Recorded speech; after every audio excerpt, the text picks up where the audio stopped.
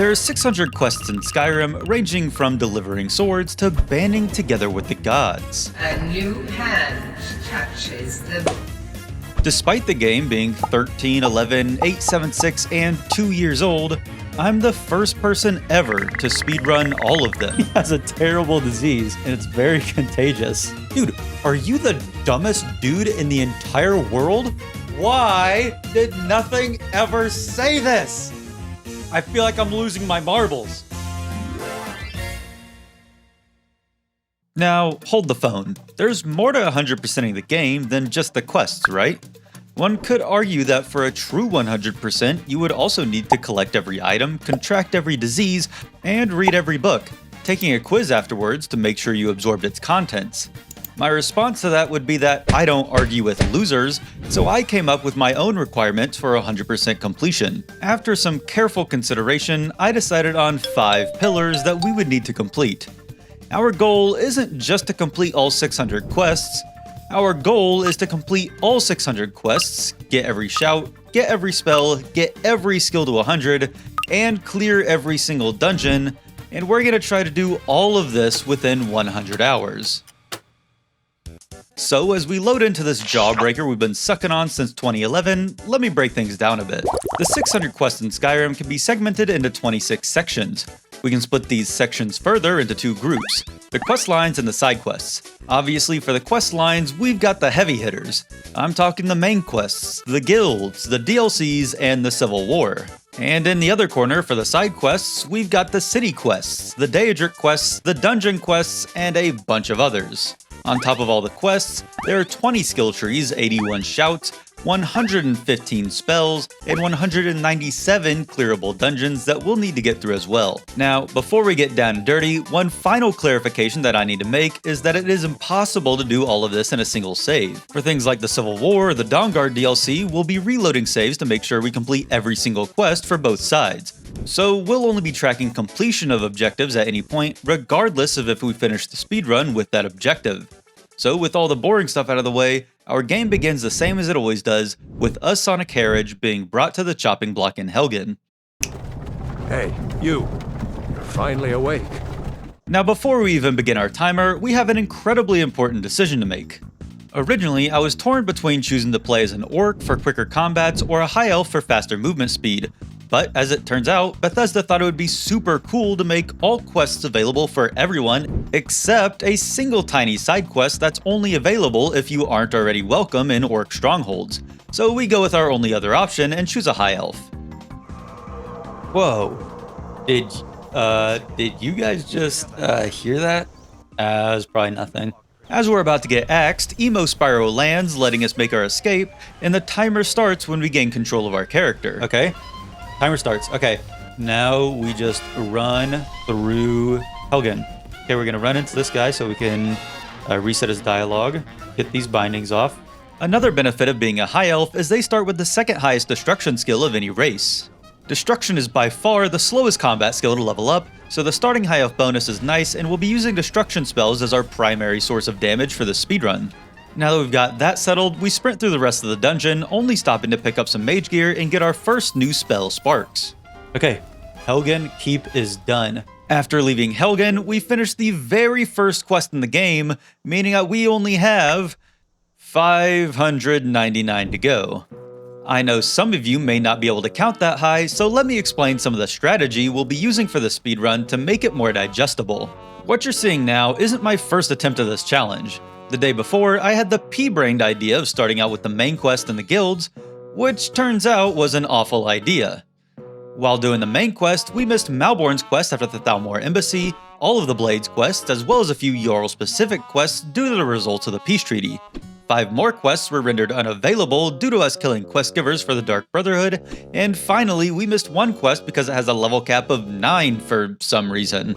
So this time around, we've got a much different approach. If you think really hard, you might be able to remember this cool graphic I showed earlier.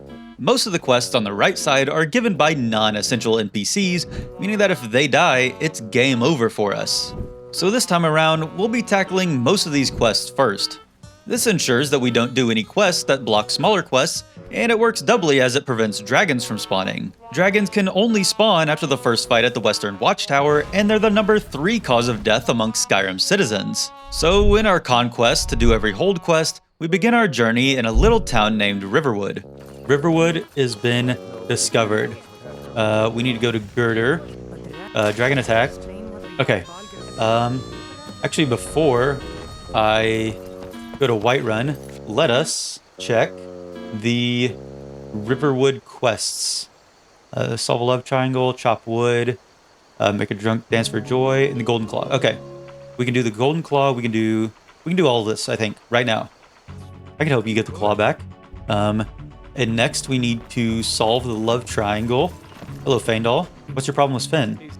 Could you give her this letter? Yes. Say it's from Sven. Hello, Camilla. I found this letter for you from Sven. Whoa. Okay. Now we talk to Faendal. Tell me this soon.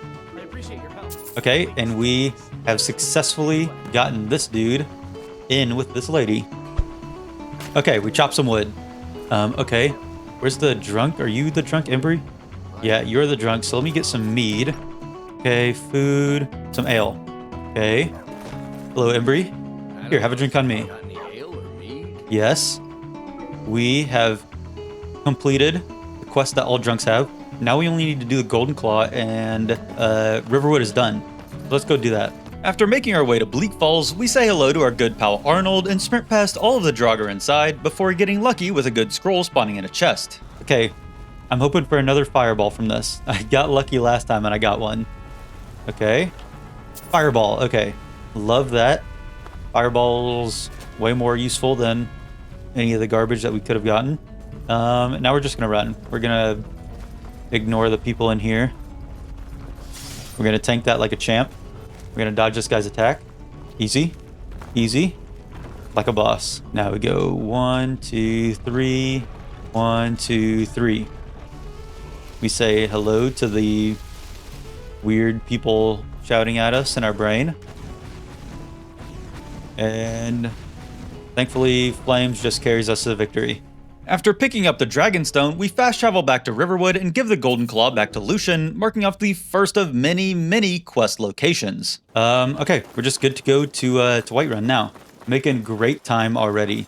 See, one city down. Really, how long could it take, honestly? Let's head into Whiterun. Speedrun. Okay, we say hello to Adrian Avenici, and we are going to take her sword to Dragon's Reach. Hello, I have a daughter. I don't have a daughter. I have a sword from your daughter. Is there anything else to do in Dragon's Reach? I don't really think so. So let's just start talking to people. I think that Danica Pure Spring has a quest. Nettlebane. I'll get Nettlebane for you. So there's that. Who else is walking around here? It turns out a lot of people walking around Whiterun have problems. We give a beggar a gold piece, Carlotta asks us to give Mikhail a stern talking to, and Ysolda wants us to bring her a mammoth tusk, but we don't have one for her quite yet. We catch word that Fralia Greymane's son, Thorold, is missing, and after meeting with her, we learn that the battle boards might have some info. Find evidence of Thorold's fate. Okay. We'll be super sneaky right here. Super sneaky. Whoops. Grab this note. And we leveled up. Holy shit, Faendal, you scared the crap out of me. Now we head back to Greymane. I have proof that Thorold lives. You're going to assault Northwatch Keep? Of course I'll join you. Before going to rescue him from his torture chamber, we decide to continue helping the people within Whiterun. Amryn needs help retrieving his family's sword, and we head to the Bannered Mare to stock up on some ale for Skyrim's drunks. Think you can take me in a fight? You're on. Yeah, let me at him. Let me at him. You're not stuck in the... I'm not stuck in the ring with you, you're stuck in the ring with me. We then chop some wood for Holda, steal some Argonian ale for Brynewin, and then decide that now's a good time to do some of the quests that aren't contained within Whiterun. Amryn's family sword, where's this one? Okay, we can do this one now. This one's not very far. After heading to White River Watch, tiptoeing past Ulfr the Blind, and killing the bandit leader, we find Amryn's sword as well as the Conjure Familiar spell. We head back to Whiterun to return the sword, and with the money we've gotten from helping people in the city, we go ahead and buy our new best friend 100% horse. 100% horse, our new best friend. We love this guy and nothing bad will ever happen to him. I'd like to hire your carriage. Take me to Solitude. Here it is. Once we make it outside of Solitude, we keep north to Northwatch Keep and use our fireball scrolls to turn the Thalmor into a fine red mist before rescuing Thorold.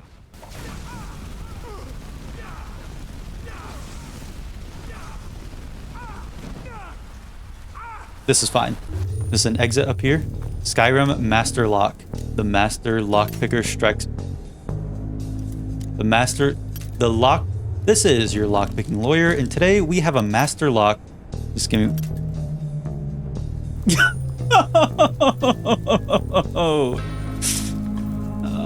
Oh man, I was right there.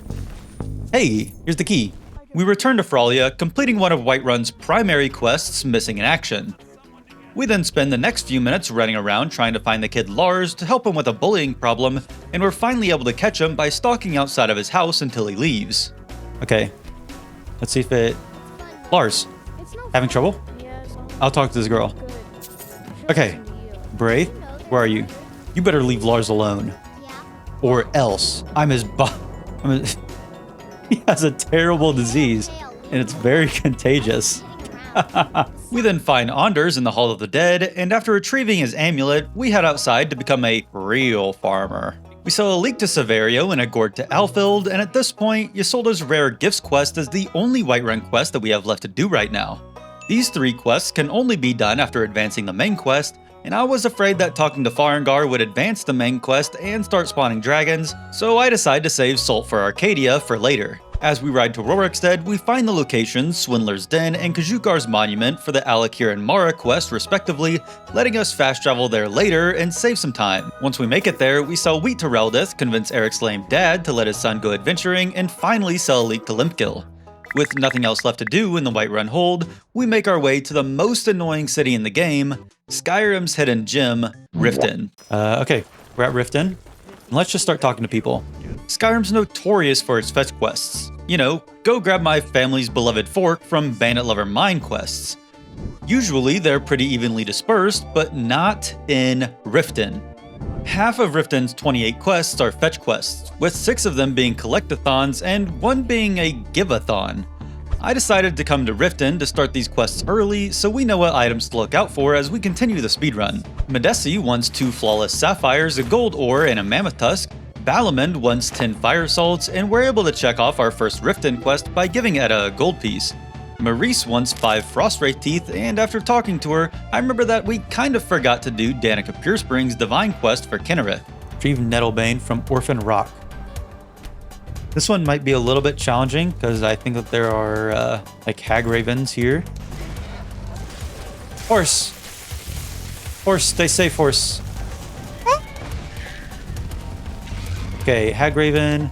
Let's grab Nettlebane. Bring Nettlebane to Danica. Oh god, please don't kill my horse. Man, that's fucked up. Come on, man. Okay. Oh well, 1,000 gold down the drain. Hello, lady. Danica, I found Nettlebane for you. So now we need to go to, like, the Spriggan Sanctuary all the way out here in the middle of nowhere.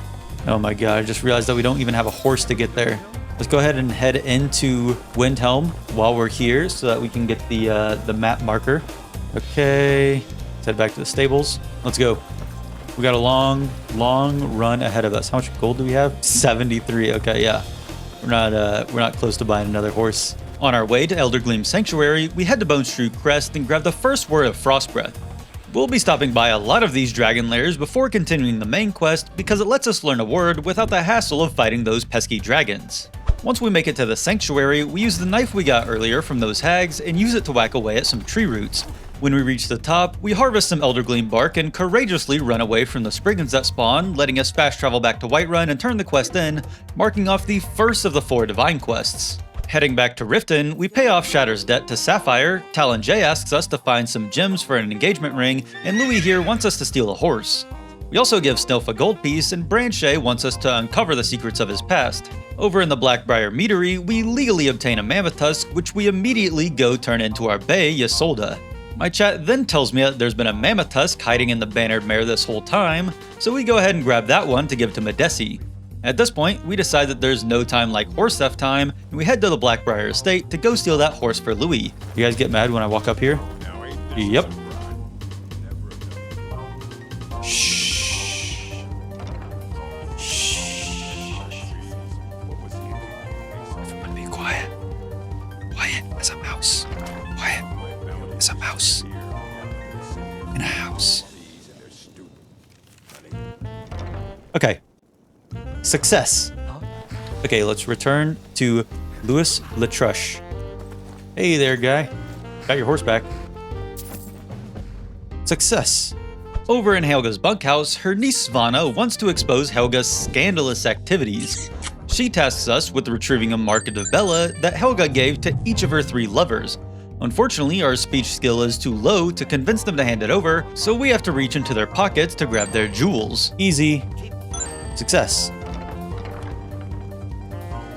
Quick save. Oh shit. Let me use the door as cover.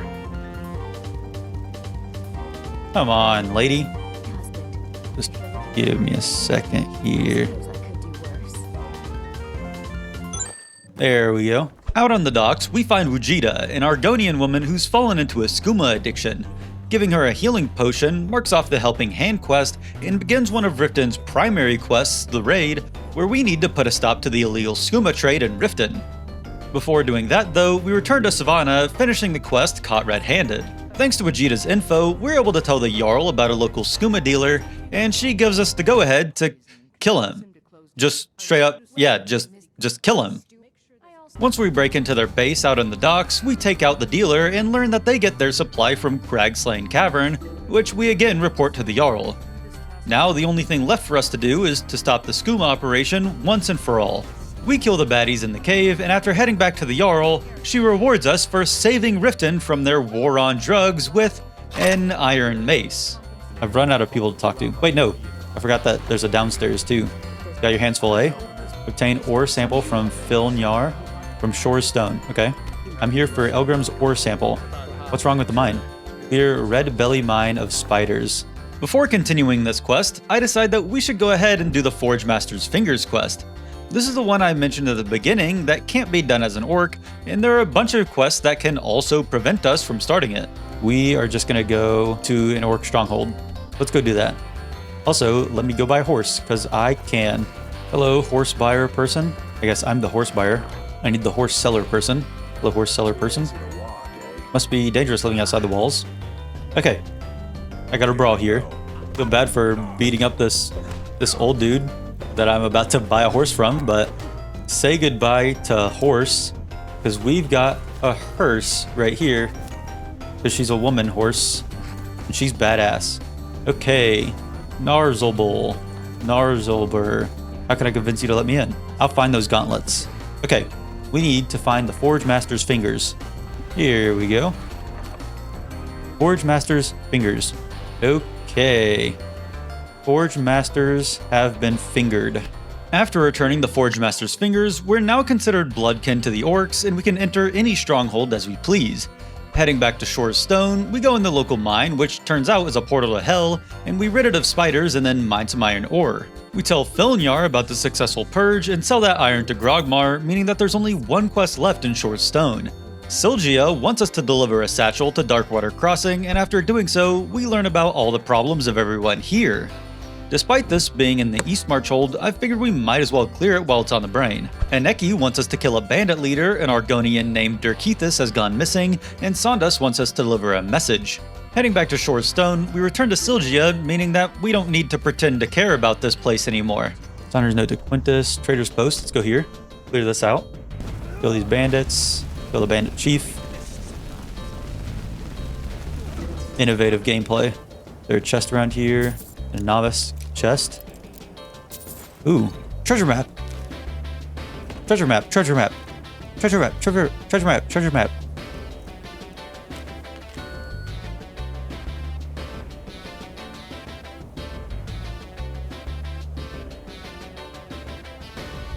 I got no clue.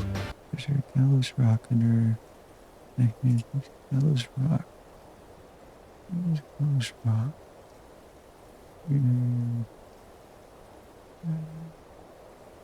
Okay, I know exactly where it's at. Actually, is this the bear cabin or whatever?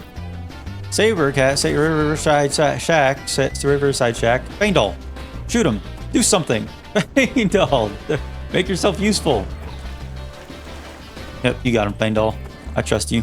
Gallows Rock. Okay, where's the... Oh, here's the noose. Really, the treasure is just in a chest. A non-hidden chest just out in the middle here. Okay, let's head to Windhelm. I have delivery from Sandus. Dark Water Pass. Got some Falmer here, which is annoying. I don't like this. Now, where do I go? Is there a chest behind this waterfall? No. There's never a chest behind the waterfall. Hey there. Die, interloper. Of course you heal, because you're a cheater. Only cheaters heal in battle. Oh! I'm so dumb. Catalog of weapon enchantments. Hello, Dirkethus. Who are you? Darkwater Pit Key. Dude, are you the dumbest dude in the entire world? You're trapped in there with the key. How stupid do you have to be? You didn't bother to check this urn right next to the door? Now all we need to do is mine some ore, and then we've got Darkwater Crossing marked off. Okay, are you Rock Chucker? Yes.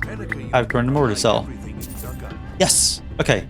That is all of Darkwater Crossing marked off, and now we can get back to Riften, which is what we were doing originally, and then we got distracted. So, heading back to Riften, we talk to the Jarl, who's ready to make us Thane. Only after buying a house in the city for 8,000 gold. We'll get back to that later. We return the ore sample from Shorestone to Halfjorg and finally decide to follow up on Branche's quest. We head to a shipwreck off the coast of Winterhold and learn from a book that Branche's birth name was Brandel, and he was sent away from Morrowind when he was a baby as the last surviving member of House Tovani following the eruption of Red Mountain. Boring. We return the book to him, completing his quest, and we get to spell Frostbite as payment. We then do a quick fetch quest for Harald, and Ingen Blackbriar gives us the largest collectathon in the game. Speaking of collectathons, we decide to collect Willandria's missing junk, discovering Ivarstead in the process, so we'll be able to fast travel here later. After returning the garbage to Willandria, we head to the Hall of the Dead, where Alessandra wants us to deliver a dagger to her dad in Whiterun. We then return to Riften and head to the fishery, where Bali asks us to deliver a purchase agreement to Klepper in Markarth. You'll learn why I hate Markarth later, and you will learn to hate it too. In the meantime though, we deliver the note to Klepper the innkeeper and head back to Riften to speak with Dinya in the Temple of Mora. She gives 2 quests, but before we can get the Riften quests, we need to do Mara's Divine quest. Our job is to run across Skyrim, uniting lovers, becoming a real farmer, and reuniting lovers, and after doing so, we finish the quest and get a permanent passive 15% magic resist. This also lets us get Dinya's Riften quest, where we need to go on a religious crusade, delivering pamphlets for the temple. So we just need to distribute these, I suppose.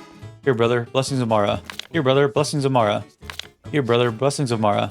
Here, sister, blessings of Mara. Here, blessings of Mara. Here, blessings of Mara. You want blessings of Mara?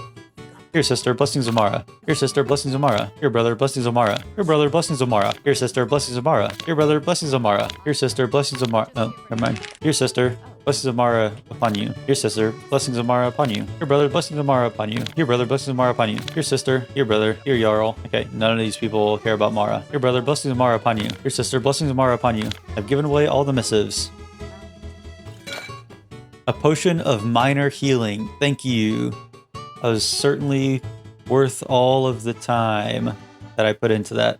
Now that that's over with, we head to the jail to speak with Sibby Blackbriar, who's in jail for murder. He tasks us with, well, murder, but we've got other plans. He's put a hit out on his ex-fiancée Sviti, and we learn that she's in Ivarstead under the pseudonym of Linla. Unfortunately, the only way to continue this quest is to persuade or intimidate her, but our speech is just too low to pass the check. So we'll need to get back to this quest later. In the meantime, we head back to the Blackbriar Meadery to speak with Romlan Dreth, who wants us to deliver some illegal meat to Ivarstead, but we decide to turn him in because it's just faster this way. Sorry, Romlan. At this point, we've done pretty much every quest that we could immediately do in Riften. The only quest that we could do now is the Bonds Matrimony, but I thought it'd be cool to wait until later to get married after I've helped everyone to see how many people I could get to show up to my marriage. I also decide that rather than continuing the speedrun and hoping we find the gems we need naturally, I would instead try to hunt for them. I know that this is slower than finding them naturally, but my zoomer brain craves instant gratification. The Temple of Dibella in Markarth has a few gems that we need, so we head inside to do some thieving. Got one though. Hey, there's a flawless sapphire there too. What is the penalty? I will undertake this penance. Okay. A flawless sapphire. All according to plan. Did I accidentally trigger a quest you're gonna need later? Yes, I did. But we're gonna say that it was time save right there. It wasn't an accident, it was time save. After running across Skyrim, getting the final flawless amethysts we need, we return to Talon J, who can now finally use them to make an engagement ring. After trying and failing to find another flawless sapphire for Medesi, I remember the quest that has a level cap of 9 and decide that we should go do that ASAP so we don't accidentally miss it. We head to Falkreath and talk to the Jarl, who just wants us to bring him some Blackbriar mead. Lucky for us, we know exactly where to get some, and we bring it to him, finishing one of the more dangerous quests for the speedrun. At this point, we decide to go to Riften's surrounding areas to mark off some of the remaining Rift quests. Draven wants us to retrieve his bow from the Ratway, we sell cabbage to Cinda, wheat to Advild, and firewood to Grosta at Heartwood Mill. Grosta also wants our help locating her hubby, who she thinks is shacking up with some floozy in Broken Helm Grotto. Broken Helm Hallow. Ooh, Leafnar is, he's not looking too hot. Oh well. I found Leafnar's body. Serathi Farm. Hello. I'm a bit busy at the moment. There's a lot of Nirnroot around here. Oh, I'm at a Nirnroot place. Wonder if I can just harvest all this. This is awesome. Don't mind if I do. I'll just drop the rest of my Nirnroot. And I'll sell you one. I have Nirnroot to sell. Okay.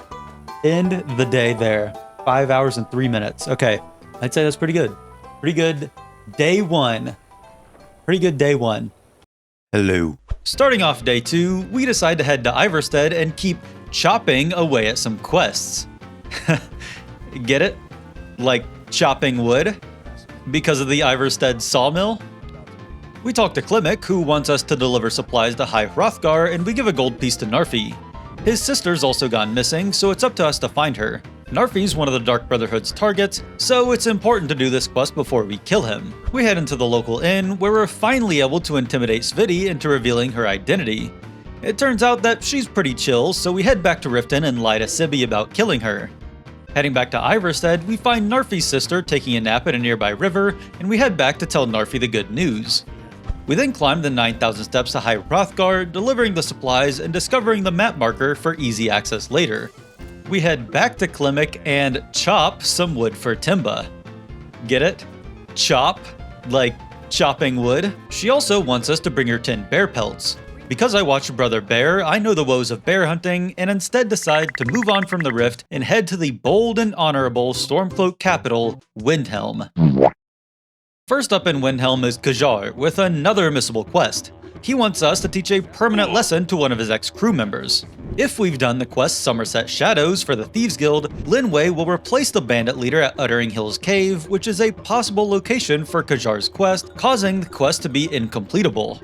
It just so happens that the location Kjar gave us was Lost Knife Hideout, so it wouldn't have mattered, but that's just the kind of careful consideration and planning that we need to do if we're gonna beat this challenge. We kill the bandit and head back to Windhelm, where we get yet another missable quest. We give Torbjorn an ale, and he asks us for an amulet of Arche to give to his wife. An optional part of the quest, Morning Never Comes, for the Dark Brotherhood is to kill his daughter Nilsine Shattershield. If you do this, her mother is so upset that she creates her own portal to Sovngarde, meaning that Torbjorn has no need for the amulet, which honestly I think is a really neat little detail. Regardless, we had to go get an amulet west of Winterhold. Okay, let's kill this ice wolf. Dude! Ah! Okay, no time to mourn. They had to kill my hearse, are you kidding me? Let's go ahead and read this word real quick. No, since there is... What the flip? Sorry for the language. On our way, we grab a word for the ice form shout, and after grabbing the amulet, we head back to Windhelm and hand it to Torbjorn. In the local alchemy shop, the White Phial, we get a quest from a dying shopkeeper to... well, retrieve the White Phial, a potion bottle that magically refills itself. While wandering around, we run into a crime scene where a lady has been murdered. This starts one of the buggiest quests in the game, so after delivering some nightshade extract to the court wizard, we decide to solve the murder before it has a chance to bug out. After interviewing a few people and giving Silda a gold piece, a nearby guard says that we should report this to the steward. With his approval, we do some investigating and we follow a trail of blood to a nearby abandoned house. Look for clues. Okay, well there's a big blood spatter right here. What else? There's a false wall around here somewhere, I think. Wardrobe nailed to the wall. Okay, here it is. The false black panel. False back panel. Altar is built to some unknown magic. Okay, upstairs we go. Anything to investigate here? Investigate bed and chairs. Chairs are stacked in an odd fashion. Oh, Faendal, you scared the balls off of me. Thought you were the butcher or something. Head to the Palace of the Kings. Okay, I investigated it all. Okay, clearly I missed something. Strange amulet. With the amulet in hand, we head back to the steward, who mentions two people. Viola, the author of the Butcher pamphlets, and Calixto, who might know more about the amulet. Our conversation with Viola leads nowhere, but Calixto mentions that the amulet is typically worn by court wizards. He also offers to buy it off our hands, showing just how good of a guy he is. Despite selling our sole piece of evidence, we head back to the steward and tell him that his court wizard Woundfirth is the killer, finishing the quest and leaving the streets of Windhelm safe once again. With that problem out of the way, we decide to follow up on the White Phial quest. Whoops. That's fine. Kill that guy. What the hell?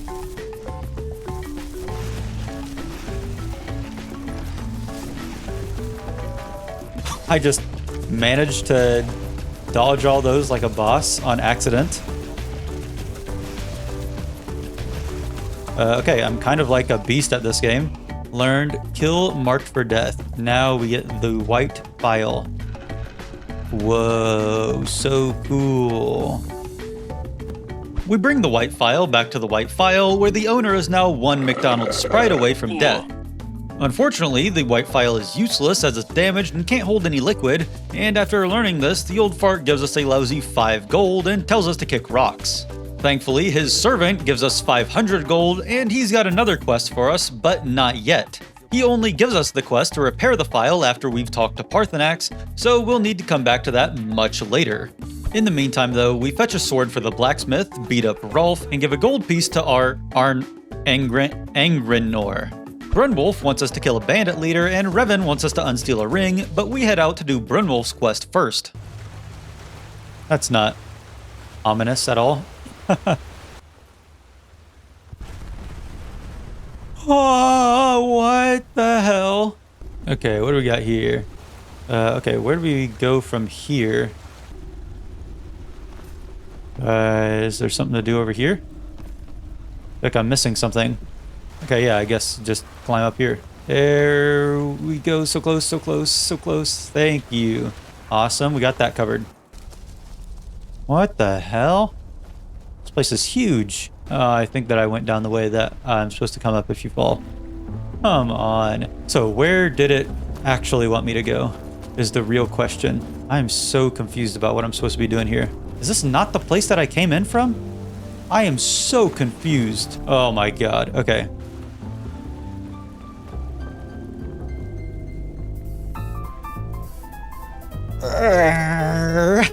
I didn't look left. Unbelievable.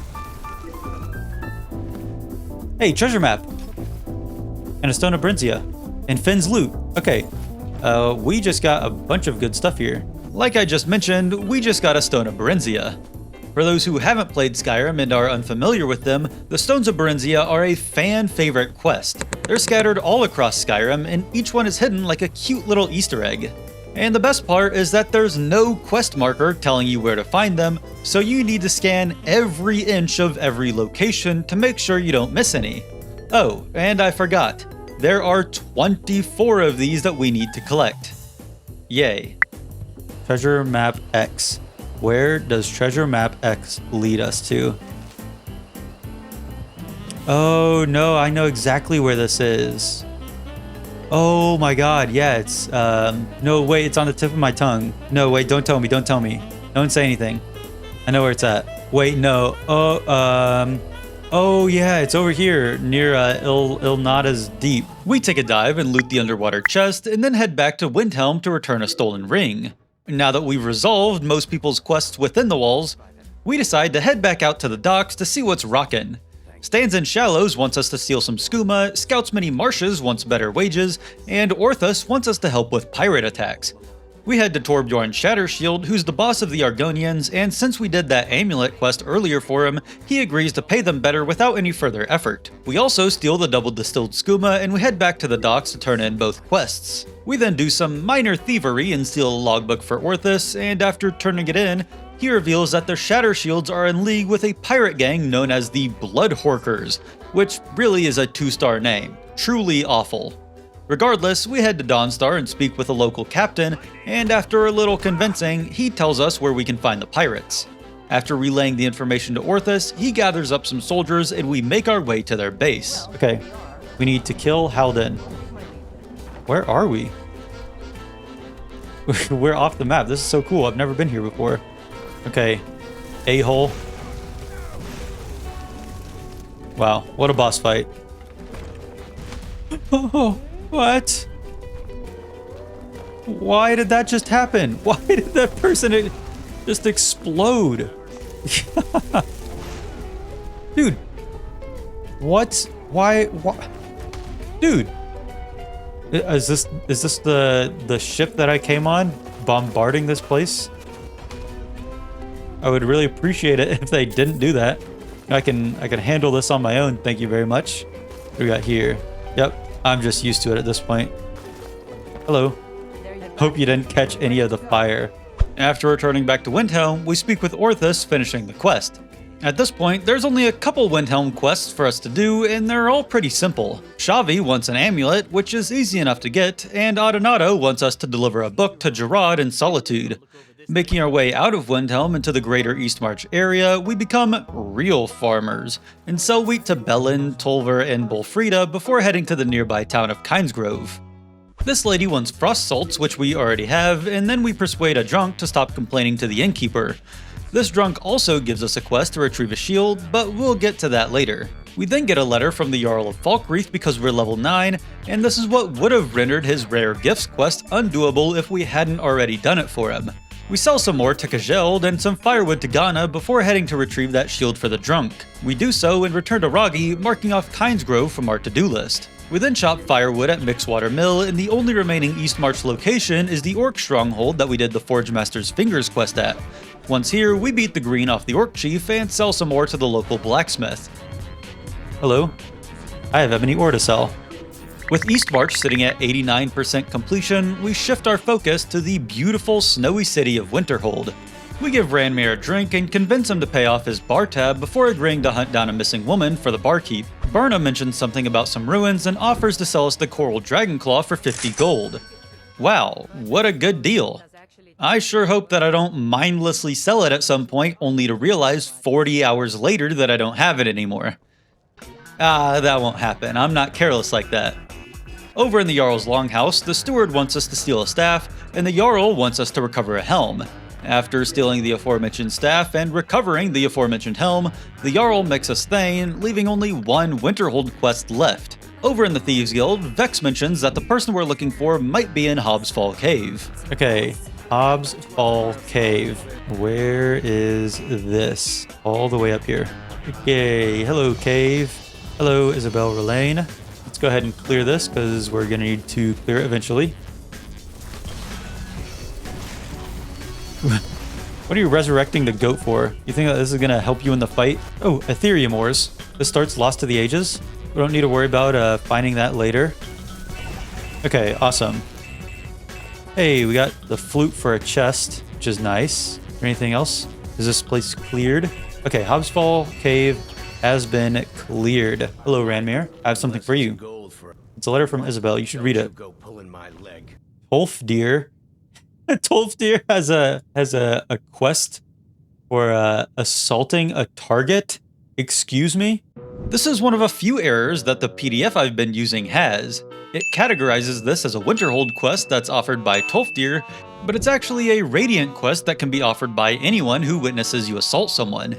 Because of this, I'll put it in the miscellaneous category, and we need to be punching some innocent bystanders to try and get this quest. Now that I'm done talking about things that you don't care about, we head to the local mine and sell some iron ore, making Winterhold the very first hold that we 100% complete. Next up on the list is the coastal paradise of Dawnstar. Dawnstar only has a few quests, but that's okay. It's not about the amount of quests, it's about the contents of the quests. Unfortunately, all of the quests here are super lame. We give Carl a drink, mine some iron ore, and head to the local alchemist who wants us to retrieve a ring. The local blacksmith wants us to grab a book, but before that, we've got more important business. So, we are going back to Riften now because we finally have 8,000 gold. I would like to purchase a house in the city. I'll take it. Okay. I would be honored to accept. Thank you. With that out of the way, we grab the book for Rustleaf and pick up the ring for Frida before a local ship captain asks us to bring him some fine-cut void salts. We then mine some more. Get it? More ore? Laugh. And we head to Morthal to grab the void salts for the captain. Okay, let's pick up a bunch of Death Bell for Ingen Blackbriar. Nirnroot. We need some Nirnroot, that's for sure. Say hello to this grave right here. Nightshade, we need some Nightshade. Hello, guy walking. You have a quest for me? Afflicted Refugee. Yes, Periite Shrine. Okay, that's a Daedric quest. We'll be doing that later. Quicksilver is also Mercury. Most Quicksilver ores are rather simple. Fuck you. What the hell? Okay. Fuck that guy. Paindall. Don't get in the line of fire again, okay? I won't ask twice. Fine cut void salts. Hello, I got you your void salts. Thank you. Holy cow, 750 gold. Don't mind if I do. With that done and dusted, the only thing left inside Dawnstar are quests locked behind the Daedric quest Waking Nightmare, and I don't really want to open that whole can of worms yet. So we decide to make our way to Anga's mill for the remaining Pale quests. We chop some wood for the mill owner Aerie, and after delivering her note to the Jarl, we call it a day well done with just over half of the hold quests completed. Starting day 3, we head to the inspiring capital of Skyrim, Solitude. Before we start helping people all willy-nilly, we need to tread carefully. We head to Autar to get a quest to kill a bandit leader, and it's important we do this quest before the Lights Out quest. This is because both quests require you to go to Broken Ore Grotto, and if we go there to kill the bandit leader before talking to Autar, he'll no longer give the quest. So we head to Broken Ore Grotto, selling wheat to Katla in the process. We kill the bandit leader, turn the quest in, and then we begin talking to some Solitudians. Octave wants us to clear his debt, Tari wants us to become Skyrim's next top model, and then we decide to start the Lights Out quest. This is because if we start it quick enough, then the bandits inside Broken Ore Grotto won't have respawned yet, meaning we don't need to waste time killing them.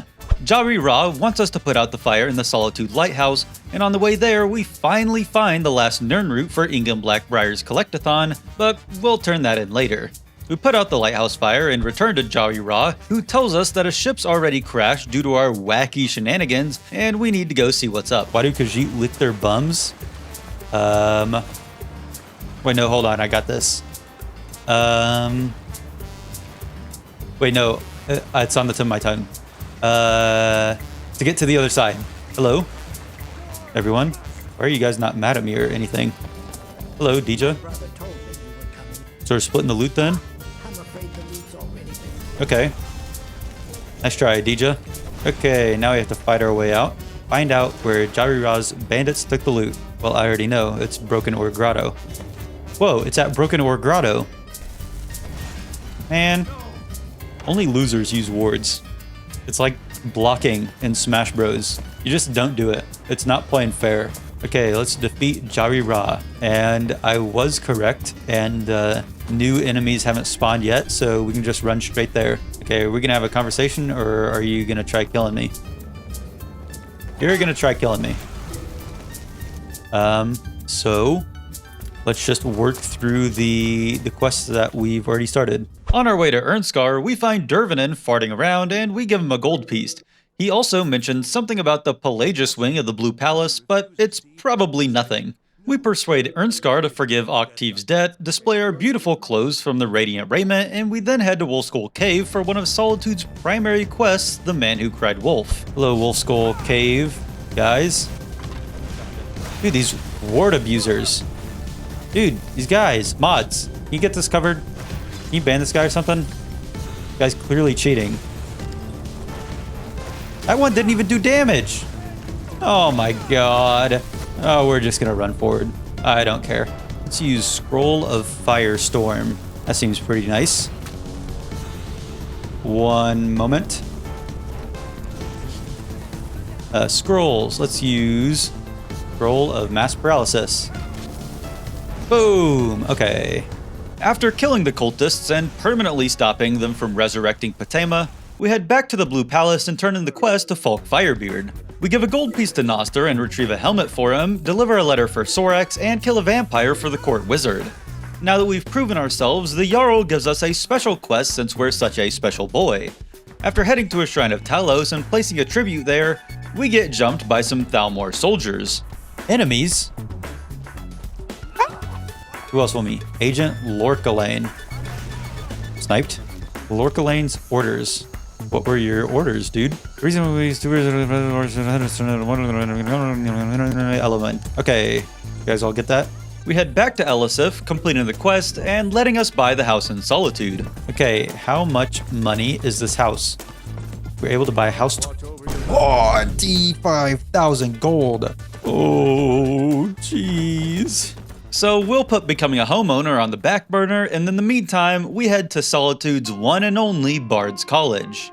After introducing ourselves, we go ahead and turn in Finn's loot and buy a bunch of speech levels before heading to Dead Man's Respite to find King Olaf's verse. After swooping it up, we head in reverse and traverse to a big glowing door where the ghost of King Olaf performs our strange ritual we implore. The fuck? He's getting funky. Okay, white boy. After opening the puzzle door with Dragonclaw Ruby, we headed to the final room, letting us pick up the first word of Whirlwind Sprint, Groovy. We then played Plants vs. Zombies as we off waves of Draugr before the big boss, King Olaf. A chest. Meridia's Beacon! Holy shit. Oh my god. Chills. Chills, I'm shaking. Return my beacon to Mount Kilcreath. Yes, ma'am. Don't have to ask me again. Like 1,000 other things before, we'll kick that can down the road and we head back to the Bard's College floor. We speak with their leader and recite the verse to the Jarl, who decides that it's neater to make us a bona fide bard. We head back to the college, turn in Panthea's flute, and talk to Jorn about making us a recruit. We then attend the Burning of King Olaf, which really sounds like something a cult would pull off, but whatever.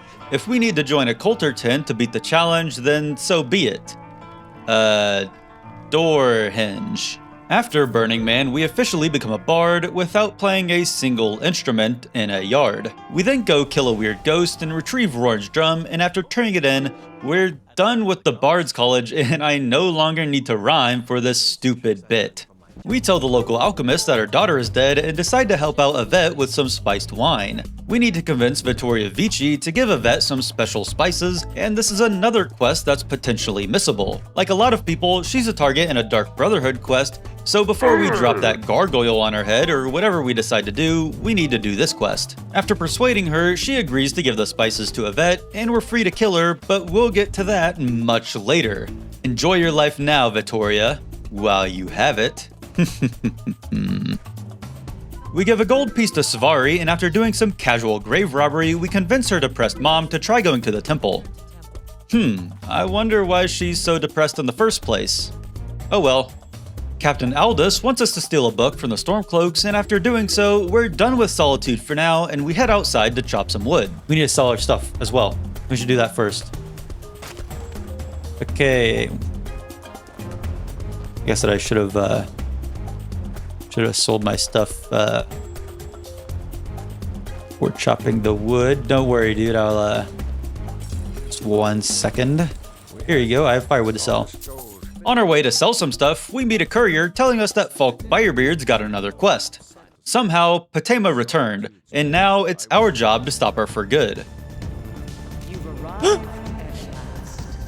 Jeez, sorry for taking your hanging moss, lady. I don't get scared easily. You're gonna have to try harder than that. Oh, this is a trapped chest. Oh, dude, these guys are... I don't fight with honor. They're coming up to backstab me. Oh! Holy, that is a...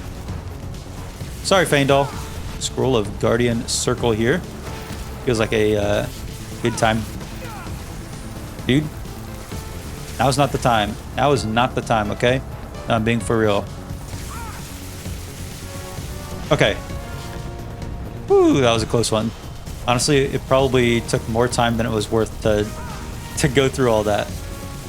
Retrieve Patema's remains. Ah! I thought I was just gonna loot you or something. Okay. Take your skull. With Patema defeated, we head back to Falk Firebeard and tell him the good news, and we now head to the wonderful town of Dragonbridge. We chop some wood, steal a drunk's meat stash and give it to his wife, and sell some wheat to Azada. Take care with your, mom. Oh, quick wits don't come, as easy to everyone as they do with me. Cheers. With Hoffingar pretty much completed, we decide now it's time to hop, skip, and jump over to the enchanting city of Morthal. You have a quest? Benor, best warrior in Morthal, huh? You're on. I'm about to invert your nose into your own face. Yeah, guards, take notes, okay? This is how you beat up citizens. Let me get a double punch. Oh, hold up. Oh, that's right. That was a lot of punches. After speaking with the locals, we learn about something ghoulish going on in the recently burned down house. Like an episode of Ghost Adventures, this spirit of a little girl wants to play hide and seek with us, and after heading to her coffin, a vampire is there ready to feast on our buns. Apparently, this vamp was the one who burned down the house, and after speaking with her hubby, we learned that she was getting all goody-goody with Alva in town. After breaking into her house, like a boss, they call me the two-pick chick. We kill this random guy and find a journal saying that a vampire lair is just outside Morthal, and we head there to clear them out. Okay, let's go clear out these vampires and show them who the... Hold on, let me think of something witty. We'll show them... We'll kick these vampires where the sun don't shine.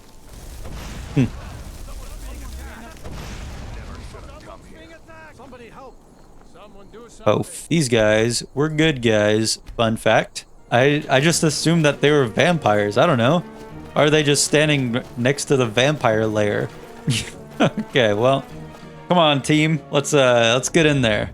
After taking out the vampire leader, we head back to the Jarl, completing one of the few quests of substance Morthal has to offer. We deliver a note for the Jarl, who then decides to make us Thane, adding another property to the list of properties we need to buy.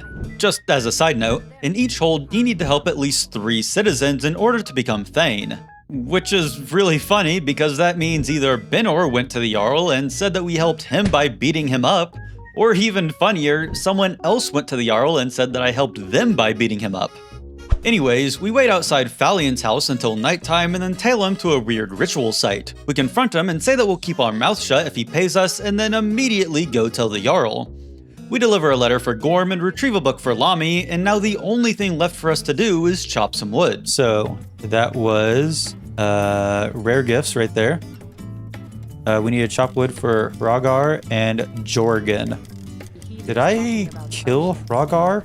Did I have to kill Hrogar earlier? Oh no. No, okay. That was a different person that we had to kill for that quest. He was the father. Whew, okay, I got scared that we killed a quest giver. The day has been saved, and we can go ahead and chop some wood real quick. Yeah. Okay. Hello, Jorgen. I have firewood to sell. The dread was palpable. I got really scared right there. Okay, that was Jorgen right there. Now we need to chop more firewood and sell it to Hrogar. Yeah. Okay. Now where is Hrogar? This you? That's Thonir. Hrogar. Where is Hrogar? Are you in the building? No. Where might I find Hrogar? What does he look like? A guy. Okay. Good to know. Is Hrogar in here, maybe? That's Lurbuck. No, not in here. I really don't know where I might find him if he's not at the mill. I don't think that I killed him. Hey guys, this is getting really scary. I don't know where Hrogar is at. Oh shit. Oh. I think I made an oopsie.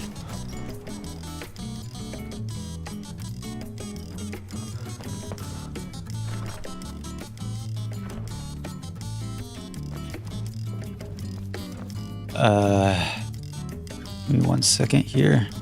They call me the two-pick chick.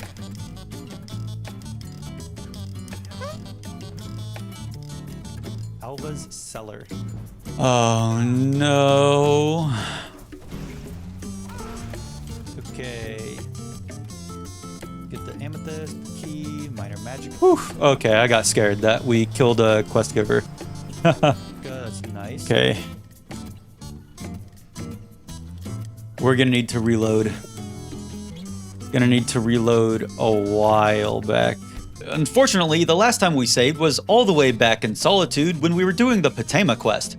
For some reason, I had a brain fart that made me think I had to redo each quest, which after doing the rest of Solitude, Dragonbridge, and all of Morthal, this ended up being about 45 minutes of time loss. Let's go ahead and chop our wood first. Okay, Hrogar, I have firewood to sell. One thing we did differently on lap 2 was that we purposefully contracted vampirism during Patema's quest.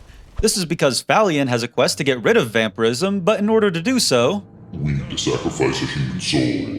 Thankfully, there are a few static black soul gems placed throughout Skyrim, and on our way to get one, we take advantage of the fact that dragons haven't spawned yet and nab the first word of Elemental Fury. After grabbing the soul gem, we learn that it's empty, so we go ahead and buy soul traps so we can fill up the tank. There's probably an enemy in here that we can soul trap. Hello, adventurer. Let me quick save.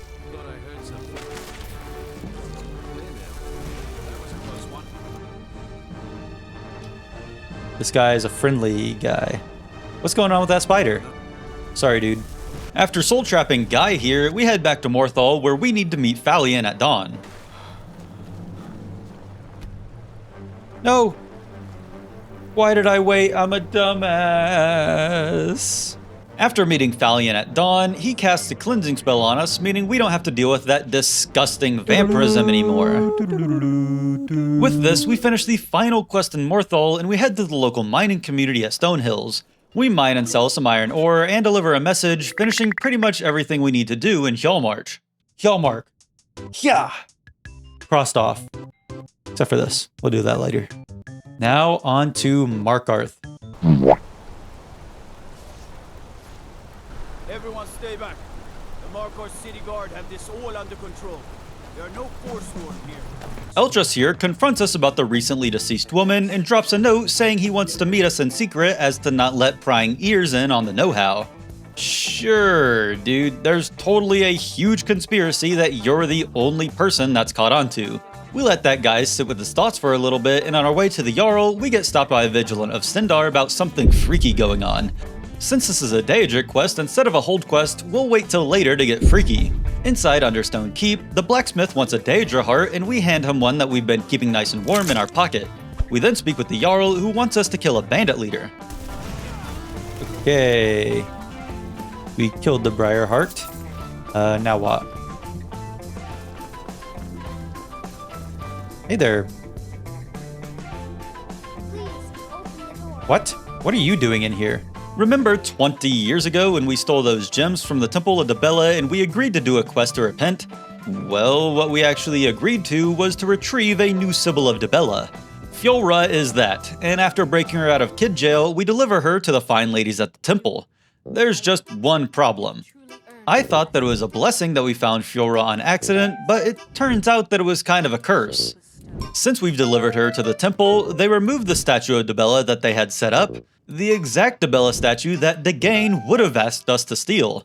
Since it's no longer here, Dagain never asks us to steal it, rendering the quest unachievable, so eventually we'll need to reload a save in order to check this quest off our list. In the meantime though, we pray at the altar of Dibella, completing our third divine quest. We kill a hag raven for the Jarl, retrieve a Dibella statue to save Lisbeth's store, and then we finally head to Riften to take care of some loose ends. We give the flawless sapphires we stole from the temple to Medesi and give the 20 Nirn roots to Ingham Blackbriar, finishing one of the many collectathons that we've been working towards. Back in Markarth, we head to the Shrine of Talos where the conspiracy guy wants us to do some investigating. This leads us to the local inn where we give a gold piece to Dagain as well as some ale. We also beat the lights out of Koznak before learning that we need to head to the Warrens to learn about the man who killed the shopkeeper in the beginning. In his room, we find a note revealing that the attack was actually planned by someone named In. After leaving the Warrens, we're approached by a man who says that we're getting too close to the truth and subsequently tries to beat us up. After playing an Uno reverse card, he tells us that he was sent by Nepos the Nose. Nepos the Nose. In. Nose. In nose. We head to Nepos' house to search his nose for the secret plans, where he reveals his secret plans that he's a Forsworn agent working for their mysterious leader, Modnok. His goons then turn on us, and we burn them to a crisp. Eat it. Continuing with our investigation, we read the journal of the murdered shopkeeper, revealing that she was actually a spy for the Imperials, and she was investigating Thonar Silverblood. After heading to the treasury house, we confront Thonar about his nose, but instead he tells us to buzz off before the treasury house staff begin attacking us. Apparently, the workers were Forsworn who Thonar's been controlling by imprisoning Modnok. After their attack, Thonar reveals that Modnok is held in Sidna Mine, and finally finished with our investigation, we head back to Eltras, who we find has been murdered by the Markarth City Guard, meaning that all of this runs much deeper than we initially thought. Since we know too much, the guard decides to throw us in jail, and here's where we start the follow-up quest, No One Escapes Sidna Mine. Hey, you took all my stuff. Here in jail, we're finally able to chat with Modnok. Apparently, our investigation reignited his fire for killing and stuff, and if we agree to help him, he'll help us escape. Sounds like a win-win to me, and after proving our loyalty by killing this unlucky guy, we begin our escape through the tunnels into the Markarth ruins. Once we make it out, we come to the climax of this whole shebang as Modnok confronts Thonar and a fight breaks out between the prisoners and the guards. Lame. With Markarth's main quest out of the way, we call it a day well spent, and we're ready to finish out the hold quests tomorrow with one final sprint. I didn't mention it earlier to keep the train of thought, but while we were investigating, we helped out Omluag and we decided to start the day off by cleaning up some leftovers from some other holds. We head to Morthal to buy some land, now that we have enough money, finishing off the Hjalmarch hold. We then head to Dawnstar to finally do the Skull of Corruption Daedric quest, which was a prerequisite quest that unlocked the remaining Dawnstar quests. Everyone in the town seems to be having nightmares, and this priest Arender seems to think the source is the castle overlooking Dawnstar. Once we get there, we kill a bunch of people that were magically put to sleep until we reach the source of the nightmares, the Skull of Corruption. It's here that it's revealed that Arender was one of the temple's original priests of Vermina. You know, Prince of Dreams and Nightmares, the Gifter, the Mistress of Nightmares and Dark Portents, the Lady of Nightmares, the Weaver of Dreams, the Queen of Nightmares, the Weaver of the Panoply, Daedra Lady of Corruption and Decay, the Dreamweaver, the Dark Lady. That Vermina. When we approach a staff, Vermina tells us that she's actually the good guy and we should kill Arender because he's the evil one. I don't really believe that, but I do want that super sick staff, so we kill him anyways, completing our very first Daedric quest. Remember earlier when I said that Waking Nightmares was a prerequisite for other Dawnstar quests? Well, that was true, but as it turns out, we also need to be level 22, so we can't even do them yet.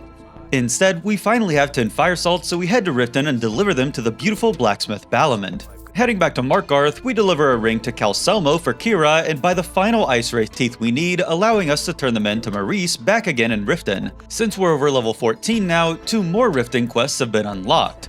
Unfathomable Depths, and Grimsever's Return. We head to Mazincha left for the sword, solving a dwarven door puzzle, and traversing through a Falmer cave. We retrieve Mule's beloved sword Grimsever, and after returning it to her, we finally get rid of Faendal, and she agrees to be our follower. Mule is one of the strongest followers in the game, and one of only 2 followers that are actually a higher level than the player. The only other follower that's a higher level is Arender. Well, too late for that now, so we head off to complete Unfathomable Depths. Avanchnazell. Okay, we are about to unfathom these depths. Hey there, friendo. I'm only going to attack someone that I need to, just because it would take a trillion years to kill all the people in this dungeon. I'm too lazy to level up my restoration right now. Oh! That scared me. Fuck that guy. Oh! Know what you're laughing at. Completing this quest gives us the passive Ancient Knowledge bonus, which most importantly means that we'll be able to level up our smithing skill 15% faster, whenever we get to that. In the meantime, we head back to Markarth and deliver a horse potion for the local alchemist, and after speaking with Calcelmo again, he tells us about a spider problem in the dwarven ruins he's researching. After killing the 8-legged freak, we find a note on a nearby body detailing a group of researchers that planned on going into the ruins to exterminate the Falmer inside by turning on the automated defenses. Now, it's our job to go rescue them, but there's a slight problem. All of the researchers are already dead. Unlike those losers though, we're able to turn the defenses back on perfectly fine and we make it out unscathed. Yeah, epic rap battles of history. I guess it's just a regular battle of history. Okay, we're not gonna stick around to see who wins that. After returning to Calcelmo, we finish the quests, getting the key to the Dwemer Museum as a reward. This is great for us as we need to get in there later for a Thieves Guild quest, and with the key, it won't count as trespassing. Immediately after, we get a letter from Calcelmo saying that he wants us carnally. I mean, I read between the lines a little bit, but it's in the subtext. We return to him, selling a dwarven artifact, and then spend the next half an hour trying to figure out why the Jarl won't give me a quest. These Gogers are forsworn, the Jarl and steward, and must retrieve Falter's sword. Guys. Why did nothing ever say this? Not here, not here. Nowhere does it say you need to be level 20. Nowhere. I feel like I'm losing my marbles. Doesn't say that you need to be level 20 here. Doesn't say that you need to be level 20 in the prerequisite. Doesn't say that you need to be level 20 here.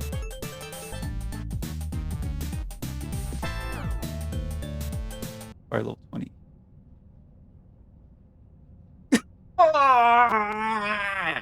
I'm about to rip out my hair. After my completely normal and sane behavior, we head outside to the stables to do Banning's quest, and then spend the next 20 minutes figuring out why he won't give it to us. Thankfully, this time it wasn't our fault, and we actually ran into a bug that wasn't detailed in the wiki. You see, there's 6 delivery quests that all use the same quest ID, and because of that, you can only be assigned one at a time. This hasn't been a problem for us yet because we've been completing quests hold by hold, but for some reason, the game didn't think that it could give us this quest despite not having any of the others active. After trying and failing to look up an answer for this problem, my solution to this was to try and do the only other delivery quest in an attempt to sort of free up the quest ID. So in a last-ditch effort, we head to Falkreath, deliver some ashes to a priest, and head back to the Markarth stables. Hey there. How long have you been training dogs? I could deliver that for you! Oh my god! Oh, I'm gonna start crying. Oh, saved. Saved! Todd taketh and Todd giveth. Hello, I have a delivery from Banning. Okay, that is Banning's delivery. So, after spending an hour of our time to finish 2 delivery quests, we really need to pick up the pace. The Thalmor scum Alamund wants us to prove Ogmund as a Talos worshipper. We give a beer to Koznak, and we retrieve a book for Gorza Grabagul. Grabagul. That's, if this person was Italian. Now that we've run out of quests inside Markarth, we take a field trip to the great outdoors. We sell potatoes to Vigdis and clear out Kolskegger Mine of Forsworn, which will become a very important location for us later due to all of its gold ore. After mining it, as well as some iron ore, we sell both and head to Old Hroldon Inn to deliver a letter. Over in Karthwasten, we convince some mercenaries to give up control of the local mine, and we head to Riften to deliver some of the gold ore to Medesi for the last part of his quest. After heading to Dashnikyal, we have a tickle fight with the chief, sell some orichalcum ore, and deliver a message for the blacksmith. Again, in Mor Khazgur, we play Punch-Out with the chief and sell some ore before heading back to Old Hroldon Inn. After spending the night there, we wake up to the ghost of adventure past asking us to return his sword. We do so, and he farts off into the ether, leaving us with a measly one-handed and block level increase. The final location in the Reach, Solyan Sinkhole, has been overrun with Draugr. We've been tasked with clearing it, which isn't that difficult, but an interesting thing here is that there are weird turrets that shoot firebolts at us, reminding me of just how many cool dungeons are in this game that you could go forever without finding. After reporting back to the head honcho, we complete the dungeon quest for Solyan Sinkhole, allowing us to sell ore, finishing off almost everything to do for the Reach. Now, there's only one hold left, and we've saved the best for last. Dawnguard here wants us to steal a letter, and after doing so, he begins to trauma dump on us. Apparently, one of his ancestors buried in the cemetery was actually a vampire, and the magic seal binding him there has broken because someone stole his wardstone. He entrusts us to chase him to his throne and kill him before the news gets around Falkreath. Bloodlet Throne discovered. That's a cool name, I gotta admit. Vampire fledgling. Oh, that scared me. Oh my god. I cannot be falling for this every time. The master vampire in here is. Okay, awesome. After handling that very tactfully, we head to a nearby dragon lair and learn the first word of animal allegiance.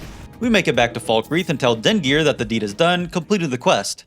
For some reason, there's no elaboration as to who might have stolen the wardstone, so it kind of feels like this quest is missing that extra layer of depth that all the other cities' main quests have to offer. This is a perfect segue for me to mention that, whoa!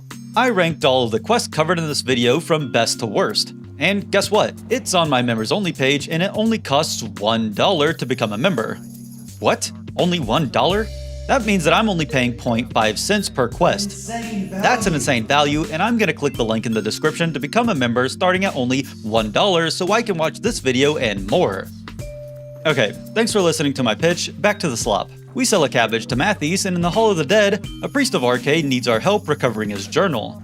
We do this and also kill a bandit leader for the Jarl. After purchasing a plot of land for the steward, which also makes us Thane, and chopping wood at Half Moon Mill, we're completely done with Falkreath, and now it's time to clean up some loose ends. We've still got a couple collectathons that we haven't completed, and first up is collecting 20 Jazbay. They grow bountifully around the Atronach stone, and after scooping them up, we turn them into Avrusa Serethi. Heading back to Ivarstead, we kill a couple bears to get the final pelts we need for the quest Grin and Barret. With that over with, it's now time to confront my fear of entering Dragon's Reach. I've been avoiding it this whole time because I didn't want to accidentally advance the main quest, but at this point, there's only a small chance that a dragon kills someone that hasn't yet given us a quest. Regardless, it doesn't get progressed, and Farengar asks us to deliver some frost salts to the local alchemist. After doing so, there's only one thing left on the menu, and it costs $25,000. After stealing a bunch of silver from the Markarth treasury house, we make some jewelry to sell, along with all of the garbage we've been picking up this whole time. We had the Falk Firebeard and purchased Proudspire Manor, finally causing the Jarl to make us Thane of Solitude. With pretty much all of the hold quests done, it's now time to move on from the appetizers and bite into something more substantial. The Dawnguard and Dragonborn DLCs each have a large set of quests, Dawnguard with 46 and Dragonborn with 60. However, unlike the hold quests, a lot of the DLC quests are very meaty, with some taking nearly an hour just to complete one quest. Because we need to max every skill tree, we'll be starting out with the Dawnguard DLC as we need to kill 165 enemies as a vampire lord to get all 11 perks. So our DLC journey starts with something I should have done at the very beginning of the challenge, getting the Ethereal Crown. Since we already read the Ethereum Wars earlier, we can head straight to Arkingthams, where we get to talk to this ghostly gal Katria. Thankfully, we're able to persuade her into helping us find the forge mentioned in the book. After running past a bunch of Falmer, I hardly know her. we grab Katria's unique bow Zephyr, which was intended to help with the upcoming tonal lock puzzle, but using firebolts is just easier because we don't need to worry about arrow trajectory. Solving the puzzle unlocks the path to an Ethereum shard, which Katria reveals is part of a set of 4 that unlocks the forge. Okay, let's come here to Rald Bathar and make sure that we are not killing Elaine Dufont. Elaine Dufont is another one of the Dark Brotherhood's targets, but that's not the reason we can't kill him. It would actually be quicker to kill Elaine now, his quest would still complete, but it would prevent us from killing an optional target, Nilsine Shattershield. So Elaine needs to live for now, and after running past all the enemies inside, we solve another puzzle by removing some bones from some gears before nabbing the final Ethereum shard. Placing the shards in the shard hole erects a large elevator, letting us finally reach the Ethereum forge. And we're here. Success. Shut off the steam. Oh, I should probably shut off the steam. Activate steam valve. Wait, Gabe Newell reference. Okay, now we play Bloon's Tower Defense. After fighting off waves of dwarven mechanisms, the quest comes to its climax as the hulking Forge Master rises up from its fiery lagoon. Thankfully, this fight is easy as pie, and after it turns Mule into French toast, we finish the quest by forging the Ethereal Crown. The reason I said that we should have gotten this way earlier is because it lets us have 2 standing stones active at the same time, instead of the usual 1. While not super impressive on the surface, this means that with one of the Guardian Stones and the Lover Stone, we can get experience 35% faster for a skill group and 15% faster for the other 2. It's not a game changer at the moment, but once we start grinding our skills to 100, that extra 15% is going to be crucial. With that out of the way, we head to Dayspring Canyon, which is home to the vampire hunting clan, the Dawnguard. Speaking with the leader Isran completes the intro quest, and he sends us off to investigate Dim Hollow Crypt. Once inside, we take out a bunch of vampires before reaching the final chamber. Well, drink me dry. Don't threaten me with a good time over here. After stabbing our elbow and solving a quick puzzle, our hot elderly vampire goth GF that we all know and love finally makes her appearance. Oh my god. It's Bay. Bay, also known as Serana, is carrying an Elder Scroll like the map from Dora, and after speaking with her, we agree to take her to see her father. On our way out, we nab the first word of Drained Vitality, and we keep north of Northwatch Keep until we take a nice little boat ride to the tropical paradise of Castle Volkihar. Entering the castle lets us have a chat with our dad, Lord Harkon, and this is where our first branching timeline comes into play.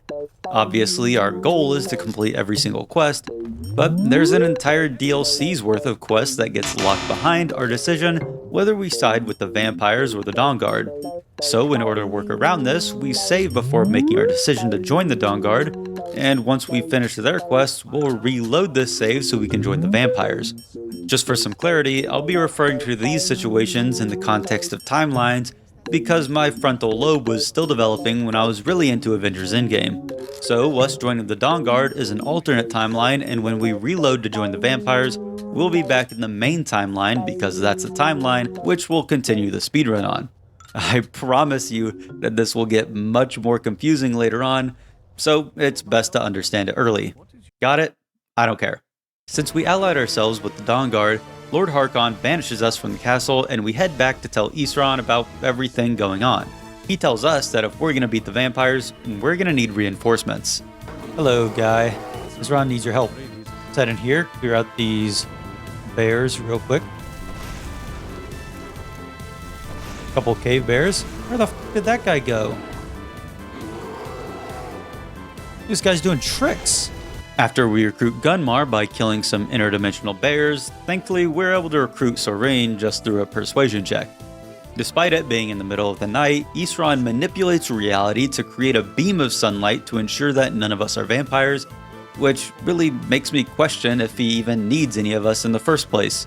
Regardless, he tells us that he's got a little surprise for us, and that surprise just so happens to be Serana, who wants to join the cause. Apparently, her dad's gone total wackadoodle, but thankfully the Elder Scroll that's duct taped to her back is the key to defeating him. Unfortunately, we can't read it, so we'll need the help of a Moth Priest. But before we continue the main quest line, I decide that we should start some of the side quests. The Dawnguard has 9 side quests, but in the same way that a high school exam has 9 questions.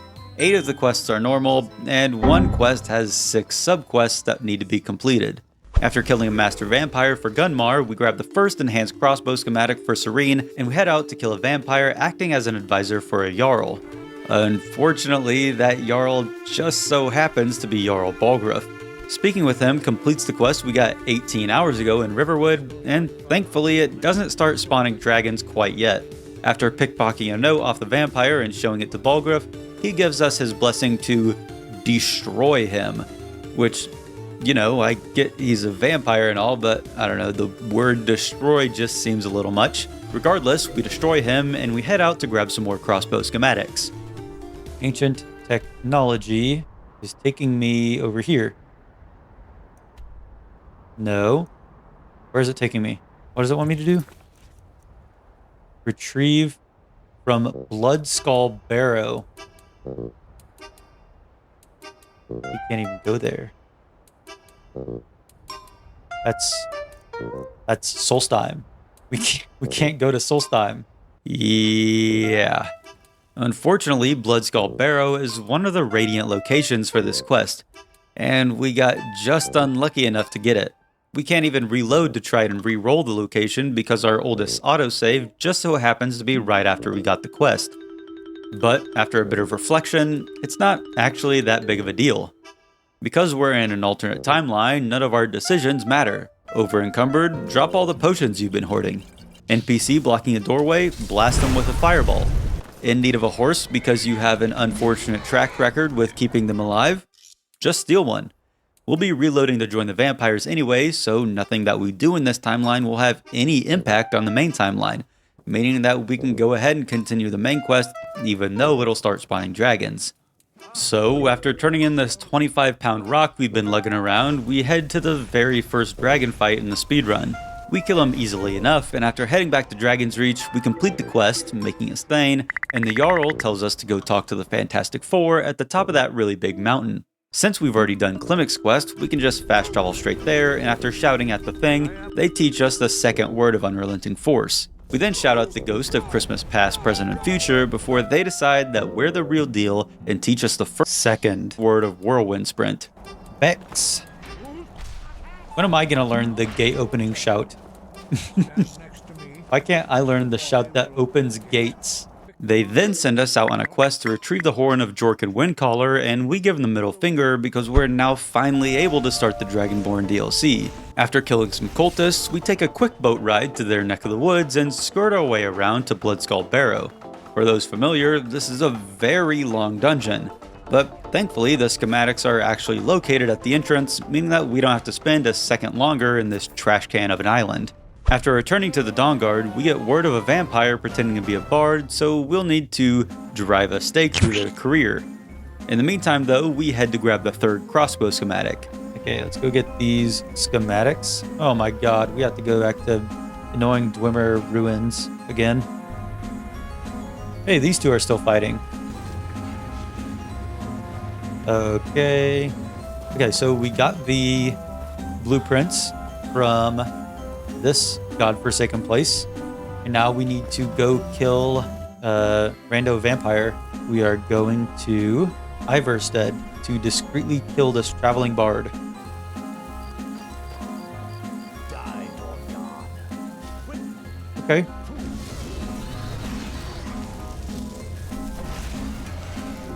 Okay. It turns out that that was just a random traveling vampire, and after heading inside the local inn, we're able to convince the actual target to follow us to a discreet location. Hey, don't worry, friend. I just have something to show you around here. Yeah, don't worry. There's just like a really cool rock behind here that looks like really cool. It's like fun to play with. Now die.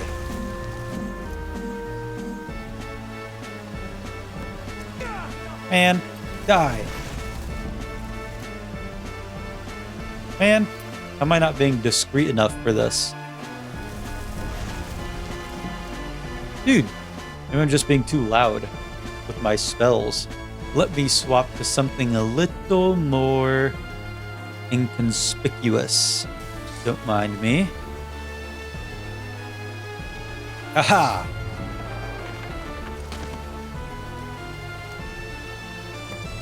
What? They heard that? Hey, follow me into the middle of nowhere, dude. Come on. Okay, now we're in the middle of nowhere. There's no way that that they find out about this. Okay, awesome. We kill a master vampire for the Cleansing Light side quest, snag some more schemes, and head back to Fort Dawnguard where we get the Cleansing Light quest again. This is our first encounter of one of the more frustrating aspects of the speedrun, randomly assigned quests. Randomly assigned quests show up in a bunch of places throughout Skyrim, and while it may be enjoyable in a regular playthrough to have some variety, it's our worst nightmare here. What happens is that when an NPC or faction offers multiple Radiant quests, instead of asking for a particular quest, you just ask for work. The quest giver then randomly chooses from its list of available quests, and you can't get a new one until you finish the one they assigned you. This is far from the last time this will happen, and eventually it'll cause some big problems for us. We go ahead and finish Cleansing Light again, grab another blueprint, and Gunmar gives us another repeat quest. Before we do it though, we finally grab the last blueprint Serene needs, giving us access to the enhanced Dwarven crossbow, which is pretty much just worse than a glassbow in every aspect. After killing another master vampire, we get yet another repeat quest before finally getting Gunmar's final randomly assigned quest. Hunting the monster. Okay, that's a new one. We have to kill this monster in Solitude. This monster is in bits and pieces. This monster is gonna be in bits and pieces when I'm done with him. Turns out that sucker isn't actually here, and we head to a fort near Dawnstar to kill the master vampire. Oh, that guy dealt a lot of damage. We kill the master vampire, and at this point, there's no more side quests available to us without continuing the main quest, so we call it a day well spent with just about half of the Dawnguard faction completed. Yo. We start the day off by finally hunting down that moth priest we mentioned earlier.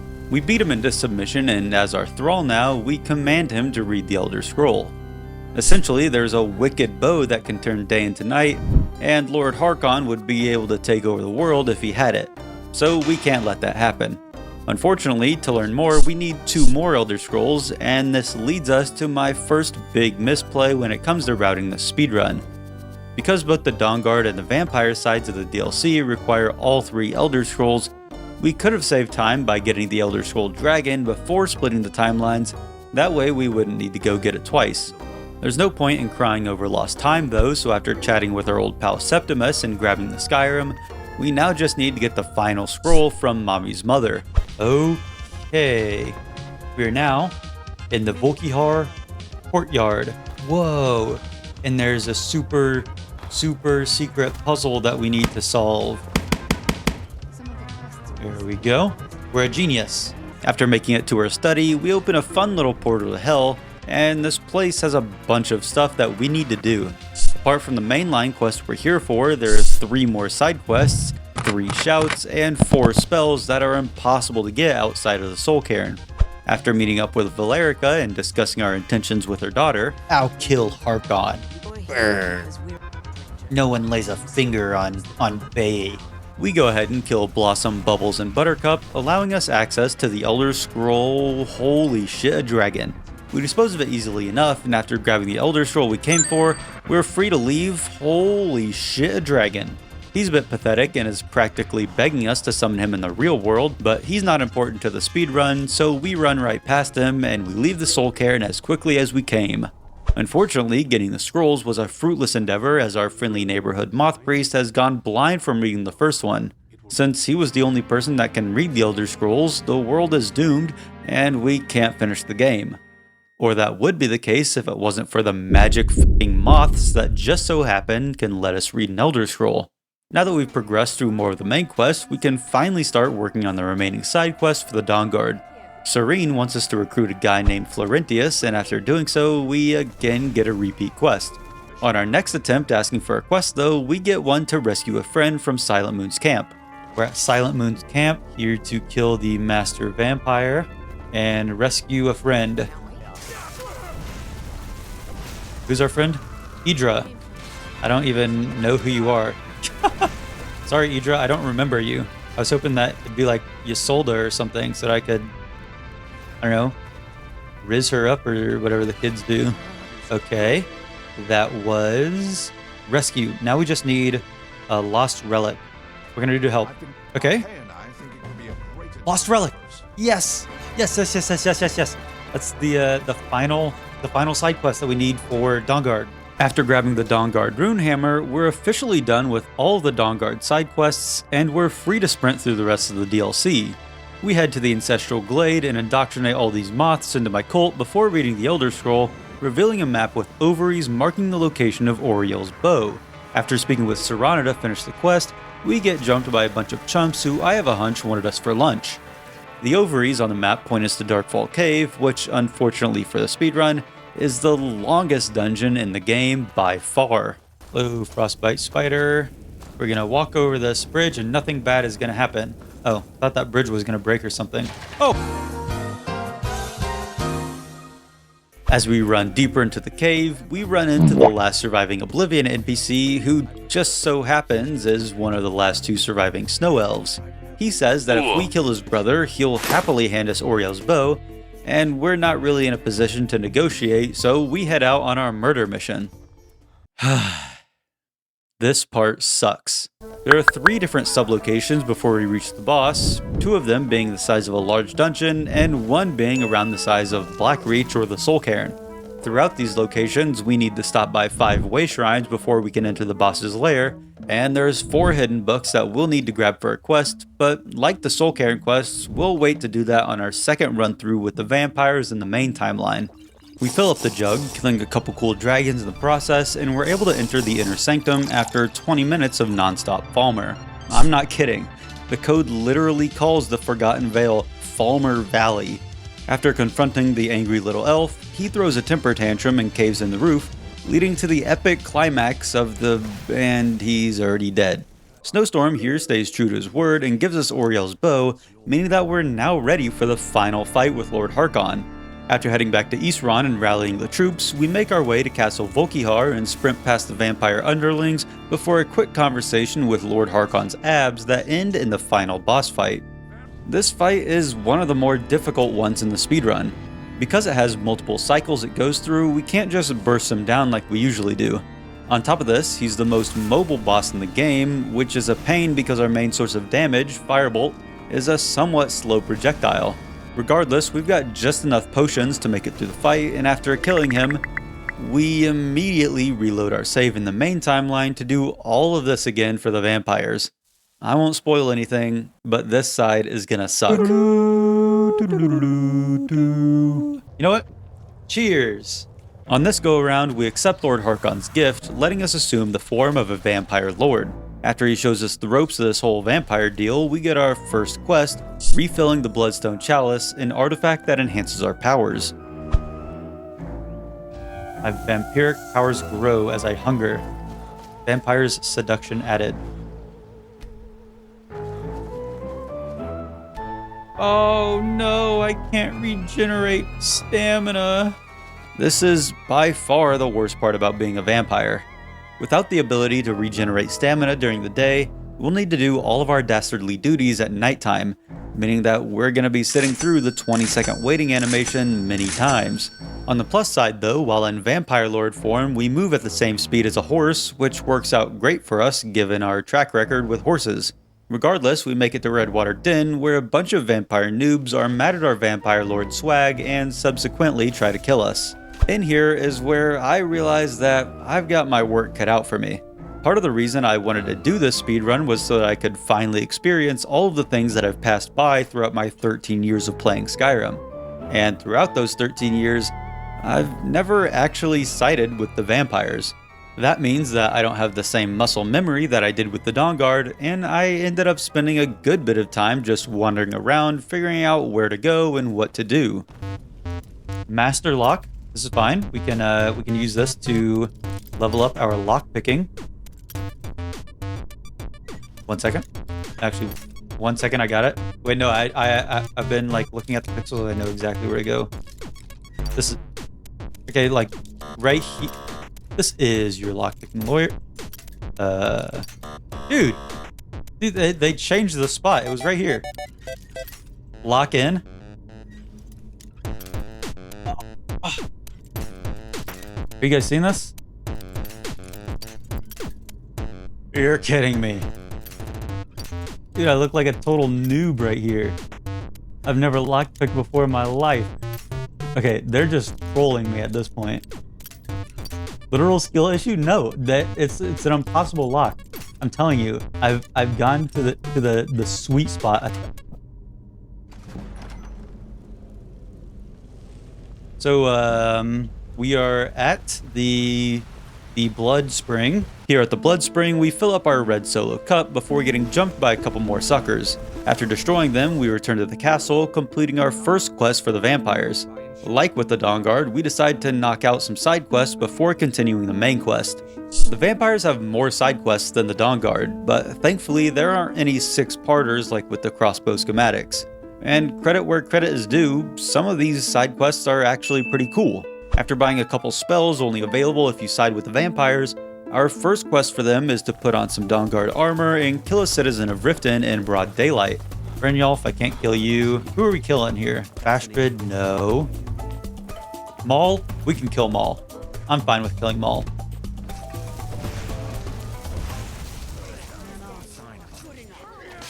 Okay, can't kill Maul.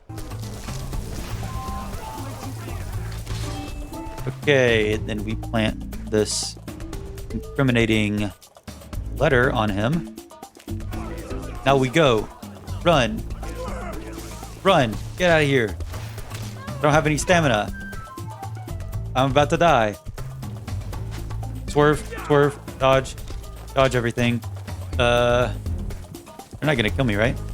Can't even regen anything because I'm a damn vampire.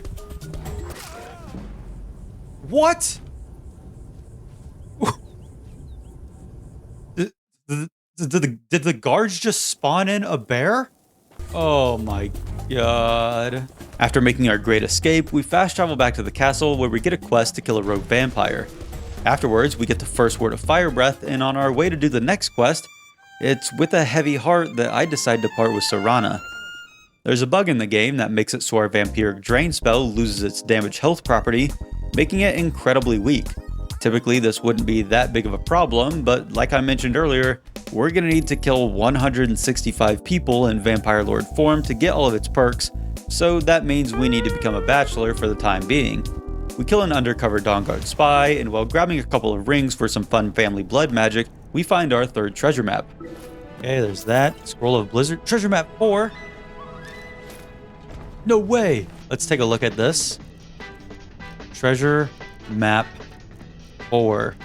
Treasure map 4. Oh no, I know exactly where this is.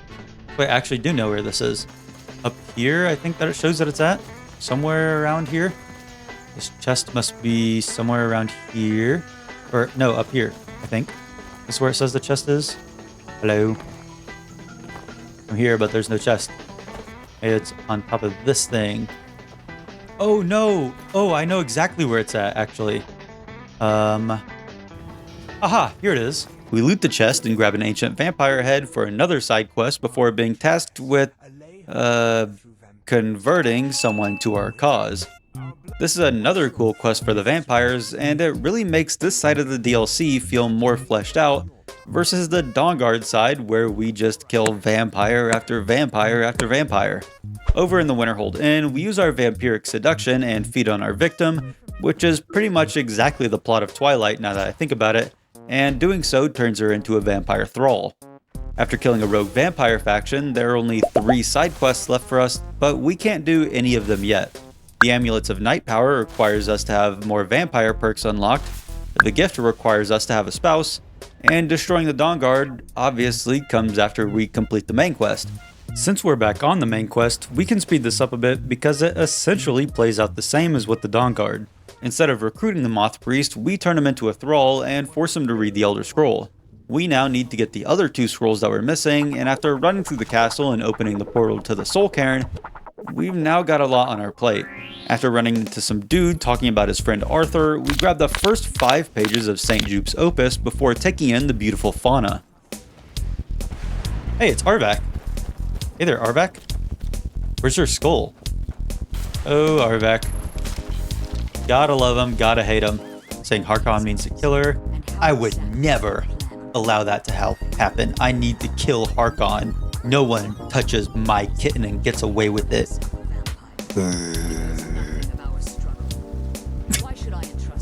I don't know why I did that. We grab some more pages of St. Jupe's fanfic, grab a couple of Soul Cairn exclusive spells, and grab a demon horse's skull. This completes the Soul Cairn horse quest, which just feels wrong. I feel like the person coding this forgot Arvak's name and just wrote that down thinking nobody would notice. But I noticed. I noticed you, Arvak. Thanks to the quest, we get to ride around on Aardvark, making travel in the Soul Cairn much quicker. We grab some more pages and another spell before running through a maze to pick up the final page of St. Jupe's Chungus. We slay Durnavir and grab the Elder Scroll we came here for before we actually have a chat with Durnavir this time. He gives us all 3 words of the shout used to summon him, and on our way out, we grab the final exclusive spell and turn in St. Jupe's quest, finally letting us leave this Tim Burton hellscape. Okay, Arvak, you're gonna see the sun again.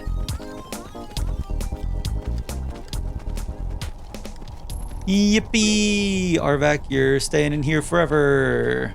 On our way to get the next Elder Scroll, we assault someone in hopes to trigger the Scare My Enemy quest, and we learn the location of the scroll from Septimus Cygnus.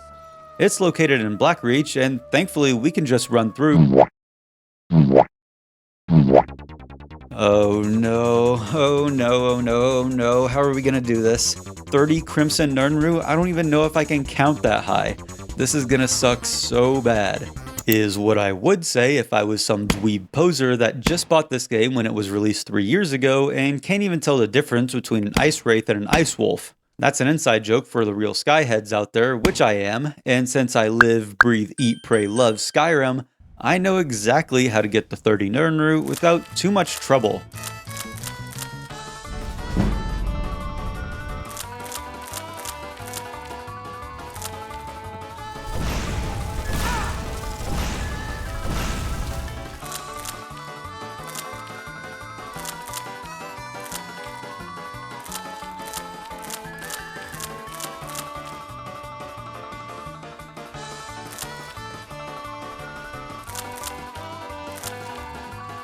Boom. That's the last Nirn route that we need. We need to head to Avrusa Sereti. And with the route, it just brings us right to the Tower of Mizark, so we can get out. We can get the Elder Scroll that we came for. We get the Elder Scroll that we came for and turn the Crimson Nirnru into Avrusa Sereti, finishing the quest and, more importantly, giving us the Sendirion Serendipity passive effect. With it, whenever we craft a potion, there's a 25% chance that we'll make a second potion for free. This will come into play much later when we're grinding our skills to 100, as we'll be making and selling potions to buy a bunch of levels from trainers. That won't matter for a while though, so after talking to Daredevil, we become the Mothman, allowing us to read the Elder Scroll. Let us celery by reading this Elder Scroll. Whoa. I never should have eaten that gas station dog food. Nightmare, nightmare, nightmare, nightmare, nightmare. Now that we know the location of Oriel's bow, we talk to Jack Frost, and once we make it to the Forgotten Vale, we need to channel our inner librarian and collect some books. There are 4 books scattered across the Forgotten Vale, and we need to sell each of them to Urag at the college in order to complete the quest. The first book is easy enough to get, and it's right off the intended path. On our way to get the second book, we eat the second word of Drain Vitality and kill a cool frost giant that drops the Emerald Paragon. If you don't know, Paragons are artifacts found in the Forgotten Vale that you can use to teleport you to a unique place within the Vale.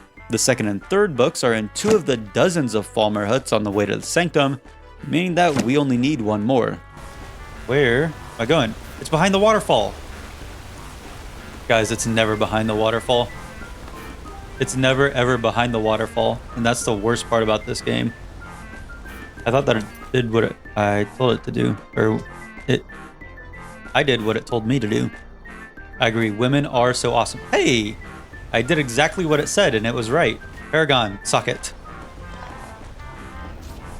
And it's behind the waterfall. Man, I hate this game. Here it is. Success! With all of the books, we're now free to kill Edward and get the bow. Let's kill this big, bad idiot. Watch out! He's pulling down the ceiling.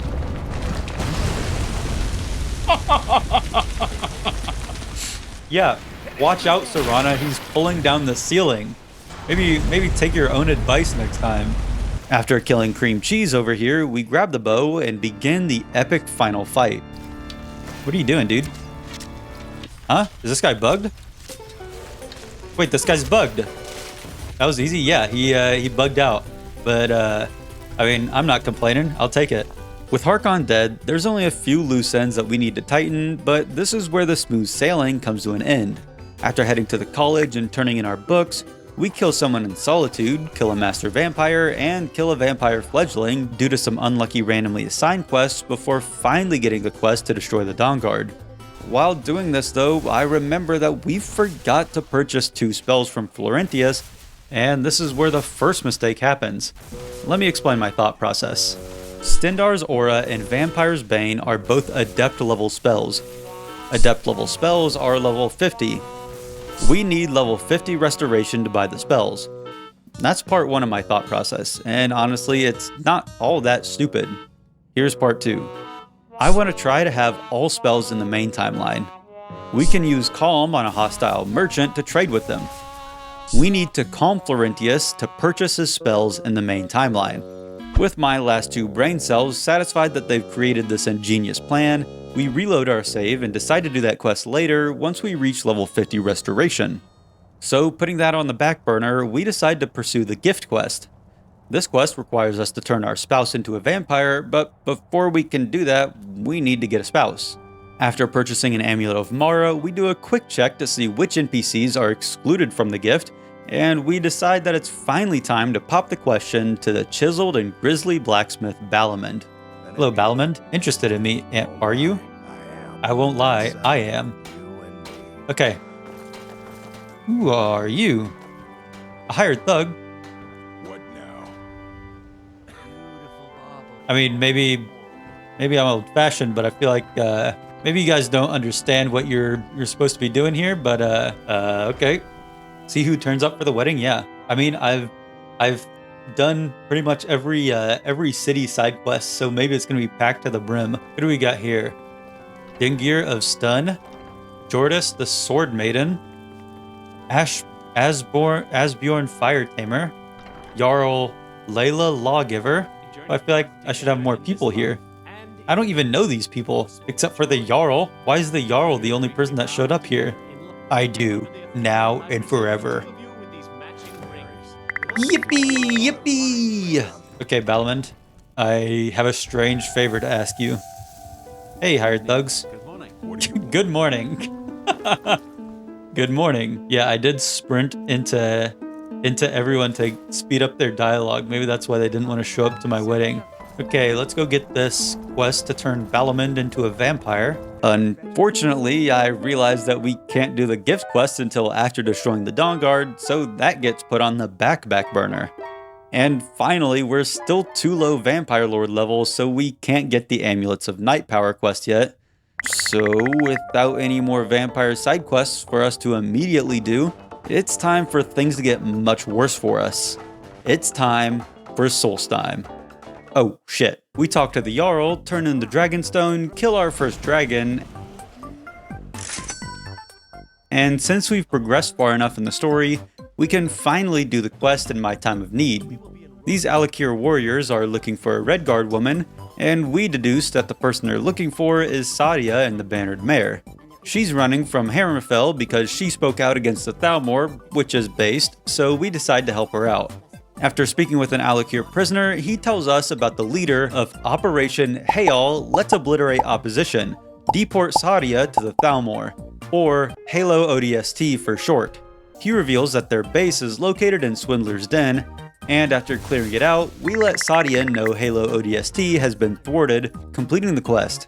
After sucking the soul out of Master Einarth and learning the second word of Unrelenting Force, we suck the soul out of Master Bori and get the second word of Whirlwind Sprint.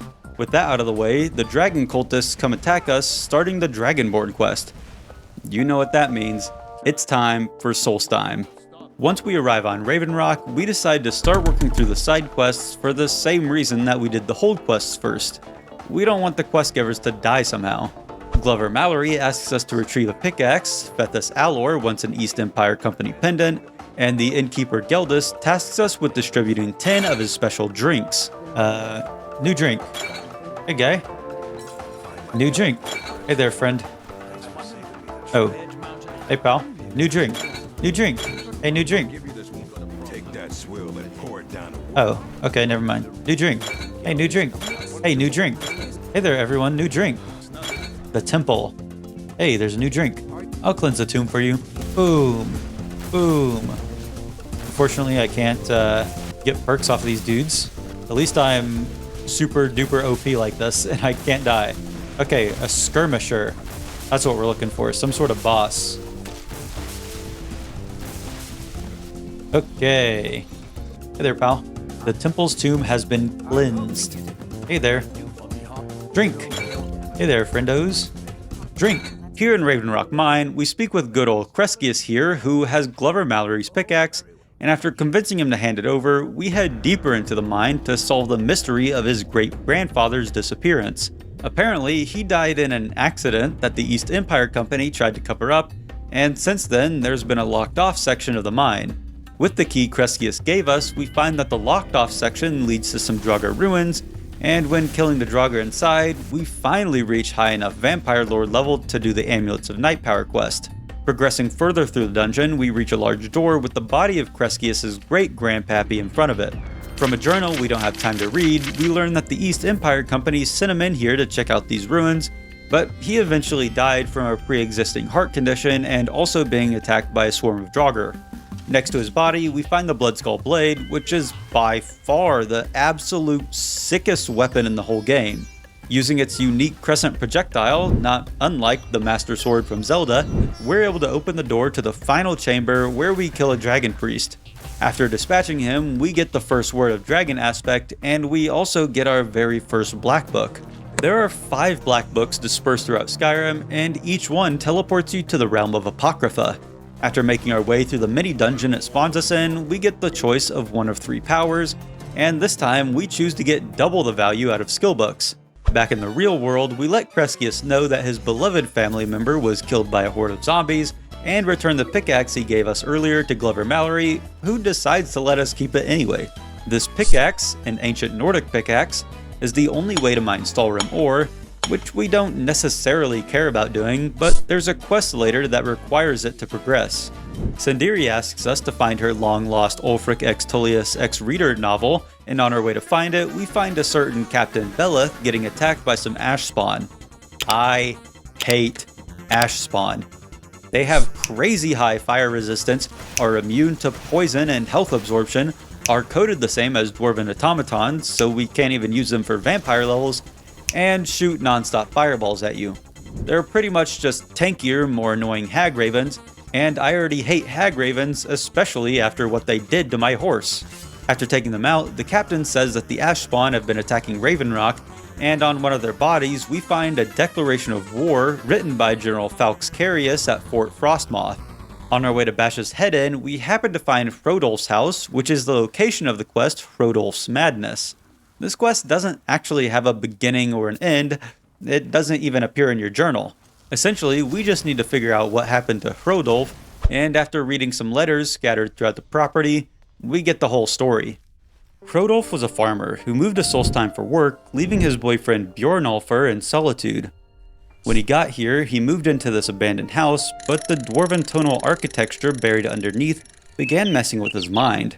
Bjornulfr wrote to him, asking him to come home due to his clear onset madness, but in Hrodulf's journal, he writes that he just wants Bjorn to hear what he's heard, and that he can't leave until he knows the truth. Finally, in front of the dwarven tonal architecture, we find Bjornulfr's body, holding a note written by Hrodulf, stating that his final wishes were for Bjornulfr to never come find him, as Hrodulf doesn't want him to go mad too. When Bjornulfr inevitably came to rescue Hrodulf, he was killed by Reaver bandits that took over the house when Hrodulf left. So where did Hrodulf go?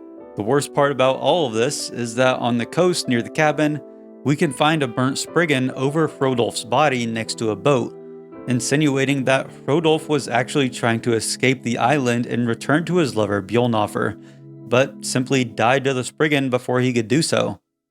What? Are you telling me that the same developers that made the Soul-Cairn Horse Quest came up with this brutal and beautiful tragic tale of two lovers? Oh my god, Bethesda, why do you show us how good storytellers you are and then fill the game with, oh yeah, my grandpa was like a vampire and somehow he's alive again. Can you kill him for me, lol? Regardless, we can mark the quest off, and just outside of the house is a lockbox with an East Empire pendant inside. While wandering around, we find Rallus Ceteris mining away at some nothing, and this starts a very long quest where we need to pay him to excavate some ruins.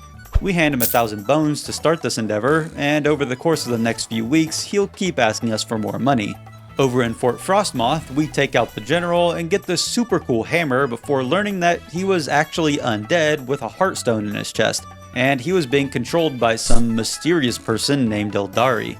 That's probably not important though, so heading back to Raven Rock, we turn the quest in to the captain, give some Netch Jelly to an apprentice alchemist, and then the assistant to the regional manager of Raven Rock asks us for help. He believes that the town leader is in danger of assassination, and after role-playing as a vampire and hanging out inside an ancestral tomb, we find Tilisu Severin skulking about. After relaying this info back to Adriel from a safe distance, he wants us to find some evidence on the Severin family by breaking into their home. Okay, we're looking for some sort of proof that... Stop hiding, coward. I'll make it quick. For House Plalu. Okay. After destroying this family that was acting in self-defense from a home invasion, we find a note revealing their schemes. After deciphering the secret message in the note, we learn that there are forces hidden within Ashfellow Citadel, ready to strike while the captain is distracted by the Ash Spawn attacks. Adriel sends a Redoran guard to help us destroy the traitors, and after killing the minions inside... Did you guys just see that? There's no way. They're hacking. Mods, can you get these guys out of here? We kill the leader of the forces, and once we return to the city hall, the mayor rewards us with the house of the family we just killed. Cool. While doing all that, we reach level 20, meaning that we can finally do Jarl Igmund's dungeon delving quest. We kill a couple of hag ravens and get the first word of Become Ethereal before grabbing the Jarl's shield. On our way to sell some junk in Riften, a courier stops us to give us a letter about some odd museum opening up in Dawnstar, and he also gives us a letter from Rallus asking for more money, but we'll follow up on that in just a second. We return the shield to the Jarl, and after purchasing the house in the city, we're officially Thane of the Reach. Back in Solstheim, we head into the ruins Rallus was excavating and find that all of his workers died to the Draugr inside. Did we learn nothing from that croissant guy's grandfather? Regardless, we kill the Draugr, revealing Azadol's Boots of Water Walking, the first of 6 relics we need from this dungeon. After letting Rallis know that the Draugr are dead, we hand him another 2,000 gold for him to hire some more disposable workers, and we call it a successful day with finishing most of the Dawnguard DLC and getting a good chunk of the way through the Raven Rock quests. Chicken nuggets. Moving on from Raven Rock for the time being, we head to the Mushroom Manor Tel Mithrin. Tel Mithrin has the most amount of side quests of any faction in the DLCs, and I never thought I'd say this, but thankfully half of them are fetch quests. After talking with the Master Wizard in charge, he tasks us with finding where Steward went, and on our way to ask around, we managed to kill a rogue Ash Guardian for Neloth's servant, Talvis. For the Reluctant Steward quest, I thought that both of the people we needed to talk to were bugged and wouldn't talk to us, but in reality, they became enthralled and work at the Sunstone at night, meaning that they don't want to chat. So in the meantime, we head back to Neloth, who wants a Heartstone for an experiment, and we already have one that we've been keeping nice and warm in our pocket that we hand to him. Now that it's daytime, we can go ahead and ask the local apothecary about Neloth's steward, and after telling us where to find her, we also get a quest to imbue some taproots with healing mumbo jumbo to fix a withered part of Tel Mithrin, but we'll get to that later. We find Neloth's steward taking a nap surrounded by some more ash spawn. We report back to Neloth, who, very distraught at her death, asks us to find a new steward. Okay, do you need help with your research? What kind of experiment do you want to do on me? Whoa, Neloth. You want to experiment with me? I mean, I'm flattered. On Valentine's Day too, nonetheless? Okay. A lucky man. Okay, off we go. Neloth just endowed us with 25 extra health as part of his experimental subject A quest, where we need to watch for side effects after he tests one of his spells. Back in Raven Rock, as we're trying to find a new steward, we finally remember to sell that East Empire pendant to Fethis, and Drovis at the end agrees to be Neloth's steward. As a reward for doing so, Neloth gives us access to his staff enchantment room, which also just so happens to have the second black book inside. Why would I go to chapter 5? We're speedrunning this. We're going straight to chapter 6. Making up a guy in my head who skips chapters to read the book faster.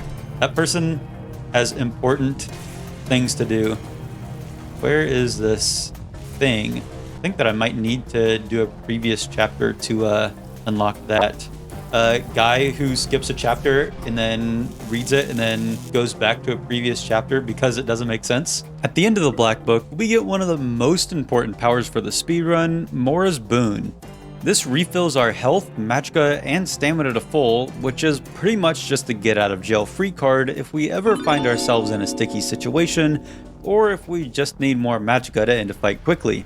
Neloth wants us to harvest a Briarheart to help his research on Heartstones, and after humanely sourcing one, since we're already in Skyrim, we head to the Spriggan Sanctuary we pissed off during the Kinnereth Divine Quest, and humanely source the taproots we need for the Apothecary's quest. On our way to imbue the taproots, we find Thirsk Mead Hall, which is an annoying branching questline, but we'll get to that later. Over in the imbuing cave, we kill a Spriggan Earth Mother and soak the taproots in the healing water and head back to Tel Mithrin. Boom. Talk to Elenia. Hey, courier. Sorry, courier. I didn't mean for you to get all caught up in this. He was doing his duty, delivering a letter to me. Oh, wait, did he die? Where did he go? Did he even give me the letter? Pardon me, courier. Hey man, everything is safe now. You can I hope that doesn't bug anything. That would suck. Since the courier is a weak little baby that runs away at one little fireball, we reload the save, and this time we see him running into the kitchen. So after killing the ash spawn, we head in to get the letter, and he despawned. We reload again, and this time we fast travel to Raven Rock so this minimum wage courier doesn't get burnt to a crisp, and he lets us know that Rallis wants to see us again. Rallis says that the Draugr have killed the miners, and after taking them out, we recover another artifact, Azadol's Ring of Necromancy. When we speak with Rallis again, he asks for 3,000 gold to hire some more miners, but I'm certain that this time they'll turn out fine. Back in Tel Mithrin, we hand the Briarheart to Neloth and plant the taproot in the damaged wall. After the frequent attacks on Tel Mithrin from Ashspawn, as well as his steward's murder, Neloth puts us on detective duty to figure out who's behind all this. After using a ring of magically finding stuff, we find the source of the attacks to be coming from a sarcophagus in a nearby cemetery. The sarcophagus just so happens to be the grave of Ildari, the person who is controlling the undead General Falkreath, meaning that all of this is connected back to her. Returning back to Neloth, we get the whole story. Ildari was Neloth's previous apprentice, and Neloth thought that he could plant a heartstone in someone's chest to grant them power, similar to a Spriggan's taproot or Briarheart's Briarheart. Ildari volunteered as a test subject, but died as a result, or so Neloth thought. Clearly, the experiment worked at granting Ildari exceptional power, as she's now back from the dead and taking out her revenge on Neloth. After casting the plot progression spell, he tells us that she's located in High Point Tower, and it's our job to go kill her for good. After taking out some fire spiders, we get the final Vampire Lord perk, which is awesome because there's a quest in Solstheim that requires us to be a werewolf. After chasing Ildari to the end of her lair, we casually rip her heart out, marking the end of Solstheim's targeted Ashspawn attacks. Since we need to become a werewolf, it's time for us to finish our business as a vampire, and if you remember my plan earlier, we first need to get level 50 Restoration. The fastest way to power level Restoration is by using any form of Turn Undead, so we head to our old haunt Bleak Falls Barrow to turn some undead. After gaining a couple levels like this, we decide to go get some restoration gear to help with the grind, and after doing so, we find out the side effect of Neloth's spell. This man's cairn is over here. Talk to Neloth. Those are my side effects. Health is permanently lowered 25 points after swimming or being in the rain. Okay. Me, I guess. Just have minus 25 health. After leveling up some more, I get mad at how slow it's going, so I decide to go buy some levels from Danica Purespring and Whiterun.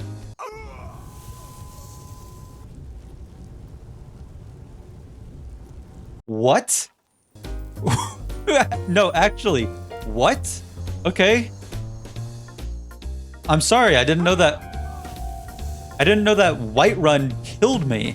What is going on here? What if I travel to the front of Whiterun? Okay, I guess I teleported to the kill spot on Whiterun. Obviously, how could I forget about the kill spot? Since we can only purchase 5 restoration levels each player level, we need to find a quick way to gain XP. So we decide to power level our illusion because it's by far the quickest and easiest skill to level up. After spamming Muffle for a couple minutes, we're able to buy our way to level 50 Restoration, and in the process, we get a good chunk of the way to level 100 Illusion. At least, for the first time we get it to 100. Don't worry, you'll see when we get much further into the speedrun. Now that we're level 50 Restoration, we can finally attack the Dawnguard, and we make sure not to kill Florentius, as once all the others are dead, we use our Vampire Seduction. He's too powerful. Okay, let me get a little bit nerdy for a second. Florentius matches the player's level up to level 30. We're currently level 23, which means that Vampire Seduction, which works on up to level 10 creatures, obviously is too low to work. The next strongest calming spell, Pacify, is an expert level spell, but unfortunately, even if we were high enough level to buy it, it only works on up to level 20 creatures. However, if you're familiar with Skyrim, then you know about the hidden perk tree system that actually makes it so your skills can get stronger. With the Hypnotic Gaze perk, the level cap for calm spells increases by 8, meaning that with a level 28 Pacify, we'll finally be able to buy the spells from Florentius.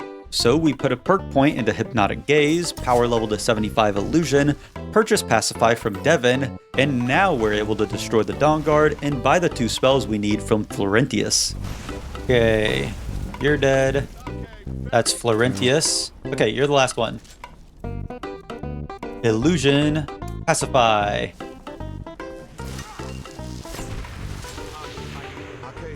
Okay.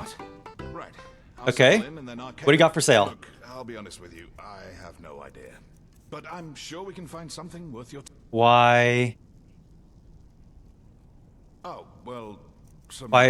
things, I suppose. Why? Why don't you have the spells? You were supposed to have the spells. You were supposed to have the spells.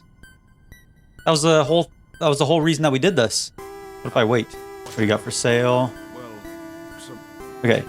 Let me reload the save, and maybe if I don't kill any of them, then they won't be as mad at me, maybe? I really have no idea. Okay. Okay. Hello, what do you got for sale? I'll be honest with you, I have no idea.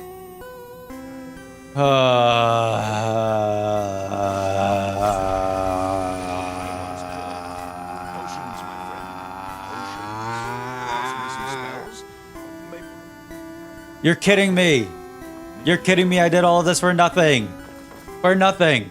So, unfortunately, due to Skyrim just working, we can't get the 2 spells we need from Florentius in this timeline. That means that later, when we're getting all of the spells, we'll need to reload to the Dawnguard timeline, grind to level 50 restoration again, and just buy them the regular way. But at least that means we can finally finish the Destroy the Dawnguard quest and finish out the rest of the vampire side quests. After we grab the Amulet of Gargoyles and the Amulet of Bats, the only remaining thing for us to do is turn our spouse into a vampire. But apparently we are the most unlucky person in the world. After 3 unwanted randomly assigned quests, we come up with the ingenious idea that we need our wedding ring on for Vingalmo to give us this quest. You know, cause logic. Unfortunately, we pawned our wedding ring immediately after getting married, so after stealing our hubbies, we head back to the castle where Vingalmo doesn't give the quest. Okay, time for a new plan. According to the wiki, we can turn our spouse into a vampire before getting the quest, and this should activate the quest on its own. After getting intimate with Balamend, happy Valentine's Day everyone, we should have activated the quest, but of course it doesn't work. We look at the UESP page. Notes. Balamend. You know what it doesn't say here? You know what's critically missing here? Do you know what I wish that this told me right here? To begin this quest, the Dragonborn needs to first be married. The quest may not be given if the Dragonborn is married to X, Y, Z, or Balamend. Like it says here. Oh.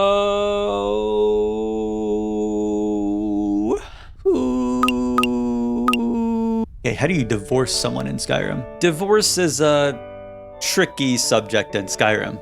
Technically, it's impossible to get divorced, but we don't actually need to get divorced. Really, we just need to get unmarried, and in order to do that, we need to think outside the box. Guys, it seems to me like divorce isn't exactly an exact option for us. We might need to get a little creative with our divorce here. Just give me 1 second. Hey, Balamend, honey. Hey, lifelong partner who I've devoted my life to.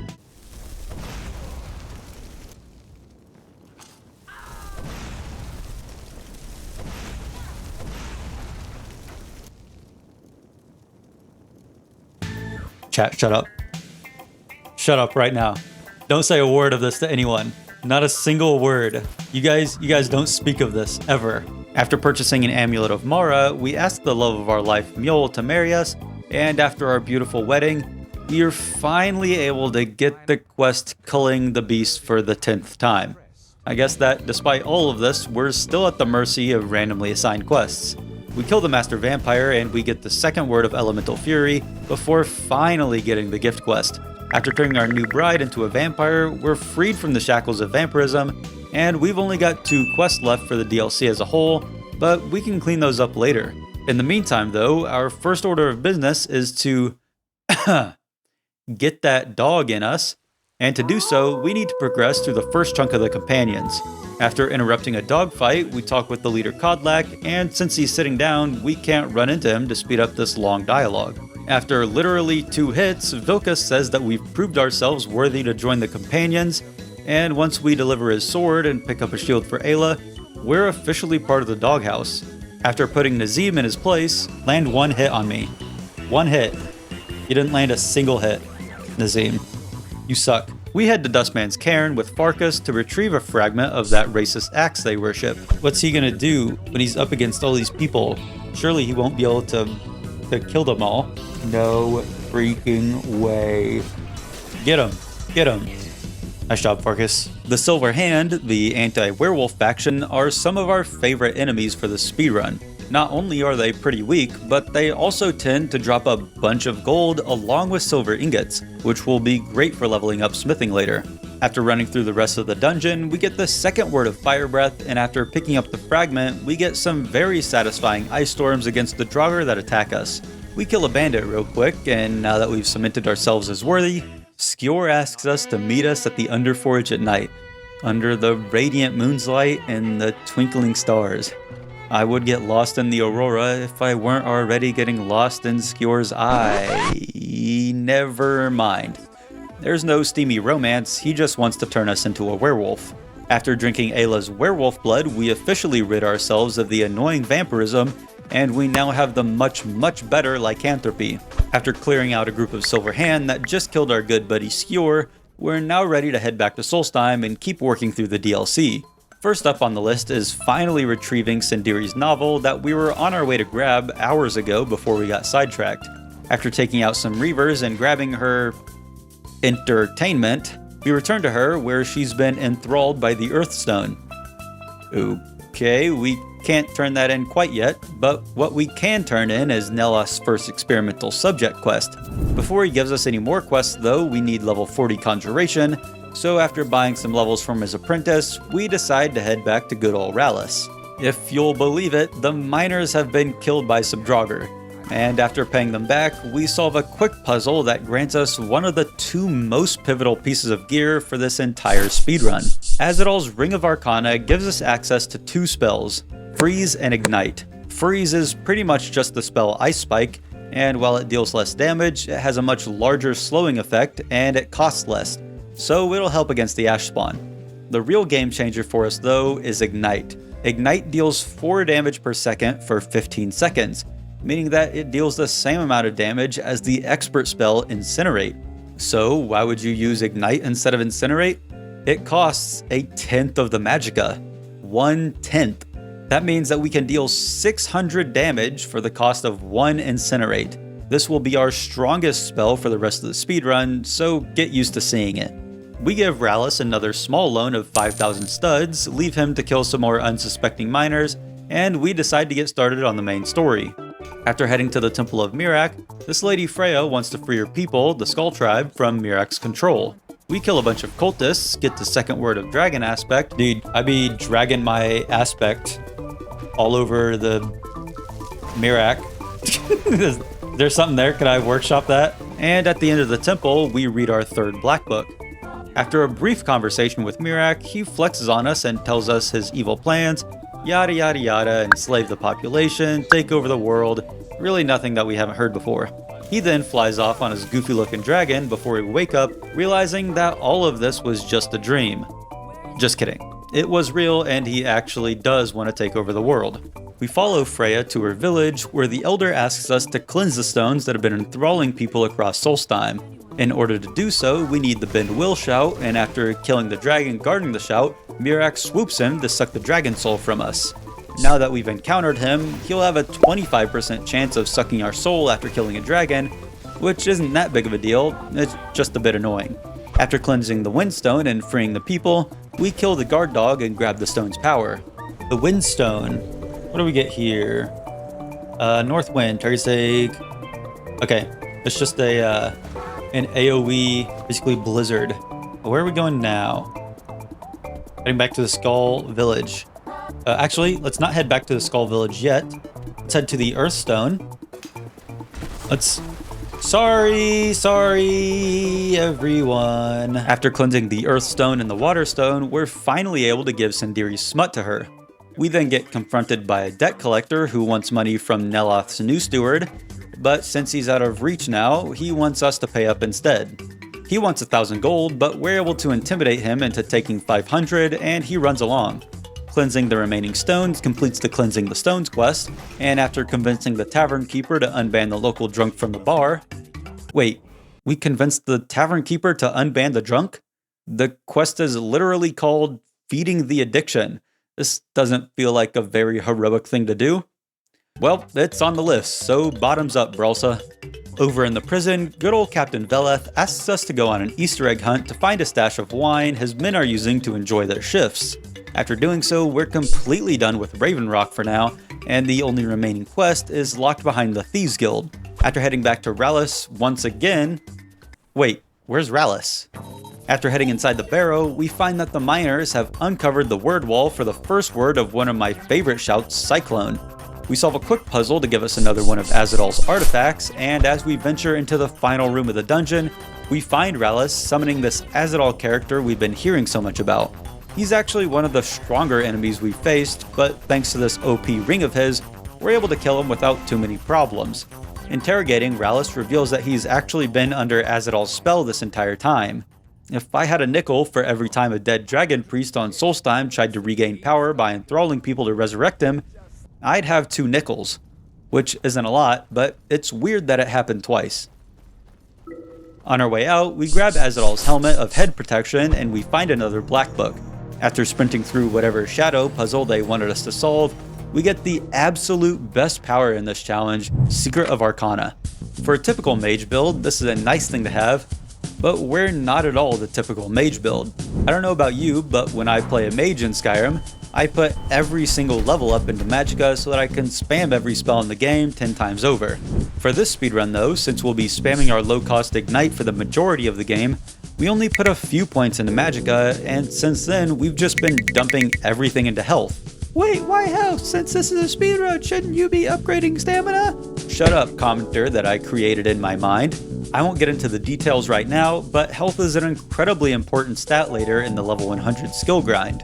All of this is to say that we don't have enough Magicka to cast high-cost spells, and the Secret of Arcana power is our only way to do so. Before we leave, we grab the final artifact of Azadol, and we head to a camp of a bunch of Nords that have been kicked out of their clubhouse by some Reiklings. This is another, much smaller branching questline where we need to choose to side with either the Nords or the Reiklings. It doesn't really matter, so we opt to go with the Nords first, creating the Nord timeline. After killing the Reiklings that took over, we join the head of the operation to get the blessing of Obi-Wan to lead Thirsk Hall again. Back in their lovely abode, Hallbarn wants 10 Stalrum and 15 ebony ingots, Hillen wants a whopping 50 Reikling spears, and Elmas wants a painstaking 1 juniper berries, which we happily hand to him. As we're out ethically sourcing some spears, we stop by some werewolves at Frostmoon Crag, and since we're now also a werewolf, they welcome us as a brother. After destroying a couple more families of Reiklings, we finally get the 50 spears, and we head to all the blacksmiths throughout Skyrim to buy the 15 ebony ingots we need. Now that that's covered, all we need is 10 Stalrum, but unfortunately only one person sells it, and we haven't even done the quest to rescue him yet. So using that special pickaxe we got earlier, we spend a few minutes whacking away at some sarcophagi, and once we hit 10, we head back to Thirsk Hall to turn in both quests. With the final Nord quest done, we reload our save in the main timeline to side with the Reiklings. Before doing so, we grab some Ashfire mead for Elmas because we missed that quest last time. The Reikling chief wants us to retrieve his lost dog, and after feeding it some meat, the dog follows us back to Thirsk. Our next task is to give him 10 Scathecrow, which is simple enough. How many were we at? Ingredients, Scathecrow. Okay, we're at 10. Head back to Thirsk Mead Hall. Enemies are nearby.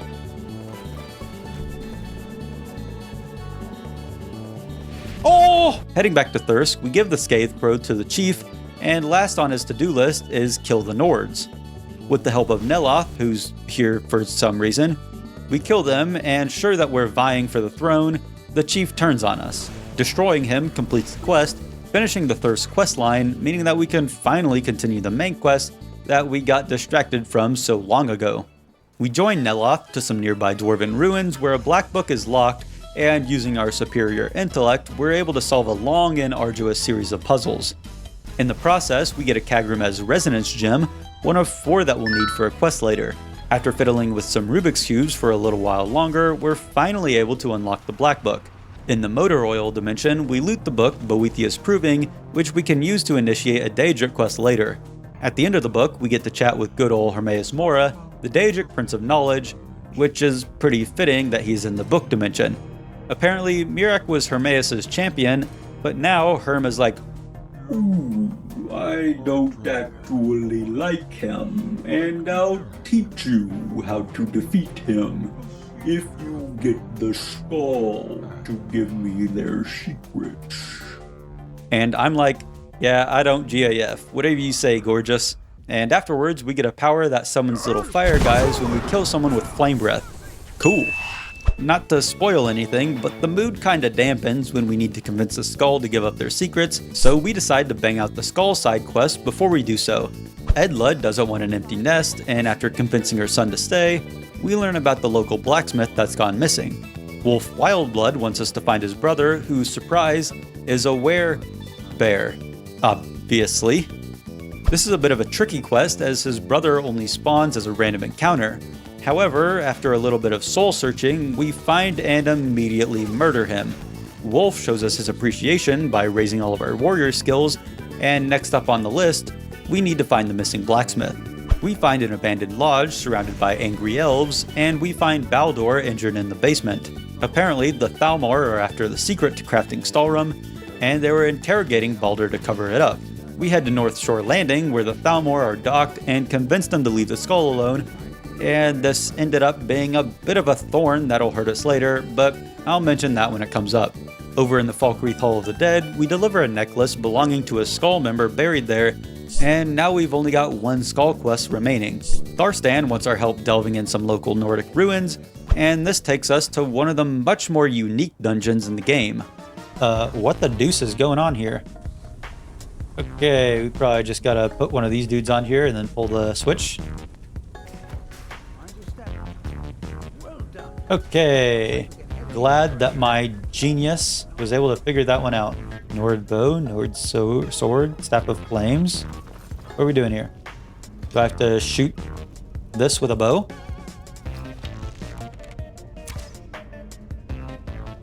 Do I have to shoot this with a bow?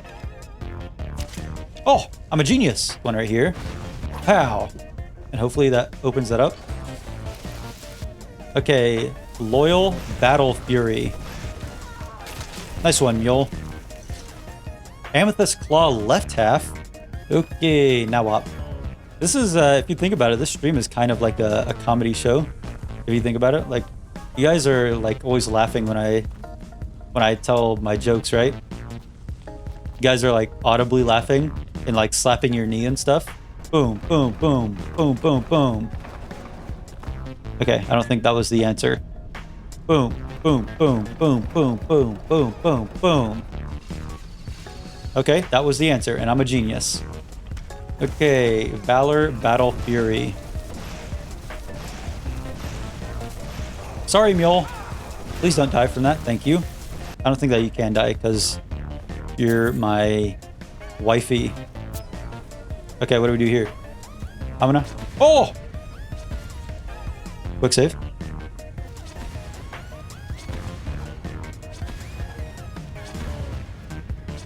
Okay. Okay. Success. Pull. Who is down there? Oh, that's awkward. Fuck that guy. No! No, no, no, no. Boom, boom, boom. See, now that I know the trick here, it's like impossible for me to lose. My brain just works in smarter and more genius ways than average people could ever imagine. What's this? A skeleton. I got a cat's reflexes. You see this? This is pure unbridled genius. Harvested from the source. Wait, I don't have a claw. Keyhole. Oh wait, I took both of them. I stuck it together. 300 IQ strats. Oh, I forgot that I need to actually do the thing with the claw. It doesn't show me. Amethyst claw.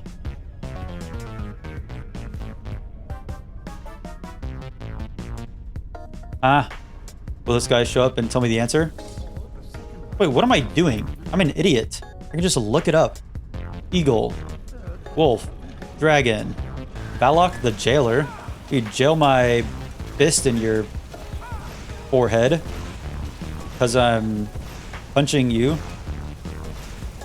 with my spells. Okay. Wait, you don't even have a crown for me or a base. Word of power. Inspire battle fury.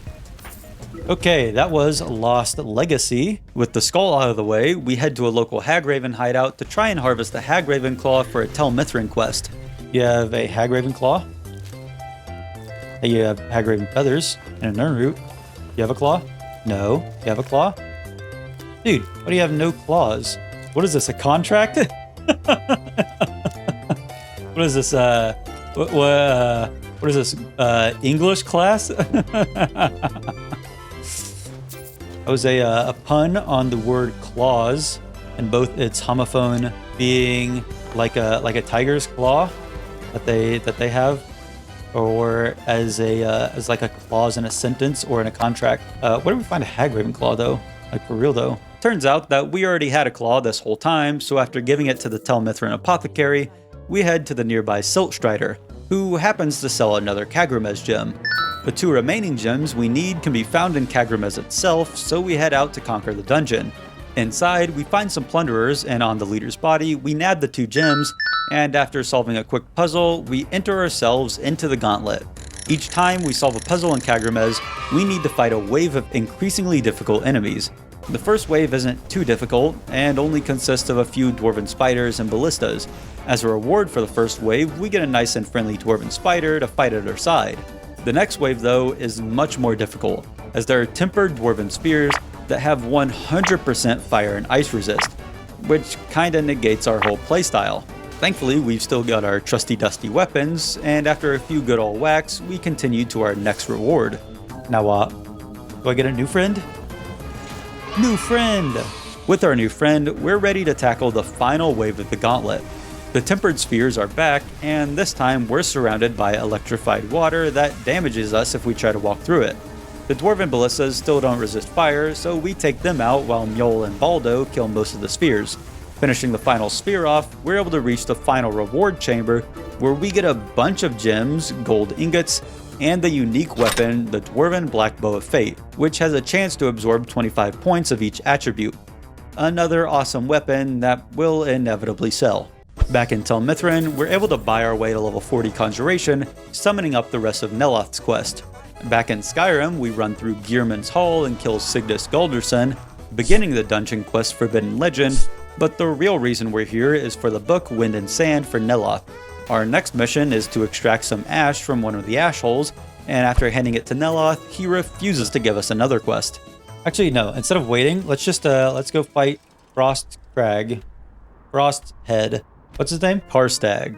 I'm sure many of you were waiting for this moment, as this fight is one of the most memorable in the game.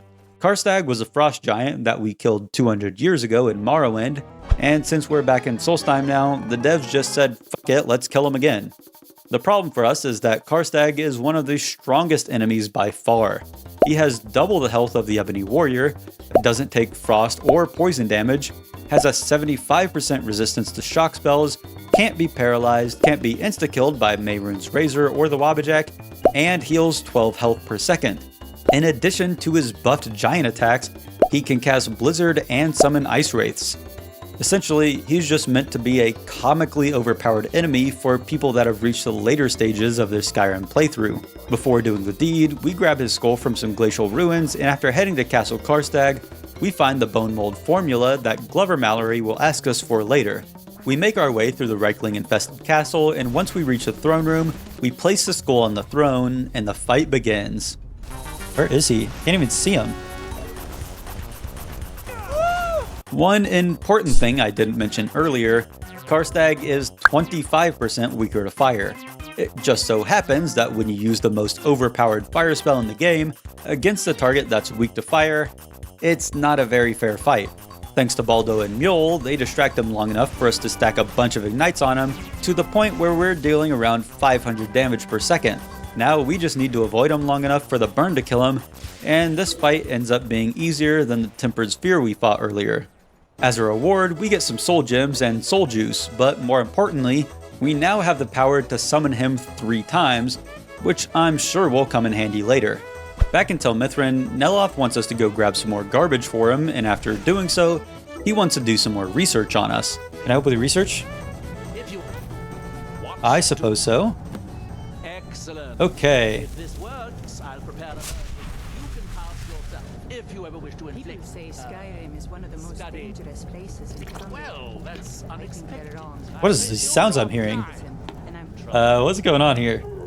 And I What am I hearing? This is disgusting. Is it over yet? Does he have eyes again? Hey, I have eyes again. I think you owe me for that spell. Okay, awesome. So, that was Experimental Subject B. Lost Knowledge, we can only do after the next main quest. We are getting very close to finishing out Dragonborn. The problem is Madman. The Madman is a random encounter that, well, spawns randomly. Talking to him gives us a quest to read a black book, which really is one of the lamest quests because we're gonna be reading every black book regardless. This is a great time for me to mention that, wow! That's right, like for part 1 where I ranked every hold quest, this time I'll be ranking every DLC quest from best to worst. It's available to my channel members, which you can become for just $1. Or if you want to also be in the end credits of the video, then I recommend the $5 tier. Okay, back to the Madman. Yeah, we might just need to run around for a while, I guess. I'll spend the next 10 minutes running around. Hello, Madman. You're not a madman, right? You're a mule? You're a good old mule? Yes, you are a good old mule. Madman, hello. Really, really love to meet you. Hello, Snow Bear. There's Snow Bear anymore. Because I killed it. Is that a madman? Madman. Madman, madman, madman. Madman, madman, madman, madman. Madman. Madman? No. Okay, madman, madman, madman, madman, madman. Hello, hello, madman. Sorry. Oh, madman, madman, madman. Breton. Okay, madman. Let's just call it a truce. You and me. Let's just shake hands. Call it a day. I'm saying, when I shake hands with the madman, I'm gonna trick him into giving me the quest, okay? Just trying to lure him out of fighting. Maybe I need another bond of matrimony. Madman, where are you? I need the madman. He's on the left side of the screen. Oh, these werebears got me excited. Or like, I was excited about the prospect of seeing a madman, not they've been like, never mind. Okay, let's find this dude. Madman! Madman!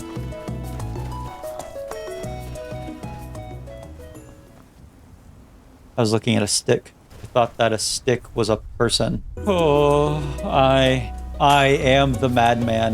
Madman! Do I need to sing Blink-182 again? Dude, fuck you, Arvak. No, like, for real. This dude is not contributing. Maybe he doesn't like your vibe? That's impossible.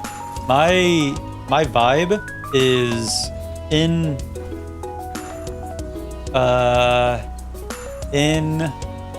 you can't outrun my vibe.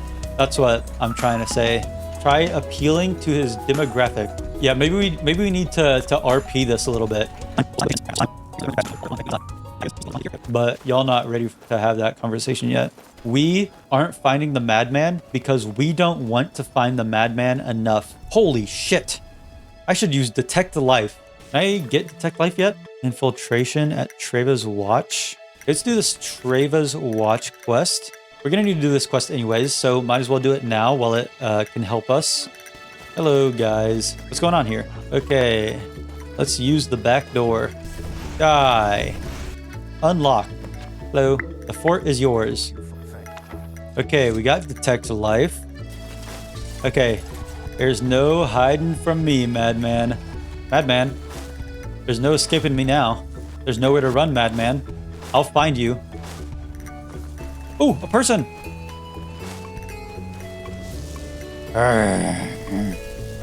Not a madman. Now I'm a madman. Getting kinda unlucky? I'd say more than kinda unlucky. I've been doing this for an hour now. Spiky grass? Freaking love spiky grass. Just kidding. I hate spiky grass. That's how easy it is to be lied to on the internet. Take notes. Don't worry. We'll find them eventually. It may take a day. It may take 2 days. It may take a week. It might take a month. It might take a month and a half. What's going on here? It might take 2 months. It might take 2.5 months. It might take a year. But I'll find him. I'll find him if it's the last thing I ever do. Madman, I'll give you $1 trillion if you show up right now. 1 trillion real-life human dollars. That's meal. Maybe he's underwater. Oh my god, I can't believe I never thought of this. He's underwater. He's trying to hide from... Madman. Hunter. Arf, arf. Oh, ha ha ha ha. You can't escape from me long now, Mr. Madman. He's underwater.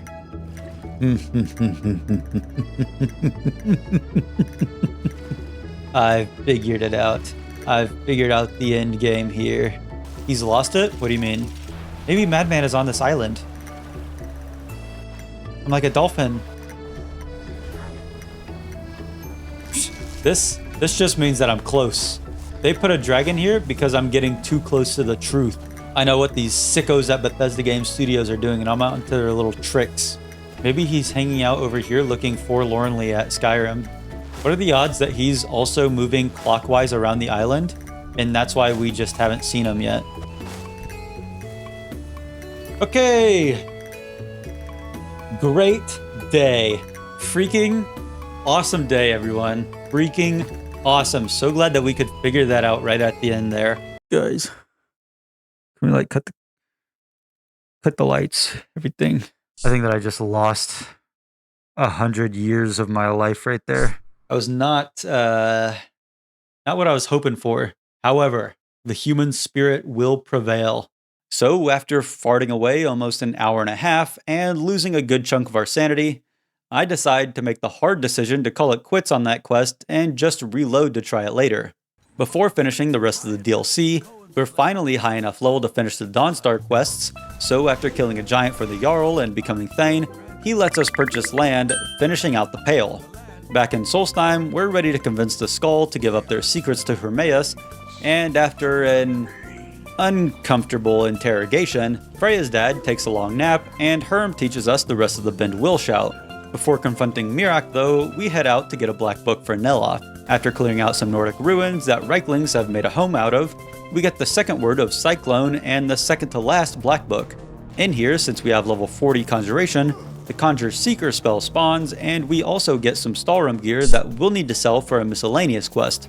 Finishing the book gives us the power to summon our own personal merchant that we can force to buy 3,000 pounds of Dwemer trash, and after leaving the Squid Ward, you think you're the star just cause you win the Squid Ward? Nah, you just Krusty Krab. Plankton. We head to sell the Stallroom garbage that we just got.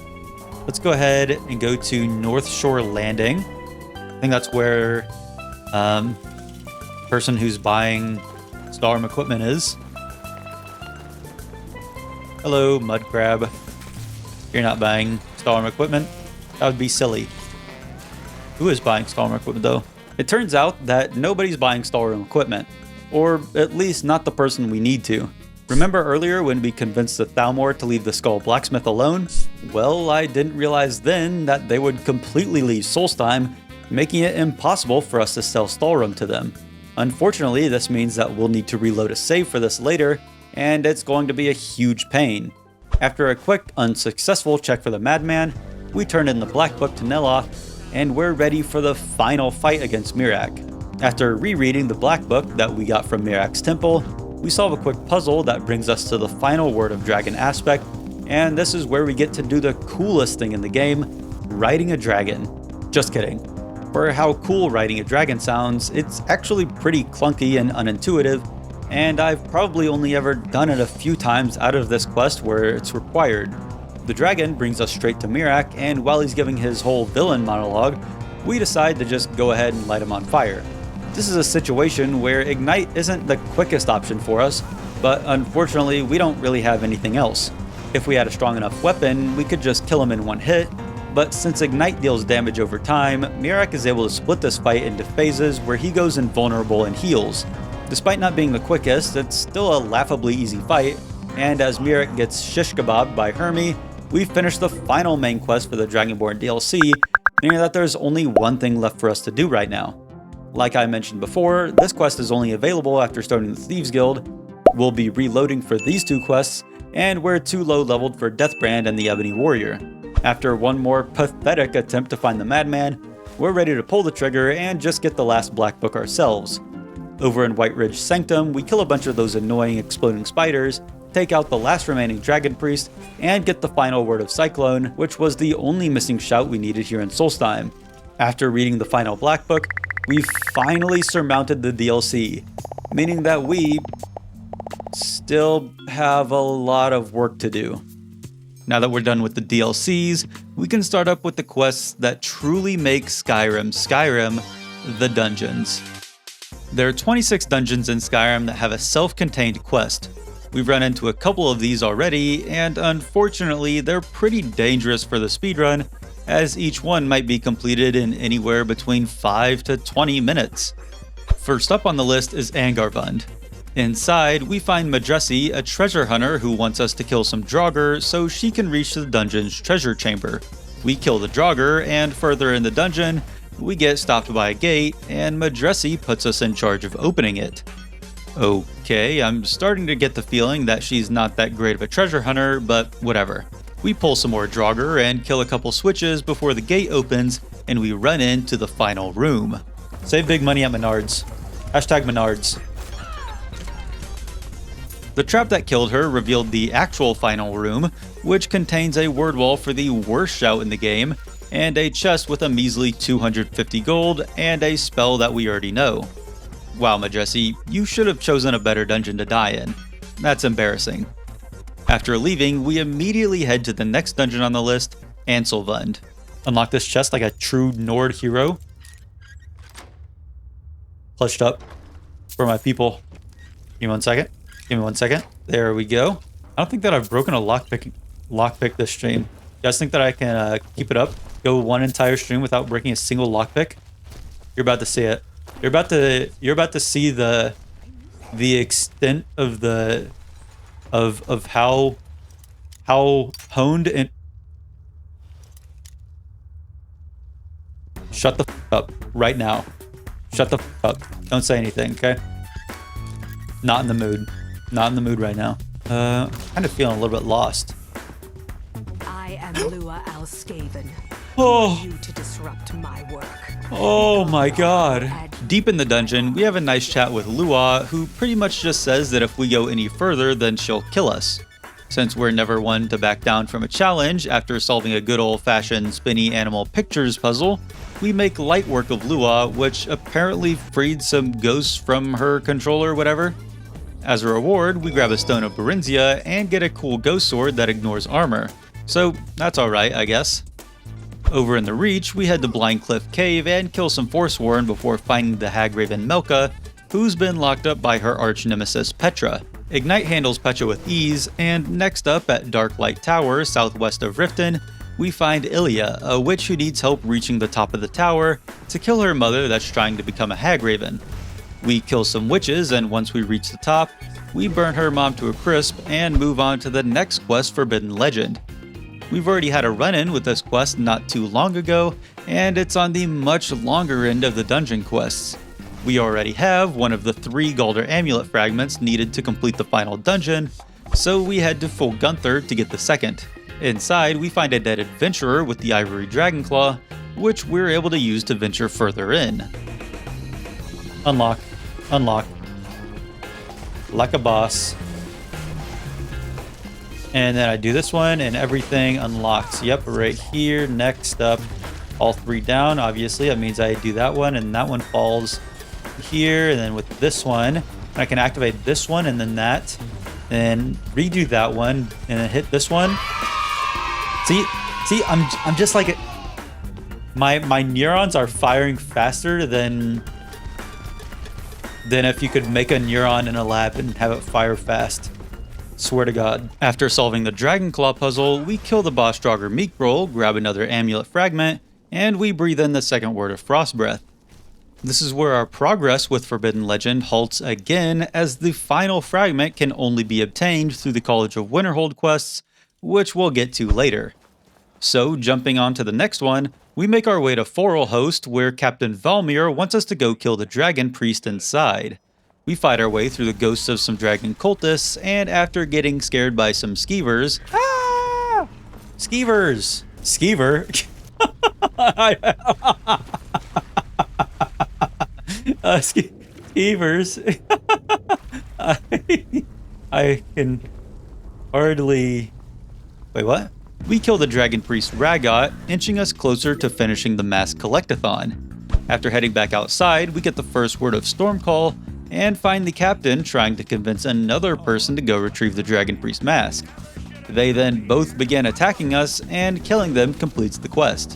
What were your orders? I guess I don't really care. His orders reveal that he was actually a Thalmor agent sent to retrieve the dragon priest mask and bring it back to the Labyrinthian, which I'm sure isn't foreshadowing anything. We then head back to the Bard's College for a brief visit to buy some speech levels. Okay. Awesome. Wait, what? Solitude Guard? What are you...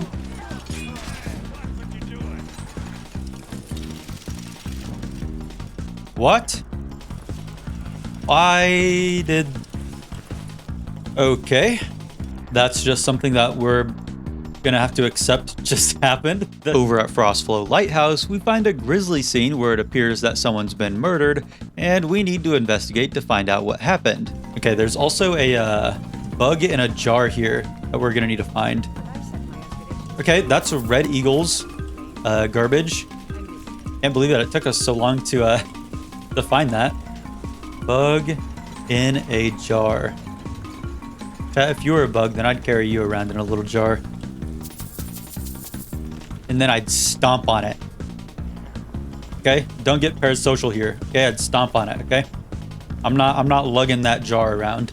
After picking up the torch bug in a jar, we head into the cellar where there's a secret passage leading us to Frostflow Abyss. In here, we find more dead people surrounded by loads of Falmer and Chorus, and after getting lost for a bit, we find out what killed the lighthouse inhabitants. Holy cow, it's Chorus Central over here. What's going on? What? This thing's Godzilla. This is what the humans find on Kong Island.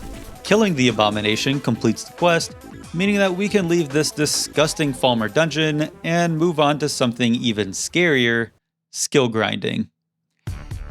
As we get closer to level 100 speech, purchasing levels costs an increasingly large sum of gold. So much so that it's run us completely dry for all the money we've been hoarding this speedrun.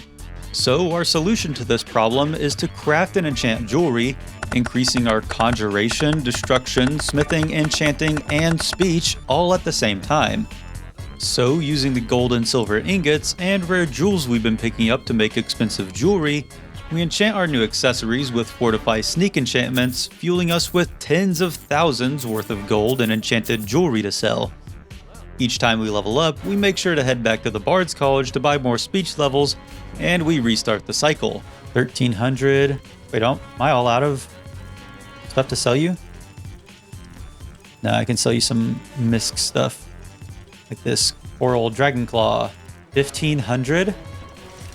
That's not enough to get us to the next level for or to get us max.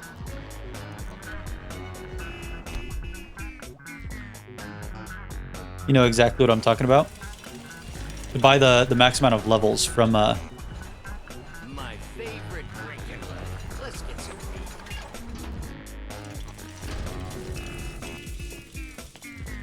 Can't believe my brain is shaped like a cow right now. I can't even think of anything. While selling our stuff to our personal Jamora merchant, we hit level 90 speech, meaning that we can't purchase any more speech levels from trainers. We'll still need as much gold as we can get to buy levels for our other skills, so I decide to keep making enchanted gear until we run out of soul gems. If you remember, back in part 1, we cleared out Kolskegger Mine of Forsworn for a Markarth quest, and I mentioned that it would be very valuable later. Well, later is now, and with the help of the Elemental Fury Shout to swing our pickaxe faster, we're able to harvest enough gold ore for 29 gold ingots each time the mine refreshes. Since we can't train anymore in speech, we decide to start training our next slowest skill, Destruction. We can't purchase levels until after joining the College of Winterhold though, so after eating our way through orientation and introducing ourselves to the class by tackling the professor, we show off our magical prowess, cementing ourselves in Wizard Academia. With that done and our Destruction trained, we're fresh out of filled soul gems, so we head back out to continue the dungeon quests and trap some souls. Outside of Frostmere Crypt, we find Issa, a bandit who's running away from her group, and after taking out the bandits inside, we find ourselves at a huge underground grotto littered with wisps. You grab the Pale Blade and kill the Pale Lady, finishing the quest and leaving me with more questions than answers. Who is the Pale Lady? Why is there a huge underground forest? These are questions for people not on a timer, so after getting the second word of ice form, we head back to the recently saved island of Solstheim for the Deathbrand quest. We're finally high enough level to meet the prerequisite, so after reading a copy of the book with the same name, we head to the northern coast to kill some pirates. On the leader's body, we find a treasure map marking the location of the 4 pieces of the Deathbrand armor set. We solve the little Easter egg hunt and grab the helm, armor, boots, and gauntlets along with the key to Gildenhall Burrow. Inside, we finally get to make use of our ancient Nordic pickaxe by revealing a hidden passage behind a Stalrim deposit, which leads to a comically large amount of gold, and a bunch of soul gems, potions, rare gems, and most importantly, the final room. Okay, what do we got here? Blood Scythe. They're really not like an enemy that spawns or something? Oh, hey, an enemy that spawns. The ghost of the legendary pirate Hacknir Deathbrand has the same old teleport away and summon a bunch of minions tactics that we've seen before, but at least this time it's neat since he's summoning his crewmates. It's still a very easy fight thanks to Ignite, and killing him grants us his other sword, Soul Render, and finishes the quest. With all the souls we harvested, we craft, enchant, and sell some more gear, letting us buy our way near the training cap of Destruction, and we end this productive day, ready to continue the grind tomorrow. Hello.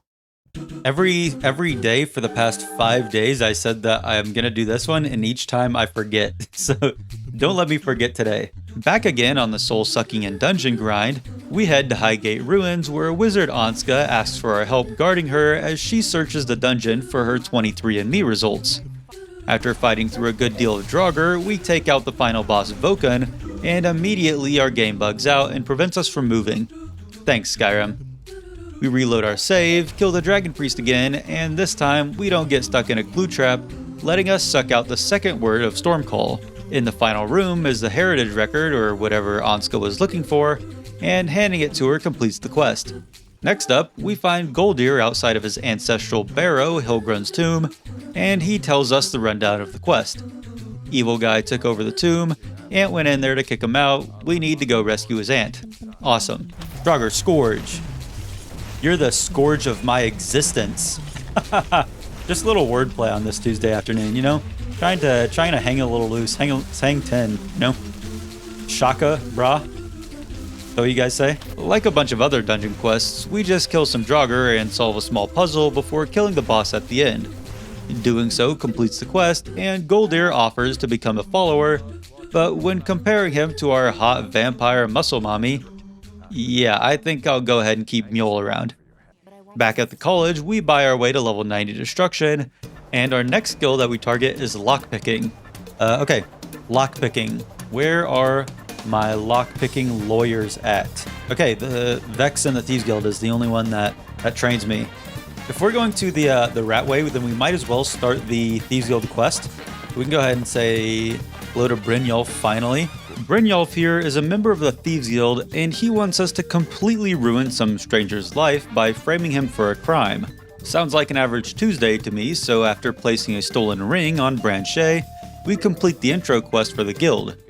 He invites us to the Ratway, and once here, we finally have a chat with the face sculptor. After reaffirming that we look perfect, we finished the surgery quest. We still haven't officially joined the guild, meaning that we can't purchase lockpicking levels quite yet, so we head out to ruin more lives for Brynjolf. He puts us on debt collection duty, so we break Bercy's beloved urn and beat the teeth out of Helga to convince him to pay, and hearing about our shenanigans, Kirava happily hands over her payment without any fuss. Meeting back up with Brynjolf completes the quest, but we're still not official thieves yet. What do we got here? Steel coin purse. It looks like it's made out of leather to me. Looks like it's made out of leather to me. The leader, Mercer Frey, seems like a nice guy, and he gives us the stamp of approval to be a member. He also sets us on a mission to rob a house and perform some eco-terrorism, but we'll get back to that when we're making our way through the factions. We purchase some lockpicking levels from Vex and leave the Ratway through a secret exit to continue the dungeon quests. Outside of Ironbind Barrow, we find Salma and Beamja, a pair of treasure hunters, who, surprise surprise, need our help plundering the crypt. After making it to the end of the dungeon, we kill the boss and get the second word of Become Ethereal, and with that down... Okay, after reviewing the tapes, we can see that the treasure hunters got aggroed by a dragon, which I guess caused the quest to bug. Unfortunately, our most recent save was before we joined the Thieves Guild, so after extorting the citizens of Riften again, we become thieves, and after buying lockpicking levels from Vex, this time around we go talk to Tonelia. She gives us our Thieves Guild armor, completing the Meet the Family quest. Back at Ironbind Barrow, this time we actually get the two to head into the dungeon, and before we follow them, I finally remember to summon Durnavir. Happy that he finally gets to stretch his wings, he teaches us the first word of Soulsour, and after summoning him again to get the second word, we then get attacked by a Boethia cultist, which actually works out great for us. Back when we were in Apocrypha, I mentioned that we got Boethia's Proving, a book that would let us start a Daedric quest. What I forgot was that there's actually an optional precursor quest requiring us to investigate the cultist we just gunned down. If we had read the book before this happened, I don't think we could have gotten this quest, so it's a good thing we procrastinated reading it. Investigating him, we just get a second copy of Boethia's Proving, but it completes the precursory quest, and after learning the third and final word of Soulsour from Durnavir, we mark off the final Dawnguard quest, making it the largest quest group we've finished so far. We head inside the barrow to follow up with the treasure hunters, and this time they again refuse to give us the quest, so we decide to reload our save to try it for a third time. This time though, they finally follow us further into the dungeon, and after taking out the boss, Beamja turns on us to keep his cut larger, but we make his cut 0, completing the quest. The best part about all of this is that the quest just doesn't appear in your journal, meaning that there's a chance it was never bugged and I just thought it was because we weren't getting the quest. That's old news though, and after heading to Dawnstar, we get to talk to some furry friends in the Khajiit caravan. The leader Karjo mentions that some bandits ransacked them and took his beloved moon amulet, which we won't let slide. We head to the iconic Valtheim Towers to fry the aforementioned bandits, and once we grab the stolen amulet, we return it back to Karjo, completing the third and penultimate miscellaneous quest. Making another visit to Solstheim, we can finally get Glover Mallory's second quest now that we've joined the Thieves Guild. Glover asks us for a favor, retrieving some Bonewold formula from the Castle Karstag ruins. But if you remember back when we killed Karstag, we already have the formula. Handing it to him finishes the final Ravenrock quest, and we head back to the mainland to work through the dungeon Mistwatch. Inside, we find Krister, who wants us to rescue his kidnapped wife, Fiola.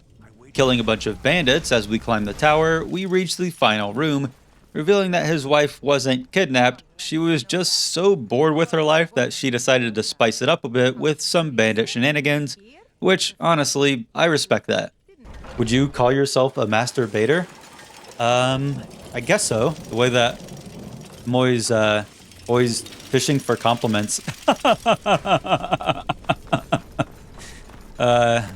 I know that you guys wouldn't laugh at someone as unfunny as me. After showing Krister a ring, proving that his wife isn't here, we assure Fiola that he won't bother her anymore, completing the quest. Outside of Moss Mother Cavern, we find a wounded hunter, and after handing him a healing potion, he asks us to go in and kill the creatures he was hunting. It's easy enough, and after killing a couple spriggans and bears, we let Valder know that the cave's safe, making this one of the quickest dungeons we've had. At the ruined tower at Nilheim, we get one of the more interesting bugs we run into. After finding a wounded Telrav, we agree to help escort him back to his camp. After doing so, he was supposed to turn on us and command his guards to kill us, but he never does. We go ahead and kill the guards, and after he walks back to his spot to play the wounded victim again, we pop him in the face with a firebolt. Next up is Ragnvald, a classic Nordic ruin. We kill some Draugr, solve a puzzle, and the only real thing of note here is that we kill the dragon priest Otar and get the second word of Kind's Peace. I haven't mentioned it in a while, but we've still been grinding out enchanted gear, and on our next cycle, we hit one of the biggest milestones for the challenge. We're almost at 100 enchanting, oh my god. Our first level 100. Okay, is this the last one? No, this is gonna be the last one. Okay. Yes! Okay. Very first level 100 skill, enchanting, right there. It's only up from here. I suppose technically it's our second maxed out skill because we've already finished the Vampire Lord skill tree, but it's the first of the 18 primary skills that we'll need to max. Enchanting is one of the more boring skill grinds, but once we get to maxing the rest of our skills, you'll see just how interesting some of our leveling strategies can get. We're still a long ways away from that though, and now that we don't get as much value out of enchanting, we decide to start making and selling potions to level up our alchemy. While doing this, we were very close to 100 speech, so I just decided to power level the rest of the way there by repeatedly buying and selling expensive potions to Farengar. This goes by relatively quickly, and once we hit level 100, vendors everywhere now have an extra 1,000 gold to trade with, which will make selling our expensive potions much easier. With that sidetrack out of the way, we get back on track and track down Red Eagle's sword. At this point, we swap to using fire runes instead of ignite because it's the most efficient way to level up destruction, and I'm kinda liking the little high I get when I max out one of my skills. After killing the Forsworn leader, we grab Red Eagle's Fury, which we need to use to unlock Red Eagle's tomb. What's over here? Anything cool? Super secret loot? No freaking way! Oh, it's gonna be 6 gold. Oh god, I'm so good at this game. Holy cow. In Rebel's Cairn, we use the sword we just got to unlock the path to Red Eagle, and after killing him, his sword upgrades to Red Eagle's Bane, completing the quest. Next up at Robber's Gorge, we just need to find the secret treasure, and after killing the bandits living here, we head into a secret cove underneath the camp. Here, we find the bandit leader's journal describing where the treasure is located, and after heading to a nearby island, we find the chest with a bunch of goodies inside. Over in Ivarstead, we speak with the innkeeper, and he says that spirits are haunting the town coming from the nearby barrow. Inside, we find a ghost, which after killing it, we find out that it's not actually a ghost, just a person. From nearby journal, we learn that this guy was you guessed it, treasure hunter. And he used some potions to make himself look like a ghost to scare off the innkeeper while he searched for the Dragonclaw. Showing the innkeeper the journal, he hands us this random Dragonclaw he's been carrying around, and we use it to unlock the path to the final chamber. Dodge. Dodge. Whoops, didn't dodge that one. Success! Reading the final word for Kind's Peace completes the dungeon, and we head to a cave full of spell swords and frostbite spiders for the next quest. At the end of the cave, we find an unfortunate Selveni who's been strung up by some of the spiders, and after cutting her down, we need to kill all of the enemies in here before she can escape. Pumpkin? I don't want to kill Pumpkin. Die. I won't let anyone get in my way. At Sleeping Tree Camp, we head inside the nearby cave where we find a dead orc with a note from our dear Ysolda on his body. Apparently, she was extorting him to harvest sleeping tree sap from the camp, and he was crushed to death by a giant in the process. I'm sure it was all just a misunderstanding though, because I know that Ysolda could never do anything wrong. We purchased the last remaining lockpicking levels from Vex, and at this point, we decide to just start banking up all of our gold rather than purchasing levels. Most of our remaining skills will level up quickly at low levels, so it would kinda just be a waste to spend money on them now. The next dungeon we head to is Valthuum. We solve some Draugr and kill a puzzle before getting the first word of Aura Whisper. We then perform some ritual and sit on a throne, summoning the dragon priest Hevnarak. Die! What was that? Killing him gives us his useless mask and completes the quest, meaning that we're getting close to finally finishing all of the dungeons. For this next one, we finally get a change of scenery, and we enter one of the rare ancient Nordic ruins. In here, there are scary zombie creatures called Draugr that we need to kill in order to progress. Okay, Draugr, Deathlord. Level 100 destruction! Wait, what the f is going on right now?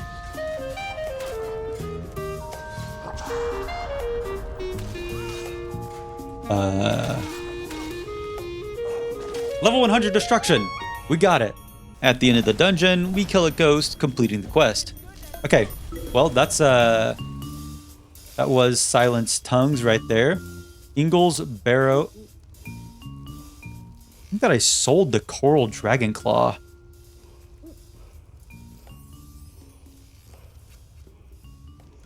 I think that I sold that claw. Why would you sell it? I thought that I'd already used it. Aura Whisper. I wasn't thinking. As omniscient observers, we already know for sure that we sold the claw, and after checking my chest in Riften, I decided to check if anyone else ran into this problem. You shouldn't sell stuff like that. Great point, Chris3145. Since we're SOL for the claw, we'll need to hit up this dungeon later when we're working through the quests we missed. So apart from this dungeon, there are only 2 that we haven't completed right now, but considering how they're both associated with the College of Winterhold, it just makes sense to tackle those when we're getting studious. Without any more dungeons to immediately do, the last thing on our list before the primary quests is some treasure hunting. And by treasure, I of course mean 22 Stones of Barenziah, 6 Dragon Priest Masks, 4 Bugs in a Jar, and 9 treasures. If I'm gonna be honest, I could have saved time by grabbing these during nearby quests, but I would have needed to route and keep track of 51 items, and it only would have saved me like maybe half an hour, so I'm fine with taking the time loss in favor of not having to worry about missing anything. So first up in our collectathon are the Dragon Priest masks. There are 10 masks total, each with a powerful unique enchantment. Okay, maybe they aren't all powerful, but they are all unique.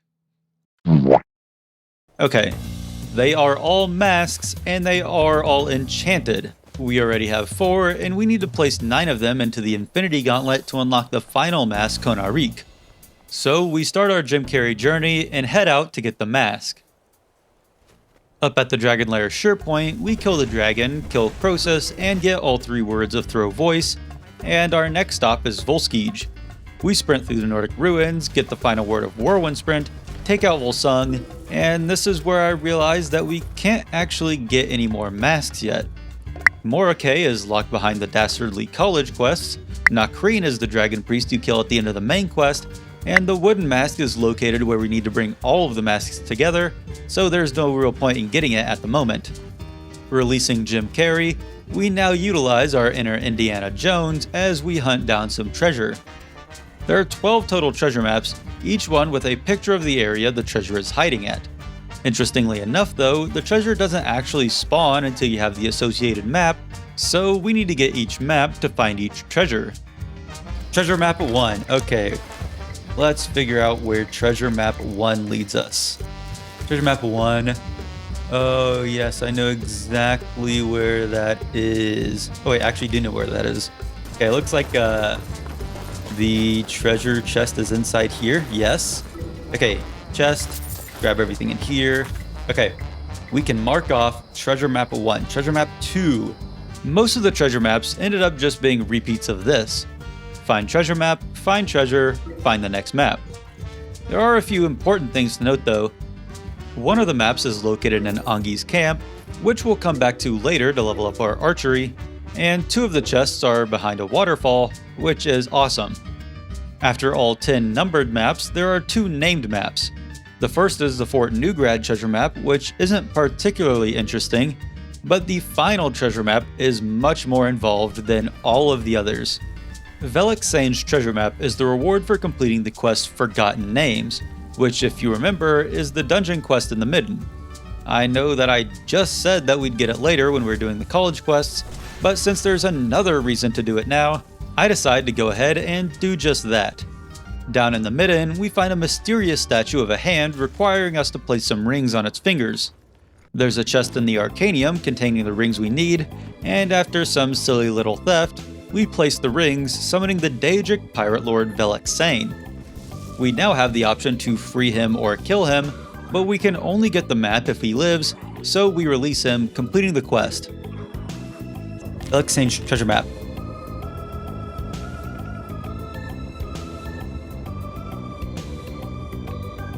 Why does he have a treasure map of a treasure map? Okay, that is that's near Winterhold. Ah! Oh, hey, I found the location of the Jamora Pirate Lord's treasure.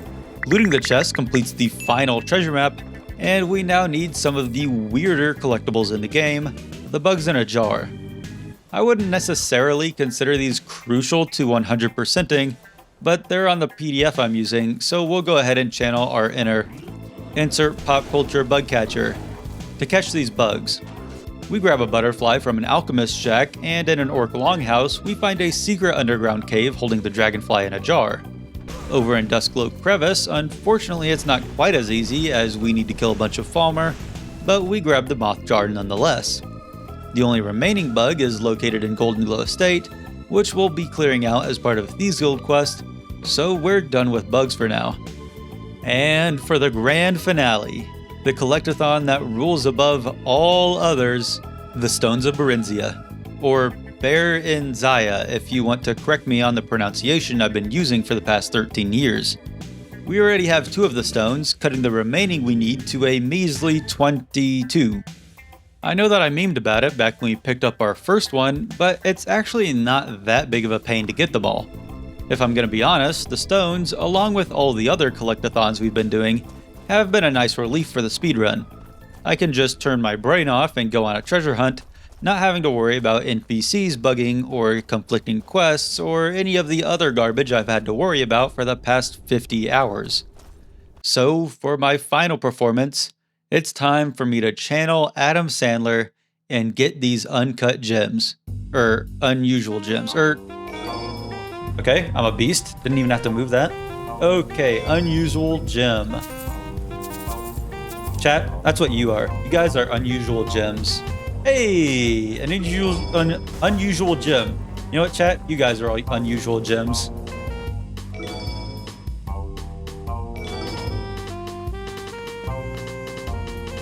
Lock in real quick.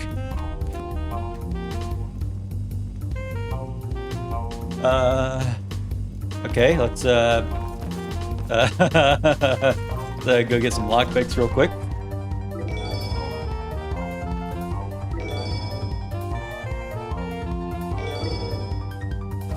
Oh well. Ah! Hello, Drascua. Why don't you go back to Transylvania? Why don't you? Oh, that's it's a joke about how Drascula sounds similar to Dracula. Those that were wondering. Here it is. Unusual gem. You know what, chat? You guys are all unusual gems.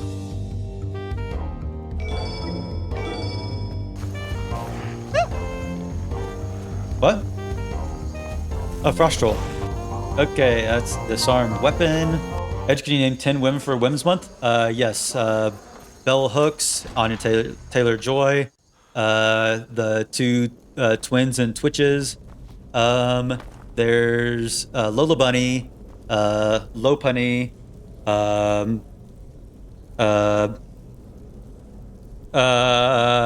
Ysolda. There's no, I got this. There's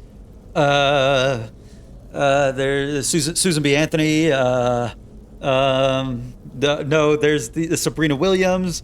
And then I got it right on the tip of my tongue. There's the 10th woman. Oh, everyone knows the 10th woman. It's It's obviously you, because the best woman is the girl reading this.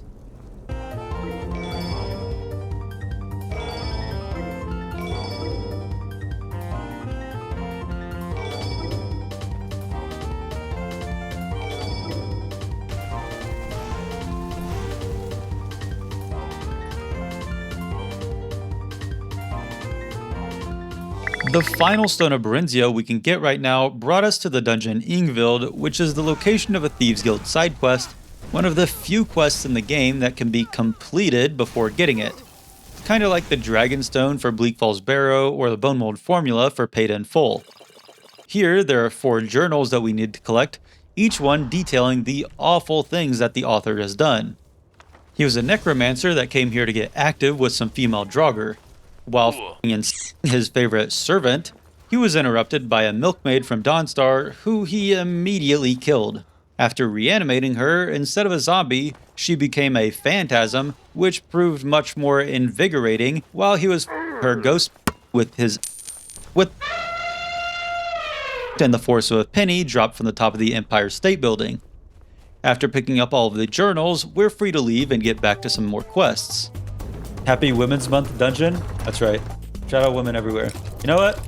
A boy can love a woman for a day, but it takes a man to love a woman for a month. You can quote me on that one. There's only one divine quest left for us to do, so we decided to go ahead and bang that one out before doing anything else. How do I get up there? Rookie's shack? Oh.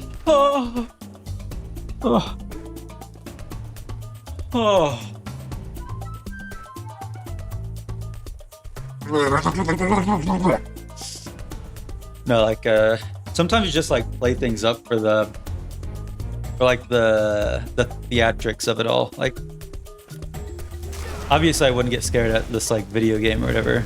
Like there's just pixels on a screen. How could you even get scared at it? It'd be embarrassing.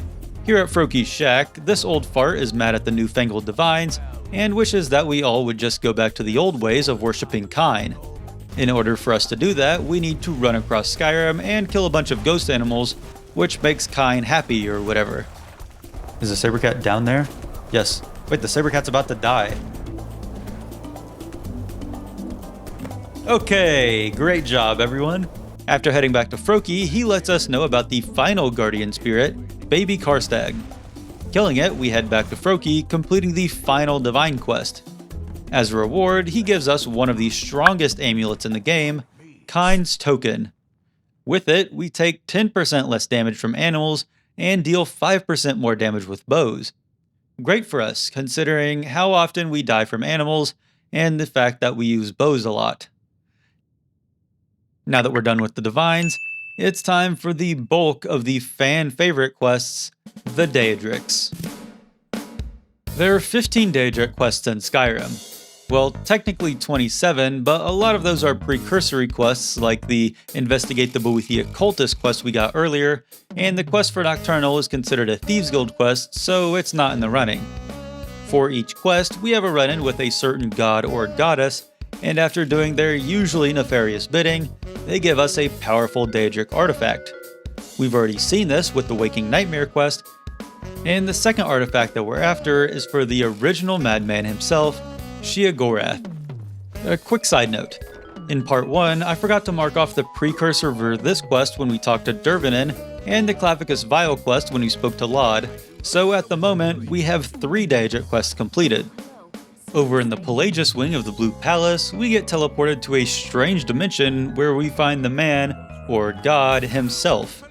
Apparently, we're in the mind of Pelagius, and Sheogorath will only let us leave once we resolve Pelagius' troubles with the help of everyone's favorite staff, the Wabbajack. After getting rid of his nightmares, killing his rival, and, making him get big, Sheogorath is happy with our results and lets us keep the Wabbajack. Before we're able to ask him about the Madman and Solstheim though, he teleports us back to Skyrim, completing the quest. Next up is every YouTube commenter's favorite quest in the game, the Break of Dawn. After getting the final word of Elemental Fury, we bring Meridia's beacon to the statue of Meridia, who beams us up into the sun, killing us instantly. Just kidding. Meridia just wanted a one-on-one chat, and she asks us to go kill the necromancer defiling her temple. She then drops us and we plummet 1,000 feet to the ground, killing us instantly. Just kidding. Inside the temple, we take out some corrupted shades, solve a connect the dots puzzle, and after killing the necromancer, the quest completes and a new hand touches the Dawnbreaker. Next up is the disgusting city of Markarth, which is the only city with 2 Daedric quests, and we're finally able to get freaky in the House of Horrors. Inside, we find the Vigilant of Stendarr we talked to 1 billion years ago when we first got to Markarth, and we begin investigating when God starts talking to us. Well, a god. This particular Daedric prince, Molag Bal, is the most evil of them all, and he encourages us to kill our new friend. Since I'm easily influenced, we burn him alive, and happy with our obedience, Mr. Ball rewards us with a cool rusty mace. Shit, he trapped us. Apparently, he's got beef with Boethia, so after rescuing and sacrificing a Boethia priest, Mr. Ball rewards us with his dope-looking mace. In the town with only 2 Daedric quests, over in the Falkreath prison, we talk with this dude Sinding, who might have accidentally put on a cursed ring and may or may not have killed a girl. I say hearsay, but after our little chat, he turns into a werewolf and escapes his cell, which kinda makes me think otherwise. Before his escape, he handed us his cursed ring and told us to return it to Hircine. This ring is stuck on our finger like one of those finger traps you spend 1,000 tickets on, and the curse makes it so that we have a random chance to turn into a werewolf at any moment. The larger problem for us though is that it means we can't use Ignite until we take the ring off, so we head out to speak with this Hircine fella. Hunting the way God intended. By using fireballs to rain upon our enemies. Oh, hey, we're speaking to an aspect of Hircine, and before he uncurses our new bling, he asks us to go tear the skin from Sinding's body. Yeah, man, I'm not gonna do that. In one of the cooler set pieces of the game, we choose to side with Sinding, and now we need to kill a bunch of Hircine's hunters.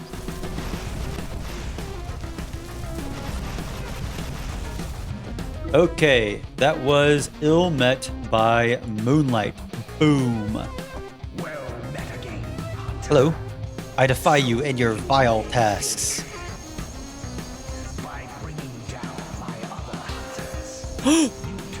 We actually played right into his hand. Or hoof. With that over with, we can finally put our overpowered ring back on, and we head back to Septimus Cygnus to have a chat with an old friend. No, I'm obviously not talking about this old dude, I'm talking about our old pal Hermie. He says that Septimus is working for him to unlock some Dwemer secret, and once we complete the quest, we'll become Herm's new emissary. Are any of you guys getting major deja vu from this, or just me? Whatever the case, in order to unlock the secret, we need the blood of the Mur races, so man and beast should celebrate because racism just saved their life. Instead of hunting down the 5 blood donors, we decide to continue the other Daedric quests to try and harvest the blood naturally. Over at the Shrine of Azura, we're tasked with tracking down Azura's Daedric artifact, a fancy-looking soul gem. We make our way to Elnada's Deep, and after taking out the necromancers inside, we harvest some blood and harvest the artifact. Okay, hello, my lady. Here, take it. Broken Azura Star removed. Ah! The hell is this guy? This guy is not flying right, that's for sure. Why is this guy diagonal right now? Okay, that guy's dead. Please go back to doing the quest stuff. Maybe. I'd really appreciate it. Please. Speak to Azura. Okay. Azura tells us that there's a necromancer inside the soul gem, and the only way for us to fix it is to head inside as pest control. Don't worry, Azura. This isn't my first rodeo in a dimension specifically made to house-trap souls damned for eternity. After killing the necromancer, we harvest his dark elf blood, and once we pop back out of this Pokeball, Azura thanks us for our service and lets us keep the star. We finally read Boethia's Proving, which mentions something about a cult south of Windhelm, and since we're pretty familiar with cults at this point, we head out to see what's up. We pledge ourselves to the cause, whatever the cause is, but before we can join, we need to pay our club dues. Instead of gold, they want the blood of someone who trusts us, and I know just the person up for the task. Greetings, Brother Elf. Hello, Faendal. Don't worry about what's going on here. This is perfectly fine. Perfectly normal. Yep, you can just walk on over here if you will. Yes, thank you very much. So awesome. Yeah, just use that pillar of sacrifice. Use the pillar of... Oh, there he is. Okay, nice job, Faendal. Die. Oh. Success! Boethia, controlling our good buddy's corpse, wants us to play Fortnite and get a victory royale by killing all of the other cultists. We're pretty overpowered at this point, so it's not that difficult of a challenge, but she's not satisfied quite yet. We take the battle bus over to Knife Point Ridge, where the Ebony Warrior is waiting for us. Just kidding. He is a warrior that is wearing ebony armor, but this fight is much easier than the real Ebony Warrior, which you'll see later. Killing the remaining cultists and looting the ebony mail finishes the quest, but despite Boethia's wishes, we decide that Mjol is probably a better fit to be her new champion. Returning to Falkreath, we find Scooby-Doo meandering about, and he asks us to bring him back to Shaggy at Haymar's Shame. After killing a bunch of vampires surrounding a shrine, we speak to the shrine and Shaggy, aka Clavicus Vile, aka the Daedric Prince of Wishes, answers. He's a bit pressed that he's not as powerful as he'd like to be, and he also doesn't want to take Snoopy back. He asks us to go retrieve an artifact he made as a prank, and doing so would let him regain power, and he might reconsider taking back Pluto. Heading south of Southwatch Keep, we waltz into Rimerock Burrow to kill Sebastian Lort, and after picking up the Rueful Axe, we return to Clavicus's shrine. He then gives us an ultimatum: return the axe to him and he accepts Barbas back, or use the axe to kill Barbas right now and he'll let us keep it. Yeah, I'm obviously not gonna kill the dog, bro, just take your axe and let me leave. Finishing the quest, we get his mosque, and as we approach the orc stronghold of Largishbur, we kill an attacking giant. Apparently, they've been subject to multiple attacks ever since their chief Yamars was cursed for whatever reason. The orcs perform a ritual to contact Malakath in an attempt to cleanse the curse, and he says that he'll only do so if we accompany the chief as he clears out a giant grove. When we get there, we harvest some orc blood, and after taking out all of the giants, the chief tries to kill us and take credit for it all. Okay, get ignited, idiot. Returning to the stronghold, Malakath is content that we killed the weak chief, and as a reward, he gives us probably the coolest looking weapon in the game, Volendrung. Making our way to Dawnstar, the only city in the game with 2 Daedric quests, we follow up on that note we got earlier about a museum. This museum is located to the Mythic Dawn, which we all know and love due to their involvement in the whole killing the Emperor and starting the Oblivion Crisis for Mehrunes Dagon, the Daedric Prince of Darkness and Destruction. The dude running the museum is one of the OG cult members' great-great-great-grandsonny, and he wants our help restoring a Mythic Dawn artifact. We grab some pieces scattered across Skyrim, and heading to the Shrine of Mehrunes Dagon. This is the Shrine of Azura, never mind. And after heading to the Shrine of Mehrunes Dagon, the museum owner performs a ritual to summon Dagon, and in classic Daedric Prince fashion, he orders us to kill his worshipper. We make him proud by burning Silas alive, and after restoring Mehrunes Razor, the quest completes and he sends a couple of Dromoras to surprise attack us. Thanks, Dagon. Over in the Bannered Mare in Whiterun, we ask for a rumor and the innkeeper tells us about a weird-ass kid, and no, I'm not talking about Acer. After speaking with the Jarl, we learn that his son is turning emo, and not the My Chemical Romance pierced lip with the spiky bracelet kind of emo. More like the I want to rip my father's face off because the voices told me to emo. Speaking with the kid, he tells us that the voices come from a door downstairs, and after 360ing our way there, we talk to the Whispering Lady. This is by far the lamest Daedric quest out of all of them, because after the 2-minute long unskippable dialogue with a door, we just pickpocket a key from Farengar, giving us access to the Ebony Blade. I rank this quest as C tier, and if you want to see how I rank the rest of the quests in Skyrim, you can become a channel member for as low as $1, or you can be in the end credits for only $5. It goes a very long way to support me as a creator. Remember that guy walking earlier? Hello, guy walking. You have a quest for me? You know, the guy? We finally follow up on his tip, and at the Shrine to Periite, we find Kesh the Clean, And before we can talk to Peryite, he gives us a grocery list of ingredients needed to perform the ritual. The only thing we're missing is a silver ingot, but thankfully the blacksmith in the Markarth Palace always sells some. Okay, let's go talk to this weird sewer rat or whatever. Inhale the fumes. Okay, we got a cutscene. Oh, this is, Are you guys getting all this? No, Oh, okay, yeah, so that's what I was thinking as well. This is another awful quest. Not because of lack of content, but the exact opposite. All we need to do is kill some bloke, but he's at the end of the dwarven ruins of Bathardams, which is disgustingly large. Like, it has no business being this large just for a kill this person quest. We turn into a werewolf for the increased movement speed, and because the ruins are filled with flubber-infected people that we can eat to increase our werewolf level. 10 minutes later, we tear the target to shreds, and we head back to Peryite to finish the quest. Okay, now we have another rat convo. Oh, very well, goodbye. Yes. Oh yeah, I was just about to say that too. No, I was actually, he took the words right out of my mouth. Okay, completed, the only cure. Back to the whole blood ordeal, the only remaining blood we need is from a Falmer, so we head to the Sightless Pit to grab some. After a bountiful harvest, we now face the difficult part of this decision, where we now need to escape this deceptively large dungeon. I chose to come here instead of a quicker or easier dungeon to kill two birds with one stone, as this is one of the many locations we need to clear for 100% completion. We light off some fireworks in front of the boss Falmer, clearing the Temple of Zrib? Sure, whatever.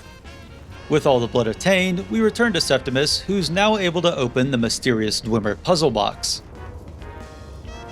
Whoa, the Ogma Infinium. I really hope nothing bad happens to him when he reads the Ogma Infinium.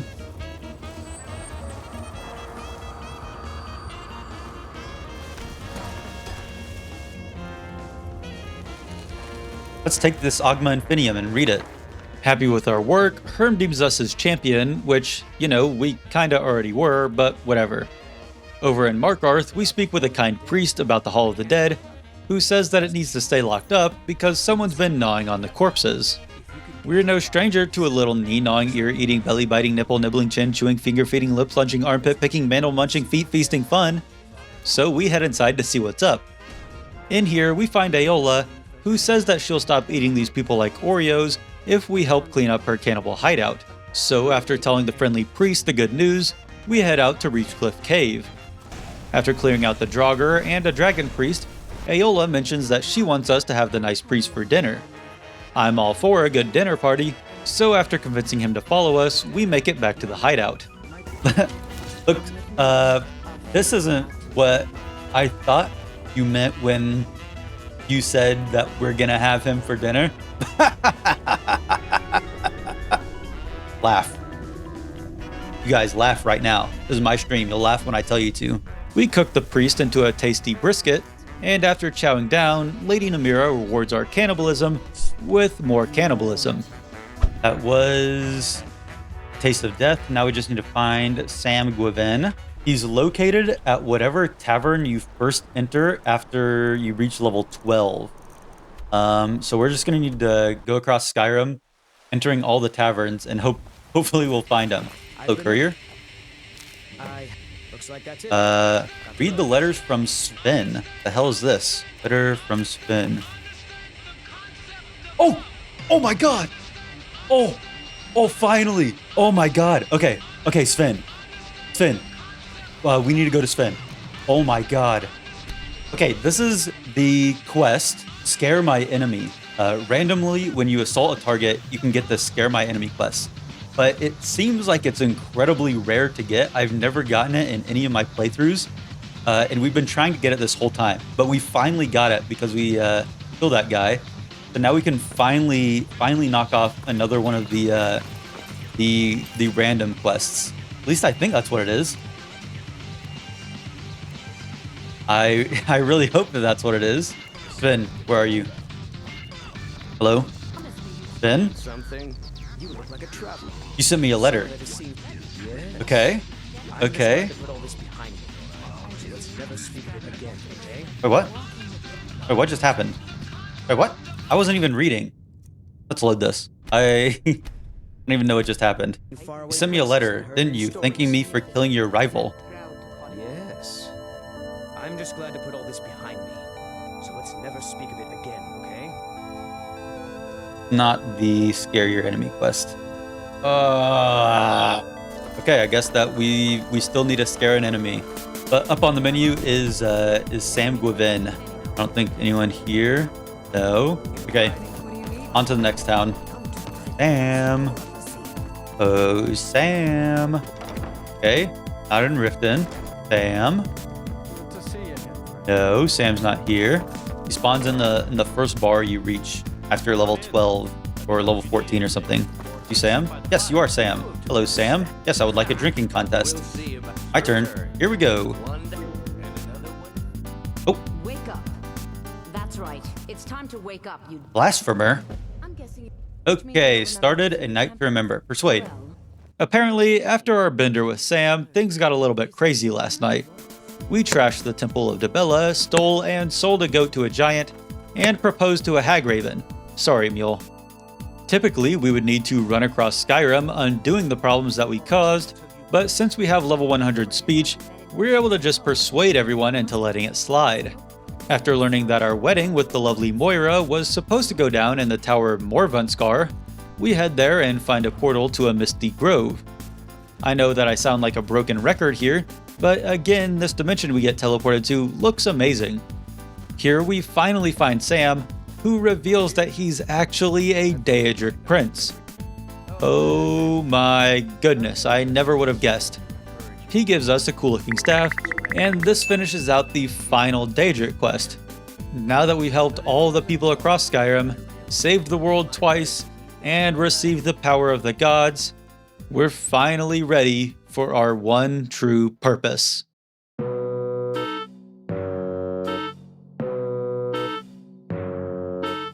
There are 4 major guilds in Skyrim, each with their own main quests, side quests, and miscellaneous quests. For each guild, we need to climb the ranks, starting with menial tasks, leveling up to, I hate this, get all this awful food off this table, more involved matters. There's no important order in which we complete the guilds, so because we're a mage, we start out with the hub of arcane knowledge, the College of Winterhold. Hello everyone, I know that I started this quest like a trillion years ago, but thank you for waiting outside in the cold for me. To catch you all up to speed, after our first lesson, Tolfir decided that we should go on a field trip to Sarthal to learn some practical applications of magic. Well, after putting a strange amulet on, we're able to knock down a wall with Ignite, which seems practical enough. Moving forward, an ethereal being from the Sigic Order stops time and tells us that we have the potential to prevent disaster, whatever that means, and then he farts off. At the end of Sarthal, we find a large Bakugan surrounded by some spinny magic, and it's being protected by Uric Galderson. If that name sounds familiar to you, it's because we had to kill 2 other Galdersons for the Forbidden Legend dungeon quest, and after taking out Uric, we take his amulet, meaning that there's only 1 step left for the quest. Before we leave to finish it off, Tolfdir says that we need to inform the Archmage of the Bakugan, and we get the final word of ice form on our way out.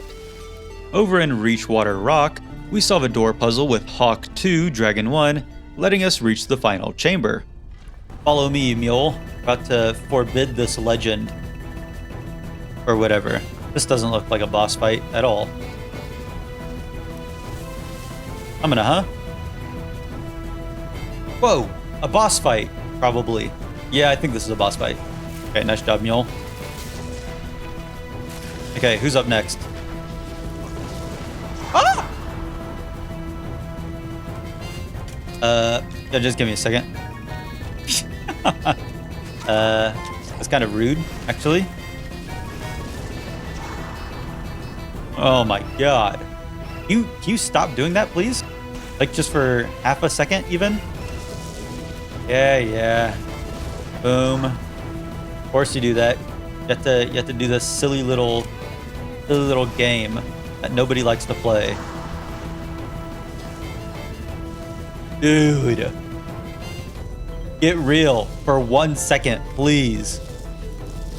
I'm stuck up here. I'm stuck. I'm not supposed to be up here. I'm stuck. Please. I can't even cast spells. Can I use conjuration? Conjure an Ash Guardian. No Heartstones, my Ash Guardian's uncontrolled. Just die, please.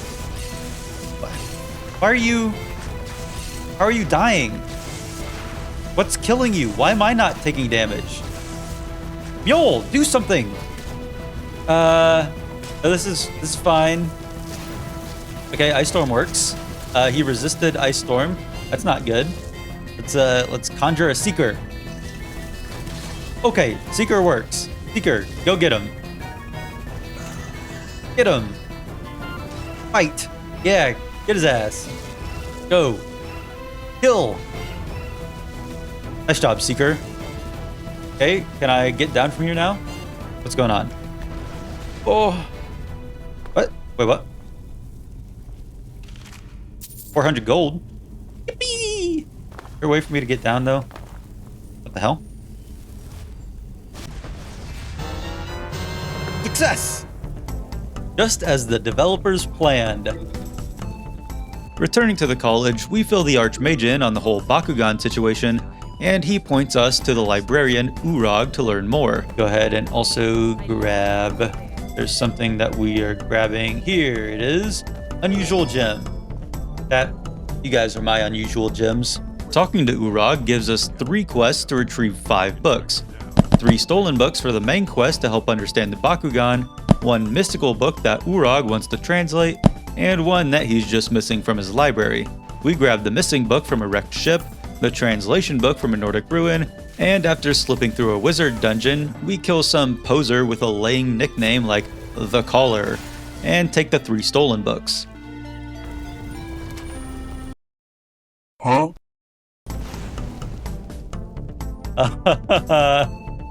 This doesn't look very let's go ahead and do a little one of these.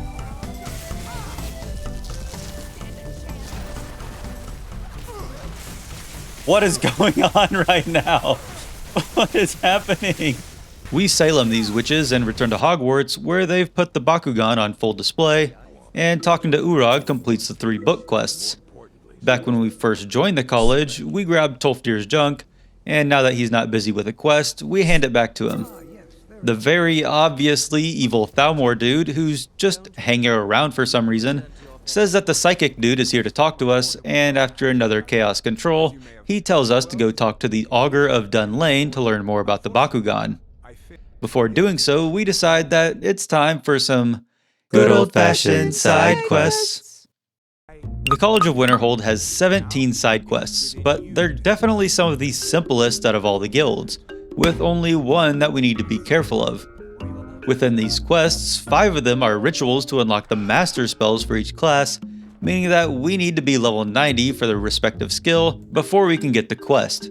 We talk to Devin, who asks us to cleanse some focal points, and after doing so, we fall victim to yet another experimental spell gone wrong. Guys, I'm feeling a little bit seasick right now. Not my best joke, you know? But it's alright. How long do I need to wait? Probably like a day or something? Oh, hey, saved. Okay, you can try again. No one's heard from physical That isn't right. Just wait. Just fix this. Hey, I guess that you could say I'm outstanding in my field. Right, guys? Whoa. This is enough horsing around. I guess finally I've got that dog in me. Can you help me? Okay. I was running out of jokes. Onmund wants us to get his amulet back from Enthyr. Arniel wants 10 Dwemer cogs for a project he's working on. Jizargo wants us to test some new scrolls for him. And we're able to start the master level destruction quest since we're high enough level. After fetching an item that needs enchanting, we have a run-in with the Headless Horseman. Hello, Headless Horseman. Scrolls. Bizargo's Flame Cloak Scroll.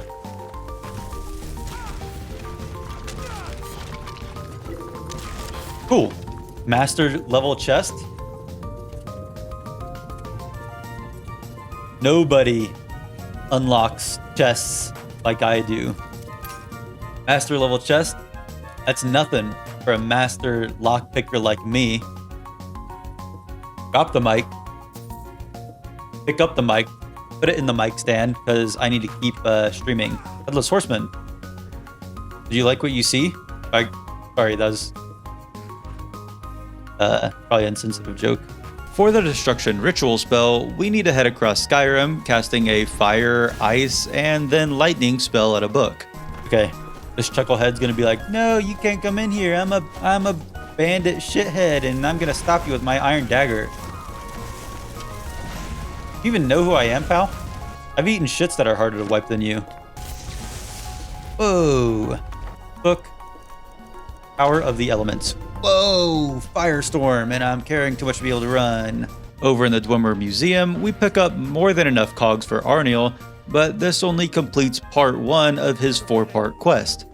After selling some soul gems to Sergius, we've completed all of the immediately available side quests, so we get back on track with the whole Bakugan ordeal. Down in the midden, we run past that weird hand that we blinged out earlier and have a chat with a glowing orb. This isn't another Bakugan, but the Augur of Dunlane.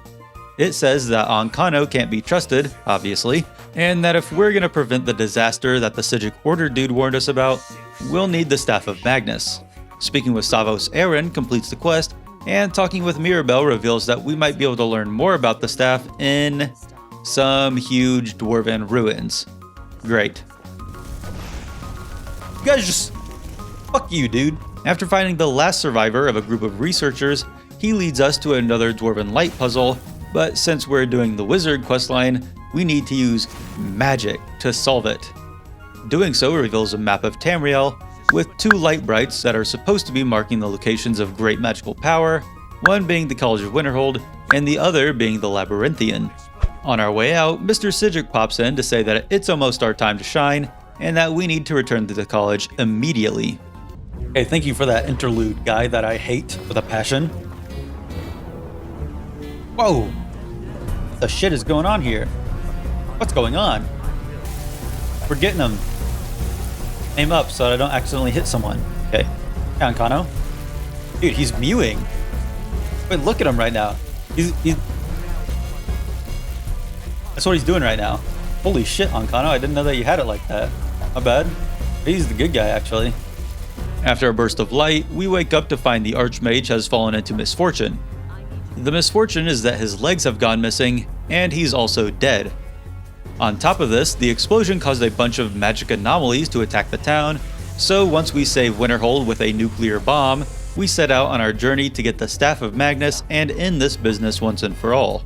On our way, we stop by the Skyborn altar to pick up the final word of Frostbreath, and once we make it to the Labyrinthian, we take out some frost trolls and finally grab the wooden mask. Inside, we find a bunch of ghosts that are here for some reason, but we don't really care because we've used up more than half of our time and we still aren't close to finishing the quests. So we skip the lore and run straight through the dungeon, killing a sick-ass bone dragon, solving a magic puzzle, and getting the first word for slow time. In the boss chamber, we remove a couple of wizards shining spotlights on the dragon priest Morake. At this point, killing him is trivial, and on his body we get his mask and the staff that we came for. Boom! Oh, I thought that there was a Almor that was gonna, like, attack me or something out here. Die! Estormo? Oh. I'm not dangerous. You don't stand a chance. I don't stand a chance, do I? Is that right?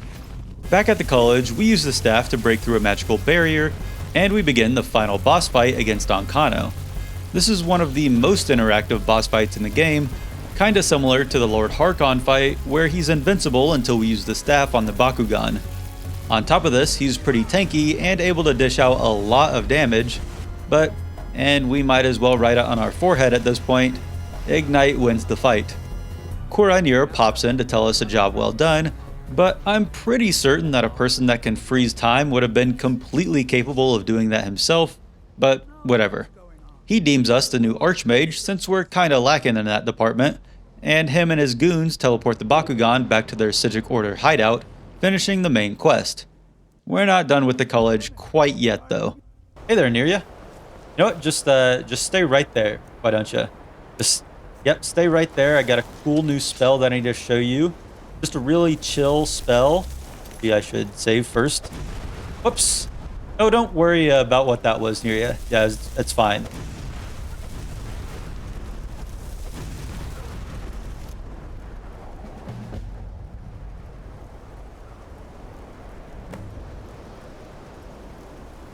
Ooh. Killing a member of the college gets us kicked out, and Tolfdir judges the cost of that life to be 250 gold. Holy shit, Tolfdir, what's wrong with you? You're saying that her life is worth about as much as a staff of Mage Light. Actually, it was just Nirya, which kinda checks out. If it was Jizargo, I bet that fee would have been priceless. Since we finished the mainline quest, we can tackle the remaining parts of Arniel's endeavor, and our first job is retrieving a staff. We trade the staff for a weird soul gem that Arniel wants, and our next task is to turn up the heat a bit. No, not in the spicy hot romance kind of way, but literally increase the temperature. He reveals that his research revolves around trying to figure out how the Dwemer went missing, but the warped soul gem we gave him needs to be heated up before it's useful. In order to accomplish this, Arniel gives us his unique spell, Arniel's Convection, which is great because it's one less spell we need to worry about getting for the 117 total. We put the soul gem in a Dwemer Convector for 5 seconds at 900 degrees, and doing this 2 more times, out pops a gem usable for Arniel's experiment. This completes the third part of his quest, and the final part requires us to retrieve some piece of junk dagger. Whoa. That didn't really do anything, did it? No, it didn't. Perhaps a little harder. You got it, Arniel. Go right ahead. I don't understand. This should produce some notable effect. Huh. Work, damn you! Oh!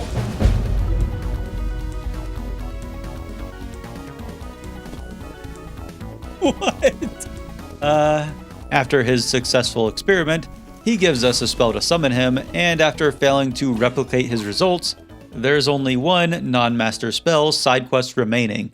After the whole Bakugan situation, there have been more ruptures similar to the one at Winterhold, so after heading to the middle of the woods and destroying the anomalies, we're finally free to move on from the mystical arts and get back to the companions to finish up this hairy situation.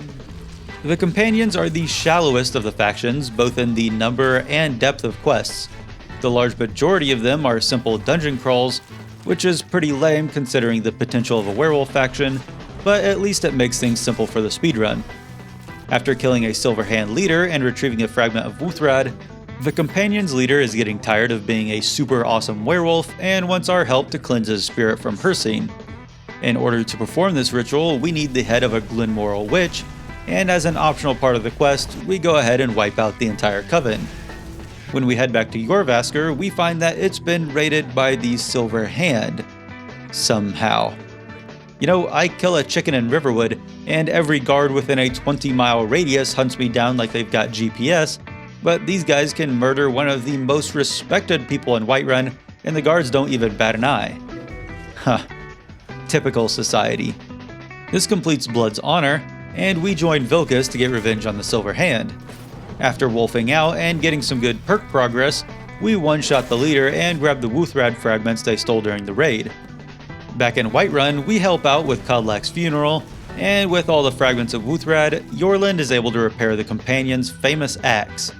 Now, our final job for Kodlak is to posthumously purify his soul. On an island north of Winterhold, we head into Ysgramor's tomb, running past a bunch of ghosty guys until we reach the final chamber, where we find the spirit of Kodlak. Burning that witch's head we got earlier allows us to fight Kodlak's spirit's wolf spirit, and another nuclear bomb takes it out pretty nicely. This allows him to go to Sovngarde, finishing the main companion's questline, and we just need to clean up some of the side quests. Ooh, Ayla.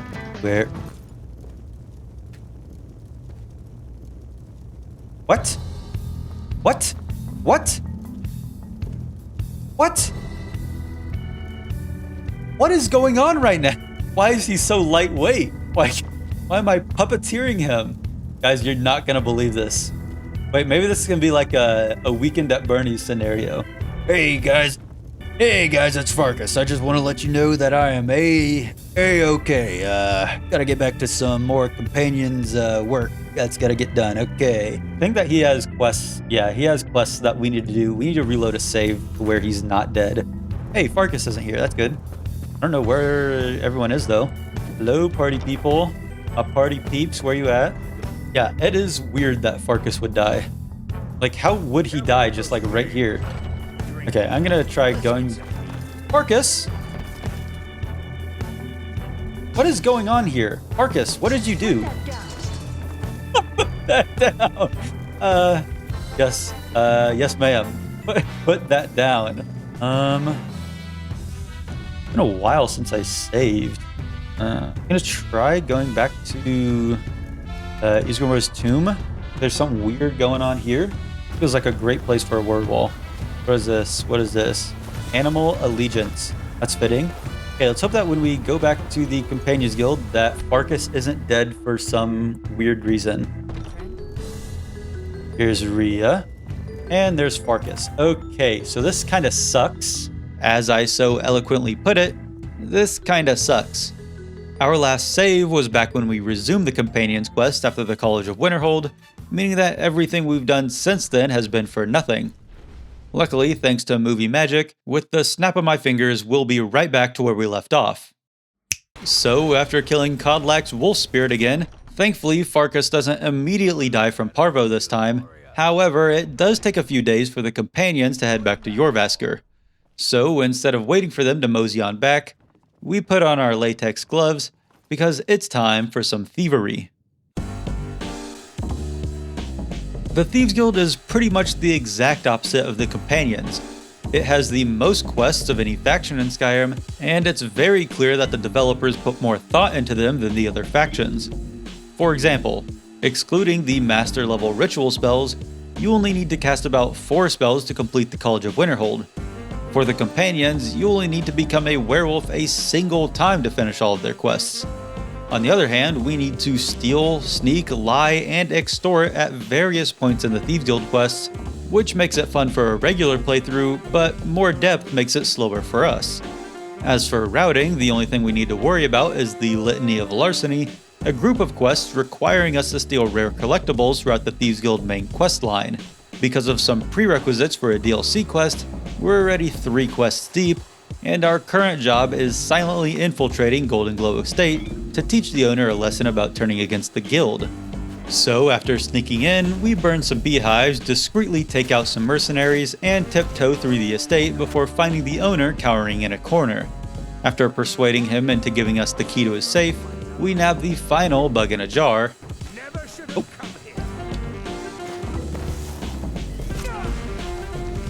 Okay. As your eagle eye might have noticed, we slipped that Queen Bee statue into our pocket while Anareth wasn't looking. This is the first of 7 collectibles I mentioned for the Litany of Larceny, and after killing this dude that I'm certain the guild wanted me to keep alive, we crack into his safe and grab a bill of sale for Golden Glow Estate, revealing that he sold it to some mysterious buyer only identified by this weird symbol. Back in the sewers, we decide to pick up some side quests, which brings us to the most confusing quest system throughout all of the factions. Both Vex and Delvin offer an array of Radiant ransacking, Vex with 4 jobs and Delvin with 3. Every job takes place in one of the 5 major cities chosen at random, and after doing 5 jobs for each city outside of Riften, Delvin gives us a special job for that city. Prove our worth in Whiterun, we now need to get a high-profile prisoner out of jail. Show our skills in Solitude, we need to frame the rival of a guild patron. After all 4 of these special jobs, we're able to become Guildmaster, the final quest in the Thieves Guild questline. The biggest problem for us is the part where the location for each Radiant quest is chosen at random. Each time we get Riften as a job location, we need to reload because doing a Riften job is inefficient. Furthermore, once we complete a special job for a city, we'll need to reload if we ever get a job in that city again for the same reason. By the end of it, we'll only have a 20% chance to get a job in the city that we want, which means that we'll be reloading a lot of saves. So after taking a numbers job in Whiterun, we talked to the barkeep Vekkel, who wants the journals of that freaky necromancer we talked about earlier. Since we already picked them up, we hand them over and head to the Bannered Mare to fudge some numbers. Don't mind me, Sadia, just trying to... Whoa, what's that mean? Visibility is weird in this game. I don't know... Oh. See nothing. Yes, keep walking. Nope, don't look over here. Keep walking. I got friends in high places. Golden Urn. Hello, Lisette. You're at a very pickpocketable location. Whoops. That was an accident. Whoops. Whoops. Sorry about that. Oh, my bad. Just 1 second. There we go. First try. I've never had this quest before. Steal 500 gold from Windhelm. Oh, okay. Just sold it, my beloved. Please know that I don't enjoy doing this. Take that golden urn. Take this gold pitcher. You sold it. Why do you have so many valuables? You have a suspicious amount of valuable things. Okay, grab these. After knocking out each type of job once, we're free to just spam the 2 easiest jobs, burglaries and numbers, and this is where we start reloading until we get an efficient job. Nothing really interesting happens while doing these jobs, it's just a lot of ne'er-do-well, so I'll fast forward to the special jobs. After completing our 5th job in Solitude, Delvin deals us in on a high-profile client in need of some salacious services. Eriker, a Solitudian Thane, is upset at a rival captain, going back on a business deal, and he wants us to plant some especially illegal skooma on his ship. Speaking with Eriker, he gives us the dirty details right in front of Bryling, and tells us to get the skooma from a pirate at the docks. On our way, we take a short detour to pick up a useful fast travel point for later, and use Whirlwind Sprint to shave off a few seconds of running. Is Balmora blue the color of your eyeballs? Holy cow. Any other way to earn it? Any other way to earn it? After a Nat 1 Charisma roll, we're forced to pay 1,500 bones for a key to an underwater chest where we find the goodies. We head to the rival ship and run past all the enemies on board, ready to plant the skooma. Balmora blue. How's the run going? It's going great. Returning to Eriker, he gives us the awesome reward of Frostbite and pledges allegiance to the guild. And after a few more regular jobs, a certain someone in Whiterun requires our help. Ulfred, the head of the Battleborn clan, has a friend in jail for drunkenness. This normally wouldn't be our issue, but he might have committed a teeny tiny murder in Solitude, so it's our job to make sure he avoids execution.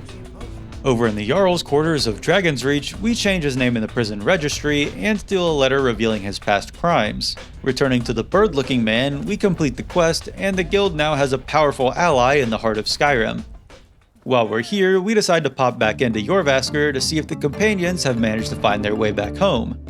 Thankfully they have, and inspired by Kodlak's decision, Farkas wants a ticket for Sovngarde Express, meaning that we need to cleanse his wolf spirit. We're gonna need to perform this ritual twice, as Vilkas will eventually have a change of heart as well, so after getting some head from the Glenmoral witches, we bring it back to Ysgrimmur's tomb and cleanse Farkas. Peer pressure works quicker than I anticipated because our first job once we get back to Jorrvaskr is to cleanse Vilkas. Really? You couldn't have spoken up when I was on my way to do the exact same thing for your brother? We could have carpooled. Regardless, we perform the ritual, killing his wolf spirit and finishing the quest. Back again in Jorrvaskr, this time we speak to Ayla, who, thank goodness, doesn't want us to cleanse her spirit. Instead, the Jarl of Eastmarch has an animal problem that we need to exterminate, and here is where we start a series of mostly boring simple side quests. After clearing out the beast den, Ayla catches the scent of a totem of Hircine, an artifact that increases our werewolf powers. At the end of the day though, it's just another fetch quest, and we aren't even going to be utilizing it anyways.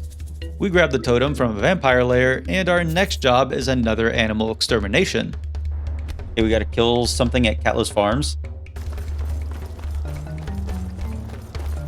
Okay. What do we got here? Okay, this is... I was expecting like a skeever or something. Maybe a wolf. Everyone out there was acting way too chill for there just to be a hag raven chilling out in here. We take another totem from a bear alcove, I get interrupted by my cat, and we grab the final werewolf totem from a troll cave. Our next quest is a repeat quest, and thankfully I'm able to take care of it masterfully. Die. Die. Okay, you guys are probably dead.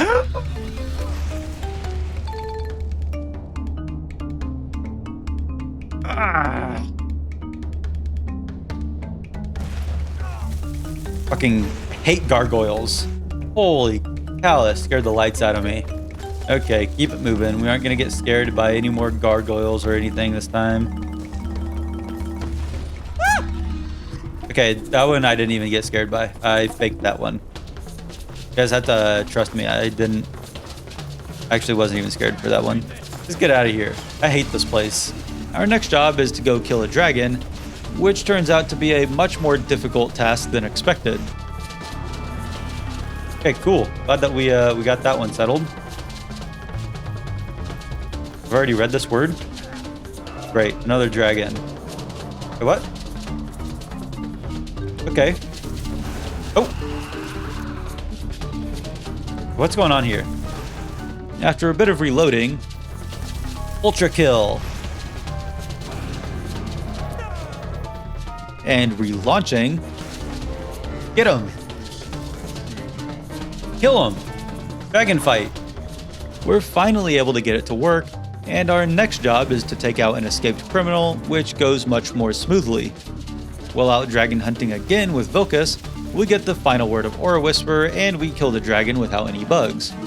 We then save a kidnapped citizen from some Falmer. They all died. To be Blackbriar. Weren't you arrested? Wasn't this guy arrested? Like for murdering someone? Did we clear the dungeon? Okay, Stillborn Cave is cleared. Don't need to worry about that one anymore.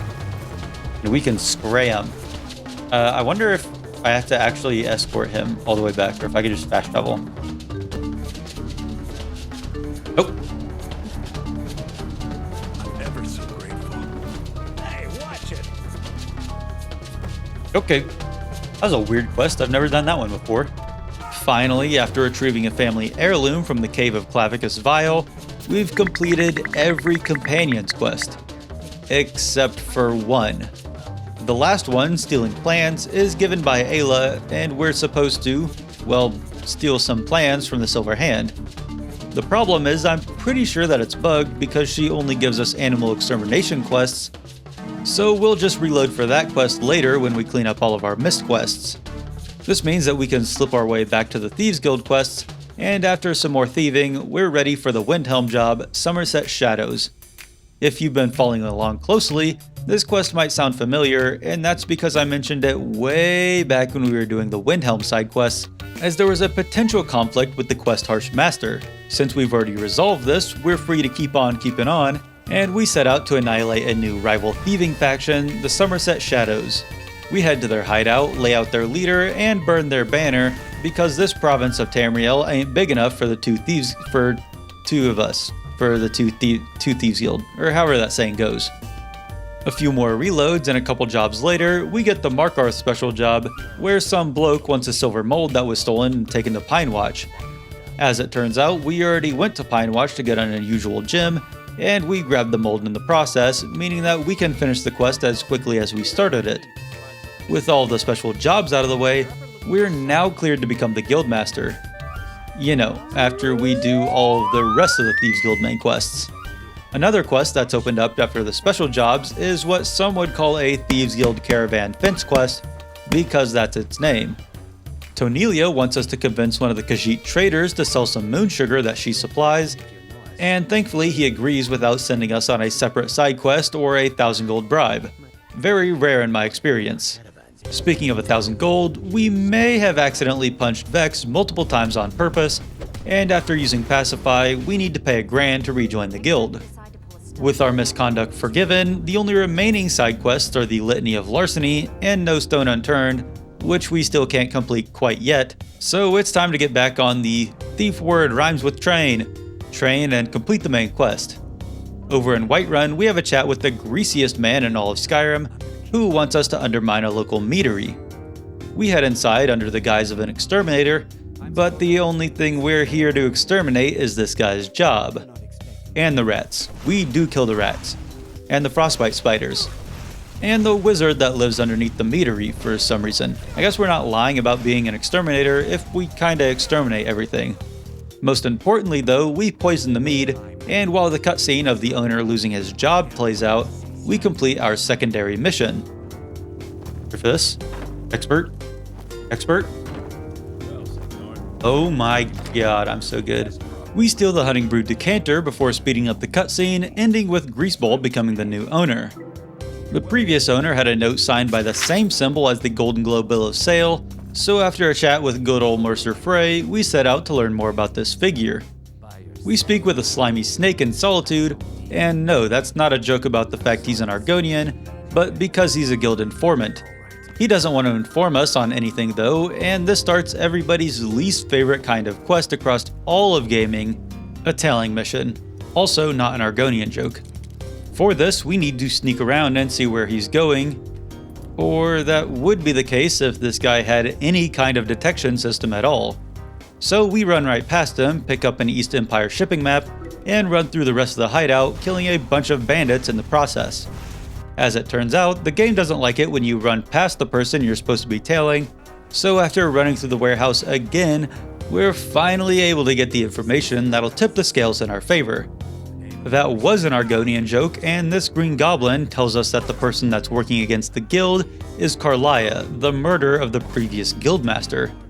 Returning this info to our good buddy Mercer completes the quest, and consequently starts the quest to kill her. We make the trek to Snowvale Sanctum, where our sneaky link Mercers tracked her down, and after burning our way through a ton of Draugr, we solve this Indiana Jones trap, netting us a cool model ship. As we make our way further in the dungeon, we kill an unnamed dragon priest, and get the second word of disarm before Mercer unlocks the door to the final room. Whoa, and then we're gonna go here, nothing bad is gonna happen. Oh shit, I took the Shrek potion. And then I died. End of the run. Oh, holy shit, saved. We're not dead. In our Shrek Potion days, it's revealed that Mercer was the one that killed the previous guildmaster, and Carlia is trying to get her revenge. My final resting place was your mom's house. We slept together. It was beautiful. Kind of like an intertwining of souls.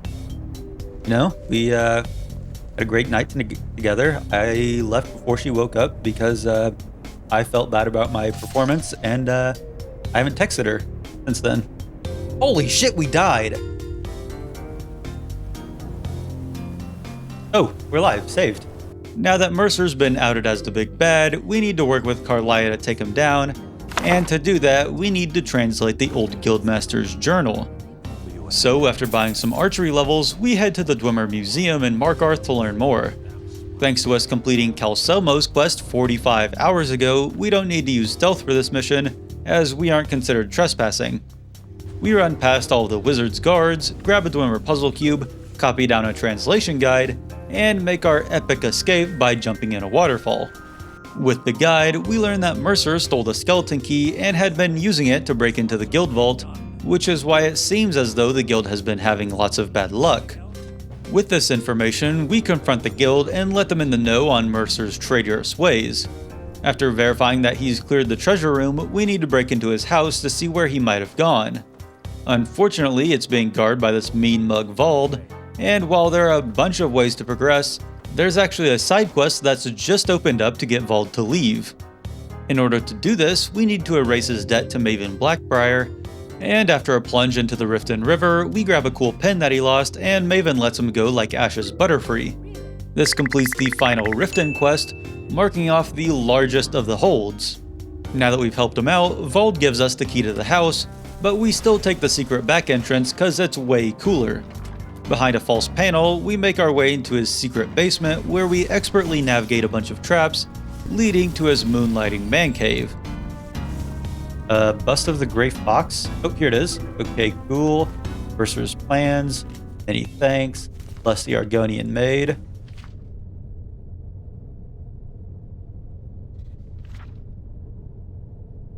Enough. Thanks to his comically conveniently labeled map, with a literal X marking the spot of the treasure, we know that he's after a jeweled eye and some dwarven ruins, but before we can go there, we need to have a chat with another god. Over in the secret Nightingale Temple, we get some cool new armor, and after swearing our lives to Nocturnal, we become Nightingales, ready to take on Mercer. Over in the Dwarven Ruins, we solve a quick puzzle to unlock the path forward, leading us to catch him in the act. Hello, Mercer. Okay, you're gonna die. You're already dead. Even if I didn't attack you for the rest of the fight, you'd still be dead. Cool. Oh yeah, go wherever you want. Yeah, nice fight, idiot.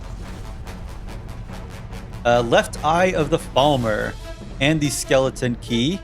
The ruins then begin flooding, but a convenient hole in the ceiling opens up, letting us leave Mercer in his final resting place. Finally, our last task is to return the skeleton key to the Twilight Sepulchre and return the Thieves Guild to its former glory. After a quick chat with this blue fella, we're supposed to solve a puzzle by staying in the shadows, but we can run right through, but we can use Whirlwind Sprint to skip past it.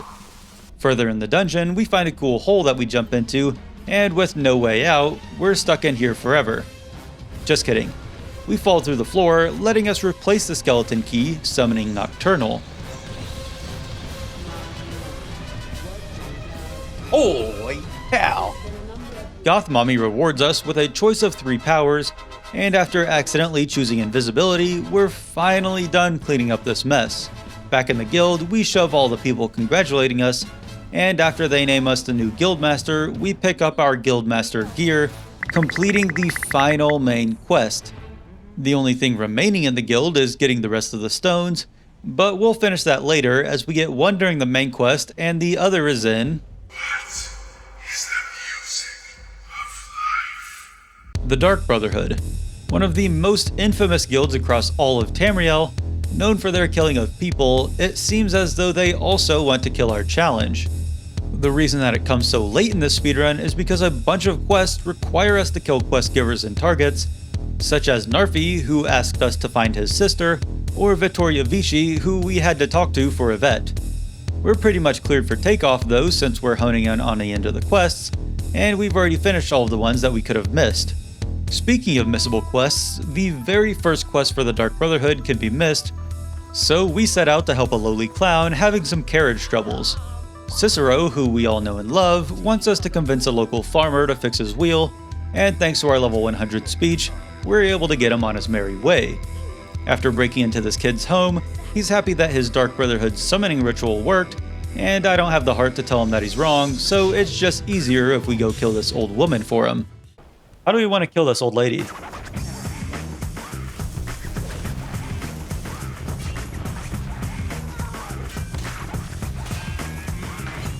Well, that didn't accomplish what I wanted it to. What about this?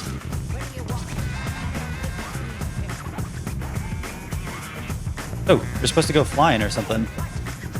Come on. Whoops. Okay, now I'm just ruining this.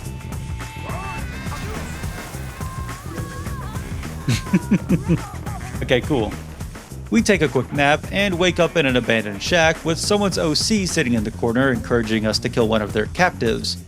We save here because this starts a very small branching timeline where we kill her. Doing this fails the Dark Brotherhood questline entirely and starts the quest to destroy the Dark Brotherhood.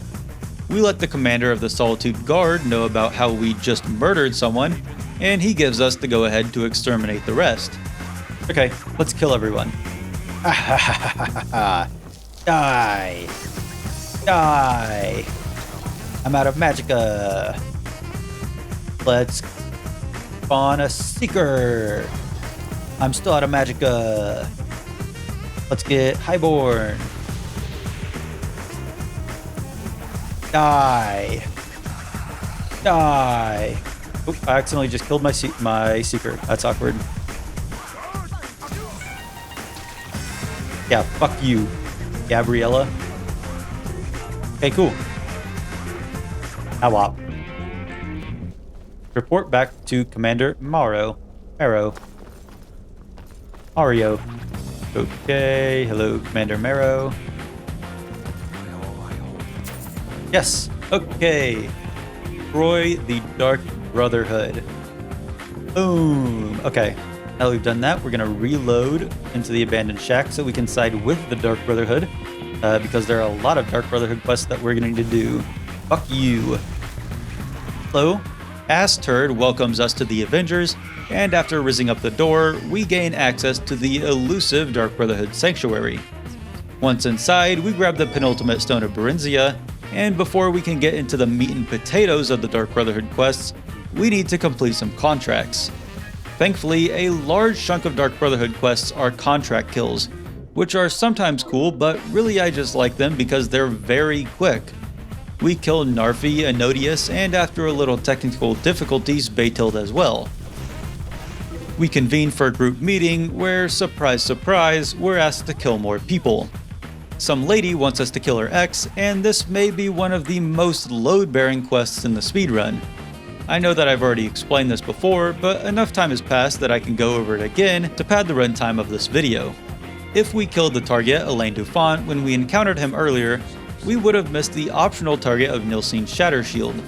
Of course, if we kill Nilsine Shattershield, then the quest Blood on the Ice becomes uncompletable, and her mom takes her own life, causing her husband to not give us a quest. So, since we didn't kill him and did those 2 quests already, we're free to do what we do best. After killing our targets, we need to have a one-on-one with the Night Mother. Okay, now it's time for 7 minutes in heaven with the Night Mother. Whoa! Night Mother, those aren't my keys there. Watch out. Getting a little handsy. While captivated in the Night Mother's beautiful mahogany eye sockets, we can overhear Cicero upset that she won't talk to him, and she tasks us with meeting up with Amand Motier for a job. Before doing so though, we've got another set of contracts to pick up. Whoops! Ern, don't worry about what that was, as I was trying to hit a mosquito. There we go. As a close one. Our next target, Lurbuck, spends all his time playing in the local inn, making it incredibly difficult for us to kill him without the guards coming after us. An interesting solution that I found for this is to shield bash him, incurring a small bounty and only making him hostile. This causes Mjol to kill him, avoiding the 1,000 gold bounty for murder. Over in some ancient Nordic ruins, we meet up with Amand, who has quite the gauntlet for us. The Emperor's cousin, the Solitude Commander's son, a famous chef, and finally, the Emperor himself. Returning to Astrid completes the quest, and after proving we're the Alpha Wolf to Arnbjorn, we pay up 500 pence to forgive our aggressions. As the first step of Amand's plan, we need to get the Emperor in Skyrim, and the best way to do so is going after his family. This brings us to one of my top 5 quests in the game, because we're about to crash a wedding. Let's come up here. Jump. Like a boss. What are the ways that we can do this? You can, like, do something right here? Maybe? Yeah. Push the loose gargoyle. Oh. No one, carry on with the wedding. Beautiful. Beautiful, beautiful wedding.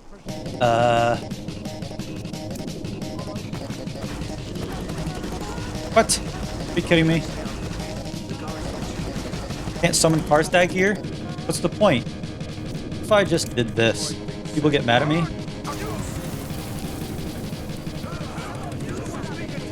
Someone do something. I don't think that's what I want to do. I probably only want to kill one person to limit the chances of quests being ruined. Just go ahead and use a good old classic firebolt. Okay, let's get out of here.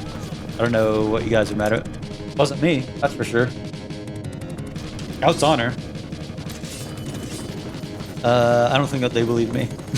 We use Whirlwind Sprint to get just outside the guard's range, letting us safely fast travel back to the sanctuary, meaning that we've successfully killed our first target. Despite the Emperor now on his way here, we still have no chance of getting close to him thanks to his expert guard. So to cripple it from within, we're after the commander's son, Gaius Maro. He's located at their HQ in Dragonbridge, but we get a very important bonus if we kill him in a different city. So we stealthily steal Gaius's itinerary, and once we follow him to Whiterun, now we just need to stealthily kill Gaius.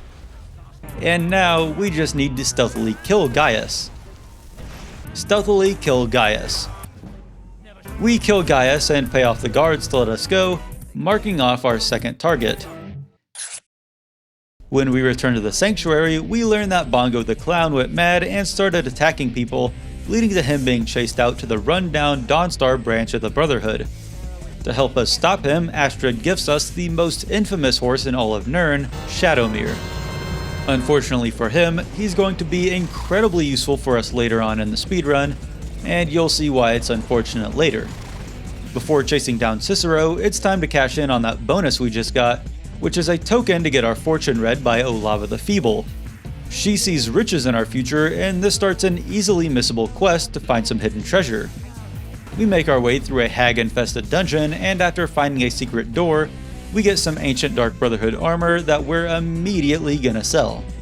More importantly though, we grab the second word of slow time, and we make our way to the Dawnstar Sanctuary. In this quest, we can choose to kill Cicero or forgive him, and we decide to send him back to hell because I hate listening to his voice. Getting back on task, our third course of action is a 3-course meal. Course 1. Learning the whereabouts of the Emperor's personal chef, the Gourmet. Course 2. Covering our tracks. And Course 3. Killing and assuming the identity of the Gourmet. Now, we're finally ready for the fourth and final step, killing the Emperor of Tamriel. After heading to the kitchen in Solitude, we put on our chef's hat and create the Frankenstein's monster of stews, topped off with the incredibly deadly Jarren root. I hate this. Get all this awful food off this table. You only eat the gourmet's food. After enjoying the slop we threw together, the Emperor kicks the bucket, letting us strip him naked and make a run for it. We are GTFO out of Dodge. Haha, we're free! Oh. Oh. That man was, by far, the most insufferable decoy the Emperor has ever employed. Wait. I'm glad he's dead, but I'm even happier that you killed him. You, an assassin, made an attempt on the Emperor's life. Would have succeeded had it been the real man. That wasn't me. Surprised? That was... When a member of your family Shit, I still have the hat on. No, that was a different guy with the chef's hat. I get you. Pretending to be the Gourmet. Actually, that wasn't... But you know what? I've changed my mind. That was Gianna that did that.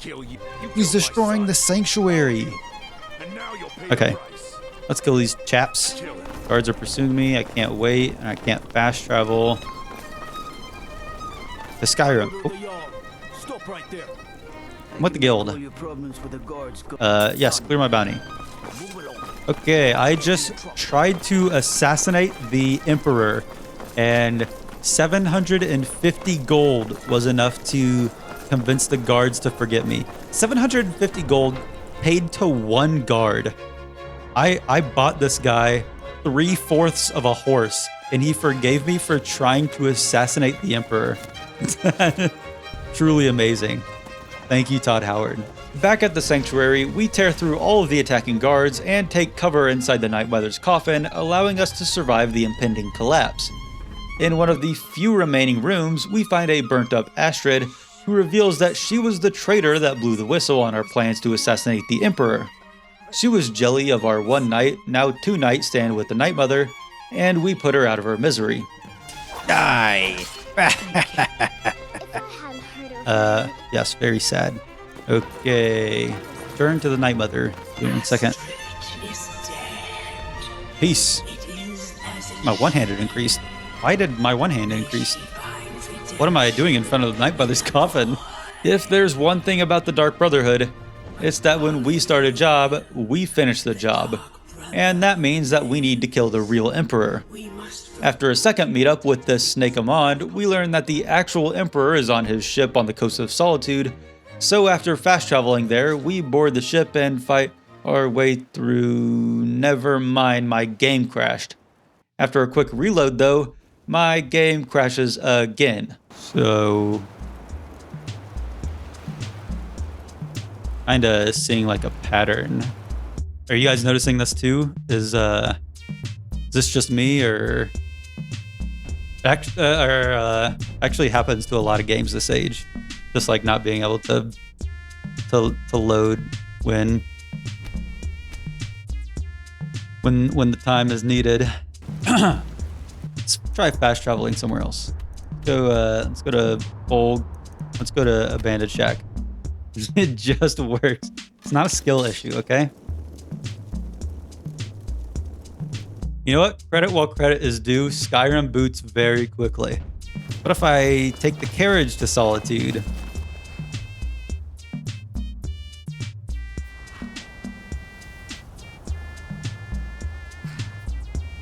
Saved! Okay.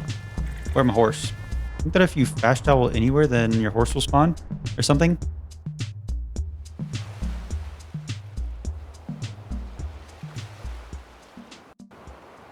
So as we validate the game files, we keep the timer running because this is part of the Skyrim experience, baby.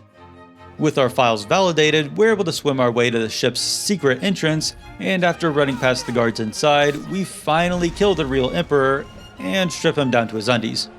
We then make our second great escape, kill Amand because of the BS he put us through, and pick up a cool 20,000 gold for completing the job. The Brotherhood's relocated to the Dawnstar Sanctuary, and after lying about how much gold we just got, we finish the final quest in the main quest line. There's still a few things left for us to do though, and we go ahead and knock one of them out by dropping a cool 19k on repairing the new sanctuary. After killing 3 more contracts, we get tasked by the Night Mother to follow up on a Black Sacrament, much like with the Arantino kid at the beginning of the Brotherhood questline. Before following up on that though, we head to the newly added torture room to do some torturing. And by torturing, I just mean that we talk to this woman a few times and then she gives us the silliest lines of dialogue detailing where her secret treasure is hidden. We kill the Black Sacrament target, a contract, and grab the treasure, meaning that 3 contracts are all that's left for the Dark Brotherhood. We take care of them easily enough, finishing off our very first guild, and leading us into something so much scarier, so much bloodier, so much confusinger, the Civil War. I broke the game. Yeah! SU1 SCIRD SCCW1 IWSFMO SCCW2I. You guys got it? The Civil War in Skyrim is between the Stormcloaks and Imperials, and the game introduces you to it as soon as you wake up in the opening cinematic. The reason that we didn't do it earlier is because it messes everything up. People don't give quests, Jarls swap out, and it's just a big headache for the 100% grind. Obviously, we can't do both sides of the Civil War at the same time, so this starts the final split timeline, and we had to have a chat with Ulfric Stormcloak. Before we can join, our first task is to prove ourselves by killing an ice wraith. You know, I've like slain dragons and saved an entire island of people, and personally know like all the Daedric princes, right? Regardless, we kill that freak and take an oath, officially indoctrinating us to the cause. Next up, we need to head to some Nordic ruins to grab the Jagged Crown, an artifact that'll help symbolize his right to rule. Unfortunately, the Imperials had the same idea, so after fighting through a bunch of soldiers and getting the final word of slow time, we grab the crown and return to Ulfric. He wants us to get Jarl Balgruuf and Whiterun to pick a side in the war, and he ends up siding with the Imperials, leading to the coolest quest in the Civil War. It's time to start the siege on Whiterun. We are farmers, and we have come this far. We have come. What we do here today, We are farmers and we have come. for all the true lords of Skyrim. I broke the game. I broke the game. And crumbling like the Empire, whose legion lie It just works. It just works. Yes, let's go. Wait, no, it's doing it again. What's going on? Why does it? It thinks that I'm swimming like whenever I like go to that corner or something. That's so weird. Okay, there is something incredibly broken going on. Don't worry. We've got Superman here ready to take over Whiterun. Wait, do it again. Wait, no, give me a second. Okay, well, of course when I want it to happen, it's not gonna happen. That's how it goes. After breaking our way into the city, we run past a bunch of soldiers into Dragon's Reach, where we beat the Jarl into submission. Rebel allied Vignar Greymane then comes in and pronounces himself Jarl, meaning that Whiterun is now controlled by the Stormcloaks. And of course, as reliably as the sun rises, Skyrim bugs out and Ulfric refuses to start the next quest. Maybe my game is just so incredibly bugged. What's going on? Nope, my game's fine actually, I think. Yeah, no, I think that my game is actually pretty regular and cool actually. Can I ride you? Okay, we're off.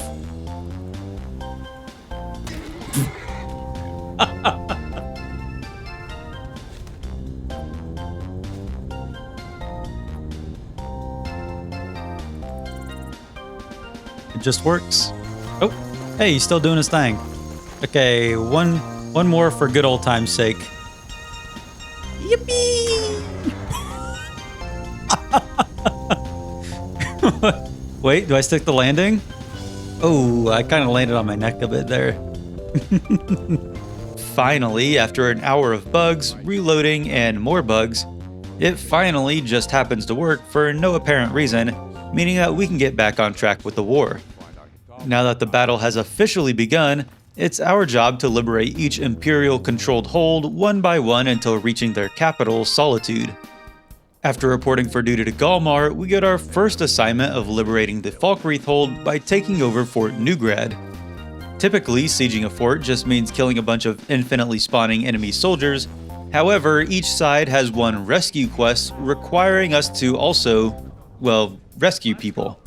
Fort Newgrad is the Stormcloaks rescue quest, and after freeing our captured allies, we get to finally use this opportunity to max out our werewolf perks. Yeah!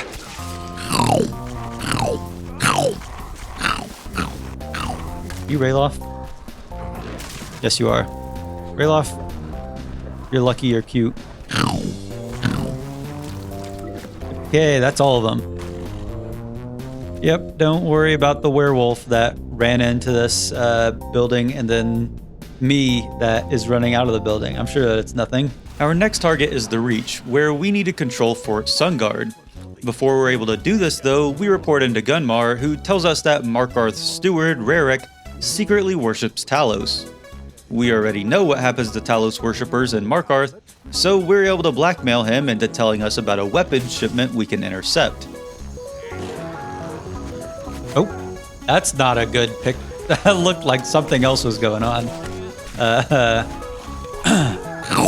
With the Imperials weakened, we can begin our attack on Fort Sunguard, and this is where our werewolf progress really accelerates. If you remember, the Imperials that we need to kill spawn infinitely, but they'll stop spawning once we kill enough of them and take over the fort. However, our Stormcloak allies also spawn infinitely while the battle is still ongoing. Since we don't incur any bounty while in a Civil War skirmish, we're free to kill as many Stormcloaks as we want, as long as we refrain from killing the Imperials and finishing the battle. So we get out of eyesight and turn into these piggies' worst nightmare. No. Oh shit, I'm dying. Okay, I'm only 2 perks away.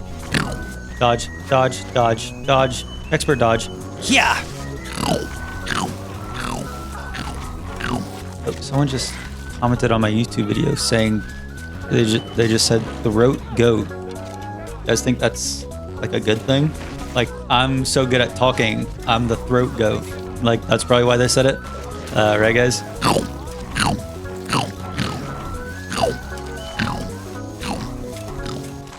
As we get close to finishing our final perk, we go ahead and start killing the Imperials, finishing the battle not too long after. Hey, that's the last one! That was the last one that I needed. That worked out great. Yes, we're done being a werewolf. Okay, let's get out of here. With the Imperials liberated, we inch closer to Solitude by reporting for duty in Hjalmarch, home of Morthal. Again, we have important business to do before the battle, this time delivering forged documents to Morthal's Imperial legate. After intercepting a courier at Dragonbridge and pickpocketing the real documents, we swap it out for Galmar's forged ones, which we deliver to the legate in Morthal. We're now ready to fight for Fort Snowhawk, which goes much quicker now that we don't need to be a werewolf. Now there's only one hold remaining, but before we storm the gates of Solitude, we need to take one final fort. We report to Galmar one final time, take the fort with ease, and head to the Solitude Gate where we listen to Ulfric's arousing speech. We keep running into him to speed up his yap session, and once he's done, we make a beeline straight to Castle Dower. A quick conversation lets us amicably resolve the war, and speaking with Ulfric once more finishes off the Stormcloak's side for good. Or does it? Let's rewind a bit. Forget Hrogar, forget the Madman, forget all of the crashes, the Civil War was the largest curveball of the entire speedrun. As it turns out, there are 3 quests on each side of the Civil War that are only available depending on the decisions that you make during the peace treaty in the main quest. You know, the 20-minute Ulfric x Tullius x Dragonborn cutscene. During the peace treaty, the 2 sides argue which holds to concede to each other in order to pause the war while we save the world, and throughout the meeting, they ask us for input on which holds should be traded. For each hold traded, that's another quest in the Civil War. Stormcloaks give up Winterhold, we'll need to liberate it when we side with the Stormcloaks. Imperials trade away Markarth, that's an extra quest on the Imperial side. Of course, it couldn't just be as easy as trading all the holds to make all the quests available, and that's where I introduce you to the hidden game you never knew you were playing, the trading game. The trading game is simple. A good trade for the Imperials grants you points, and a good trade for the Stormcloaks removes points. The game takes place over 3 phases, with each phase prompting you to make a decision for the peace treaty. Easy enough to understand, right?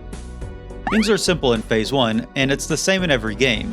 You decide if Elenwen, the first emissary of the Thalmor, stays at the table. Letting her stay gives you 1 point, and denying her a seat removes 1 point. Phase 2, unfortunately, is much more complicated. If you're allied with the Stormcloaks when playing the trading game, you'll have different choices than if you're neutral or allied with the Imperials. This means that the trading game is actually 2 games, Game I for Imperials and Game S for Stormcloaks. At the beginning of Phase 2, the opposing side always demands a major hold, the Reach in Game I or the Rift in Game S, and then you're given the choice of a counter demand. This ends Phase 2 and begins the even more elaborate Phase 3. Because the devs don't want an incredibly lopsided civil war, Phase 3 exists to level the scale.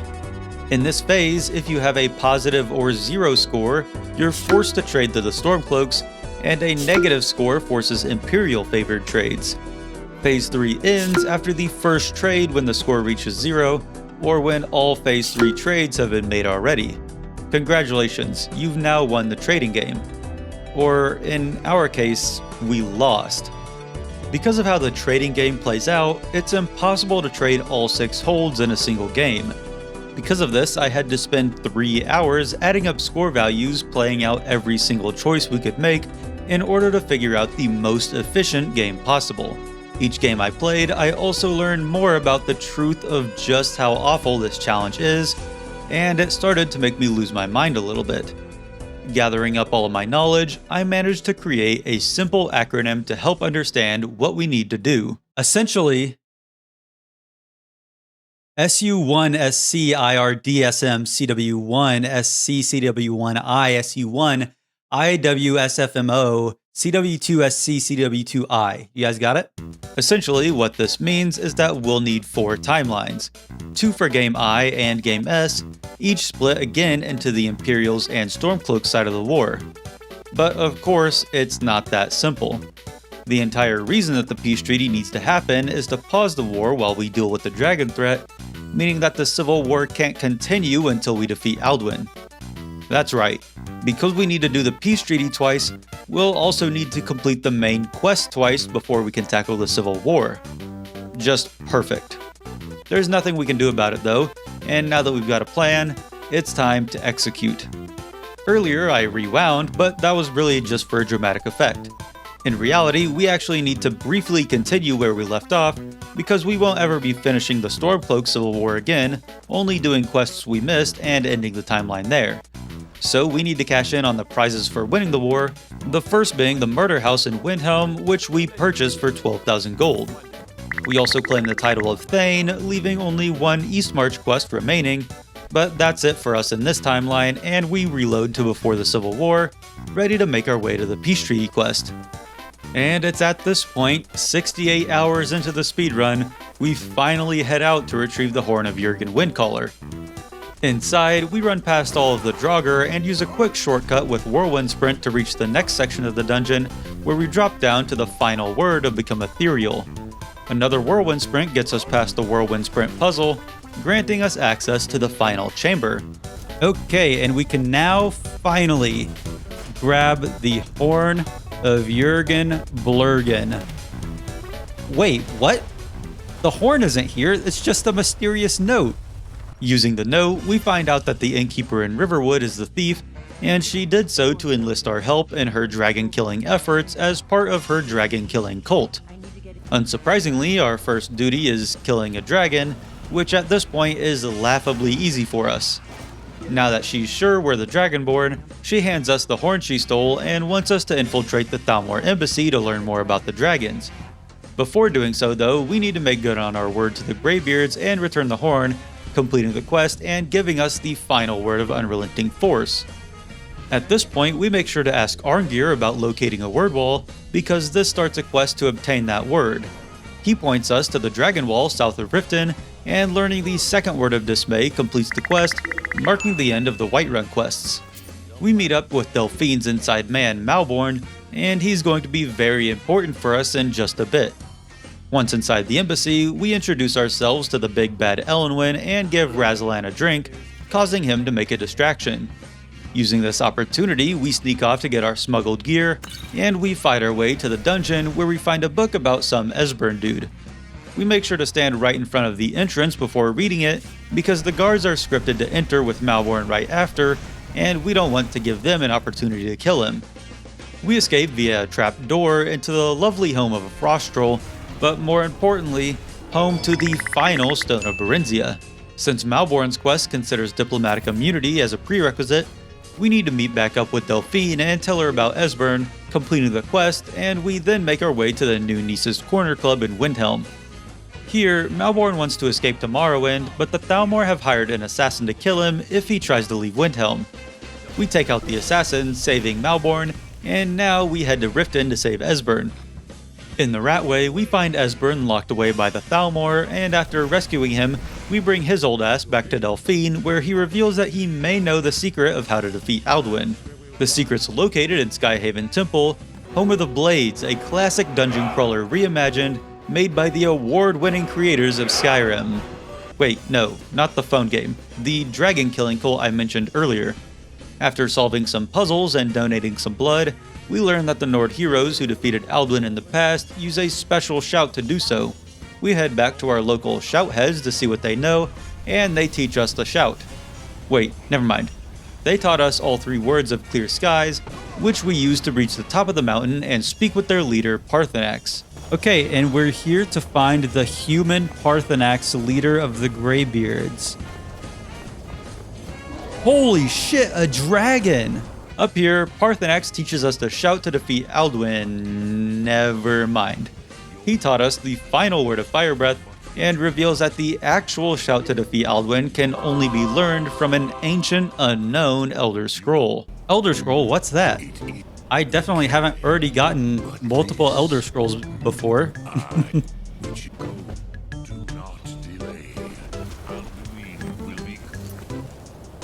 So that was Road to the World. We've already located the Elder Scroll. I don't Oh, completed. Elder Knowledge. Okay, cool. By reading the Elder Scroll, we're magically able to see into the past, learning all 3 words of Dragonrend, and once we yo-yo ourselves back to the future, Alduin meets us ready to feast on our buns. The only way to deal damage to him is to first use Dragonrend, and once he lands, we're free to burst him down with the help of Secret of Arcana and a bunch of Incinerates. He then flies off to Neverland, and in order to track him down, we need the help of one of his comrades. Parthenax mentions that Dragon's Reach has a very convenient dragon trapping mechanism, which kinda seems unnecessary since we can bend a dragon's will with our voice, but hey, this quest was made before that shout was invented, so I'll give it a pass. The Jarl of Whiterun doesn't want to be trapping dragons while there's a war going on, so now is when we reach the ever annoying and incredibly crucial peace treaty. Before doing so, we talk to Ulfric, kill the Ice Wraith, and say the Pledge of Allegiance, siding ourselves with the Stormcloaks and, if you remember, giving us access to Game S. Unfortunately, Ulfric can't agree to the peace treaty until we get the Jagged Crown, which would have thrown a huge wrench into our plans if we had to give it to him. You'll see why in just a bit. Thankfully, just having the crown in our inventory opens up his dialogue tree, letting us invite him to the council without giving him the crown. With everyone ready, we sit down at the table, eager to witness the most boring cutscene in the game when my game bugs out. Of course. Nobody sits down when they're supposed to, which is what starts the scene, but thankfully we've come with a plan. I know that this is happening due to a bug with Galmar's pathing, so we just give him a little nudge, and afterwards the negotiations start smoothly. Violence is always the answer, that's exactly right. With everything primed and ready, we execute one of the most difficult tricks in the entire speedrun, choosing correct dialogue choices. We deny Elendwin a seat at the table, boom, -1 for the Stormcloaks. Starting phase 2, we're playing game S, bam, the Imperials demand Riften and get an automatic +2. Ulfric wants to counter by getting Markarth, and bang, we ask for Falkreath instead for a Stormcloak -1. This starts phase 3 with an even score of 0, meaning that the Stormcloaks will ask for concessions, and wham, we say that the Imperials aren't accountable for a massacre at Anga's Mill for +1. A positive score causes one final concession where, pow, we give the Stormcloaks Morthal for -1, ending the trading game with a score of 0 and only 30 hours left on the clock. And we need to talk to Esbern. He's going to give us a shout to call Odahviing. And we also need to kill Parthenax. So everyone close your eyes. Close your eyes, we're gonna need to kill Parthenax. Sorry chat, I have to do this. Fortunately for Big P, he's either bugged or essential right now. Either way, we leave him with 0 health and head out to trap a dragon. Save the guy? Get out of here, dude. Go. Go, trust me. Trust me, get out of here. No! No, I tried to save you. Well, there's nothing we can do about that now. Thanks for sitting right there underneath the trap. Oh. Okay, well, the trap is bugged. So, with Odahviing being a very good boy, we convince him to fly us to Skuldafn, home to the Sovngarde portal that Alduin used after our fight. Once here, we run past a large amount of Draugr, solving a few puzzles and getting the final word of Stormcall in the process. In a typical speedrun, we would use Whirlwind Sprint to avoid a Dragon Priest fight and jump right into the portal, but this is actually the last Dragon Priest mask we need, and this is the only time it's possible to obtain it. So we turn him into Flambe, grab his mask, and jump into the portal to Sovngarde. I then remember that this isn't the main timeline, so we don't even need the mask, but no point in crying about it now because we've got a world-ending dragon to kill. After beating up the bouncer, we enter the Hall of Valor, where we recruit the ancient Nord heroes from the past to help us defeat Alduin again. After shouting away the mist that Alduin's hiding in, we hit him with a Dragon Rend, starting the final boss fight in the main story. Hawk Tua. No, that's funny, man. Yeah. Okay. And Alduin is dead. 70 hours in, we finally kill Alduin. Holy smokes. Wow. And that's the end of the speedrun, guys. Pack it up, we're going home. Okay, that was Dragon Slayer. Unfortunately, that was not the end of the speedrun. We still have a lot more to go. And we got a new shout. Cheers, everyone. Hey, Parthenax is dead. That works out well. With Parthenax now dead, yes, I know, so sad, we head back to Skyhaven Temple to tell Delphine the good news. Now that we've allied ourselves with the Blades instead of the Greybeards, we've got access to 3 small quests that aim to put the Blades back on the map. On our way to recruit some people, we get a letter from one Quintus Navale, ready to give us the follow-up quest for the White Phial. We bring Janasa, Marcurio, and Autar to the temple, completed the quest, but unfortunately, Esbern doesn't want to give us the follow-up quest no matter how long we wait. So we head out to get back on track with the Civil War. Before doing so, we make sure to save because we're about to split the Game S timeline into 2 branches. Thankfully, since we've already done all of this stuff, we can speed things up a bit. We hand the crown to Ulfric, give the axe to Balgruuf, become Superman, charge! Take over Whiterun, blackmail Rarik, take Fort Sunguard. That's not a nice storm, right guys? So, I'm funny too, right guys? And now we finally get the quest to liberate the rift, which we gave to the Imperials in the negotiations. A quick battle finishes the quest, and we're now free to reload and side with the Imperials. This time we head to Castle Dower in Solitude to join the Legion, and we're able to do so by giving the Jagged Crown to General Tullius instead of Ulfric. This is the very last point at which you can swap sides, and it's why we were very glad that we could do the peace treaty before giving the crown to Ulfric. This saves us from having to do a 3rd run through of the trading game, meaning that we also don't need to finish the main quest for a 3rd time, saving us an hour of time at the very minimum. We let Jarl Balgruuf know about Ulfric's plan to attack Whiterun, defend it from the Stormcloak invasion, and we return to Esbern to check if he's decided to start working again. Thankfully he has, and he sends us out on a mission to kill a dragon. After doing so, we also harvest a bone and scale, which after giving to Esbern, he creates a potion that gives us a permanent 25% reduced melee damage from dragons. Cool. We report for duty to Ricky, where she asks us to pull the same dirty trick that the Stormcloaks did. We steal some Stormcloak documents and hand their leader a package of forged ones, completing that quest and letting us take over Fort Dunstad in the Pale. For the Imperials rescue mission, we need to take Fort Castav, free the prisoners, and kill the remaining Stormcloaks, capturing Winterhold for the Empire. Next up, as the final task in this timeline, we head to Fort Snowhawk and kill a horde of Stormcloak soldiers, winning back Morthal for the Imperials. With everything that we need completed, we reload way back to our save before the peace treaty and continue on in the main timeline to get Game I. Opposite to last time, we need to join the Imperials before the peace treaty, so after clearing Fort Progstad of some bandits, we swear fealty to the Empire, officially joining the Legion. As such, we're able to pick up some gear from the local blacksmith, completing the very last Hoffingar quest that we were missing. After grabbing the Jagged Crown, we again don't turn it into Tullius. Oh, shit! We again don't turn it into Tullius because we want to swap sides after the peace treaty.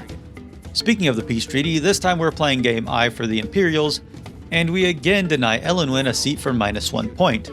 Since it's Game I, the Stormcloaks auto get Markarth for -2, and we counter with Dawnstar for +1. Starting Phase 3, we choose to let the Stormcloaks off the hook for a massacre at Karthwasten for -1, and finally we give Imperials Winterhold for +1, ending the game with -2 points, but the points don't really matter. All that matters is that we've now swapped the remaining holds, allowing us to finish this whole Civil War fiasco once and for all. We spend the next 20 minutes finishing out the main quest again, and we again make sure to grab Nakreen so we can get the final Dragon Priest mask later. After killing Alduin, we hard save because we're about to start the final branching timeline by giving the Jagged Crown to Ulfric. I don't know if we're going to be able to swim again. It's not having the, it doesn't sound like we're sloshing our feet in water this time. Oh, never mind. Okay, well, I was very wrong about that. We are swimming indeed. Yada yada yada, we attack Whiterun, take Fort Dunstad, and finally take Fort Castav, marking off the final quest for the Stormcloaks. After reloading, we're now finally back in the main timeline for good. We give the crown to Tullius this time, have a totally bugged out Whiterun battle again. Nice job, Shadowmere. Confuse him. Good lord. He's bouncing on them. And now we need to take Riften from the Stormcloaks. Similar to Raric, this time we need to sneak around Mistfell Keep and blackmail the steward and Oriel into giving us info on a weapon shipment, which we then intercept. Joining up with some Imperials outside of Fort Greenwall, we spam ice storms until everyone except for Mjol is dead, and we do the same at Fort Sunguard over in the Reach. The only hold remaining is Eastmarch, but like with the Stormcloaks, we need to take a nearby fort before we can storm the capital, or take over the city. We turn the Stormcloaks at Fort Amal into ice cubes, and then make our way to General Tullius at the gates of Windhelm. Yeah, I know that you're trying to give like a really inspiring speech to these guys. Don't mind me just running into you. After awkwardly avoiding combat, we make our way to the Palace of the Kings, where we speed up the dialogue a bit, completing the Battle of Windhelm by giving Ulfric a taste of his own medicine. With the Civil War finally conquered, we immediately head out to get the crown of Barenziah from Tovald's cave. We do have to fight through a bit of Falmer though, but at this point, I'll take anything that's not infinitely spawning enemies in some boring fort. What if instead of Draugr Deathlord, it was a Draugr Freak Lord, and instead of shouting it, Edge Omega? What if we kept some thoughts to ourselves, you know? Grabbing the crown causes a bunch of ghosts to start attacking us for some reason, so we run away like Scooby-Doo all the way back to Vex in the Thieves Guild. Turning it into her completes the final, most annoying quest in the guild, and grants us the amazing passive effect of giving us a bunch of gems when we loot things. This is going to get a lot of usage soon, and will be even more valuable later, but before we do anything else, we've gotta mask our excitement, because we're about to finish another Collectathon. We grab all of the Dragon Priest masks we obtained earlier, and head back to the destroyed statue room outside of the Labyrinthian, where putting on the wooden mask teleports us back in time. Boom, boom, boom, boom, boom, boom, boom, boom. Ba-ba-da-ba. Honorikt bust. Boom, we just busted. With the final mask collected, we are now incredibly close to 100% completion of the quests. If you recall, this challenge was rooted in 5 pillars. Yes, all quests is definitely the main one, but we've hardly been focusing on the other 4 at all. Over the past 75 hours, we've been chipping away at all the other pillars very slowly, and with only a quarter of our time left, now's the time to do some chiseling. And first up on our list are the dungeons. At the beginning of part 1, I said that there were 197 clearable dungeons in Skyrim. I got this number from the wiki, but it turns out it's off by a tiny bit. I assume that the little blurb didn't take into account for DLC locations, meaning that we've got 50 more than I initially expected. It's not all too bad though, because we've been taking extra care to clear most of the dungeons we've been entering. For those of you who don't know, a location is considered cleared when you kill its boss, whatever that may be. If I had been more diligent, it would have been easy to know which dungeons we still needed to hit, but if there's one thing I'm not, it's diligent. That means that we need to check every single clearable location from A to Z and clear it if we haven't already. I really wish that there was a way for me to make this interesting, but there's only so many ways to say, I went to this Draugr crypt and killed the Death Lord, clearing Barnsylvanderson's lair. So I'll just explain everything important that happened letter by letter. A. After killing the dragon at Autumnwatch Tower, we get the final word of Marked for Death and the final word for Drained Vitality at Arkwind Point. There's a very interesting situation we ran into at Arkingthams, the dungeon with the ghost Katria for the Lost to the Ages quest.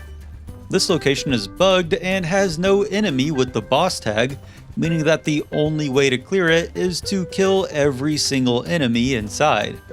That would be fine and dandy, but at the end of the dungeon there's a puzzle, and failing the puzzle causes enemies to spawn. Obviously, when we came through here before, we solved the puzzle on the first try, and that made it so that we can't fail the puzzle now, and can't fight the enemies, and can't clear the dungeon. The only way around this is to reload way back when we were a measly level 15 and go through the entire dungeon again, killing all of the Falmer, purposefully failing the puzzle, and killing the final enemies. B. Over at Blizzard Rest and the other giant camps we go to, we kill the giant here and grab his toe because it's an incredibly valuable alchemy ingredient that we'll need later. Bloated Man's Grotto, the location of Hircine's Daedric quest, can't be cleared if you let Sending live, which we did, so we reload to an earlier save and kill the creatures inside, marking it as cleared. Like with all the Reichling settlements, inside Bristleback Cave on Solstheim, it's very hard to determine which Reichling is considered the boss, so we just kill as many as we need to before the location is cleared. C. Nothing cool. D. Nothing cool. E. Nothing cool. F. Over in the Solstheim ruins of Falbathars, we need to solve multiple incredibly confusing puzzles and kill 2 Dwarven Centurion Masters, but we do get a bunch of gold and the Visage of Mizund out of it. Falder's Tooth is interesting because we couldn't get the boss bandit to spawn, so we marked it down as one that we'll need to revisit later. G. Nothing cool. H. With the Dawnguard DLC installed, the Hall of the Vigilant gets destroyed by vampires after reaching level 10, so we'll reload later to take care of that. I. Nothing cool. J. Nothing cool. K. Okay, Cangrenzel. I've never been here before. Hopefully it's not that large. I'm going in blind here. Hopefully there's no, like, huge puzzle or something that I need to solve. The hell? What? Touch the What's going on?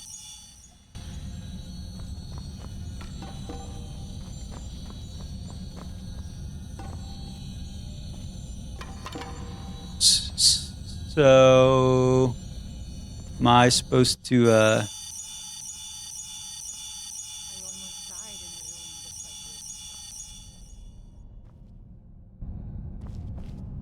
What the fuck just happened? What?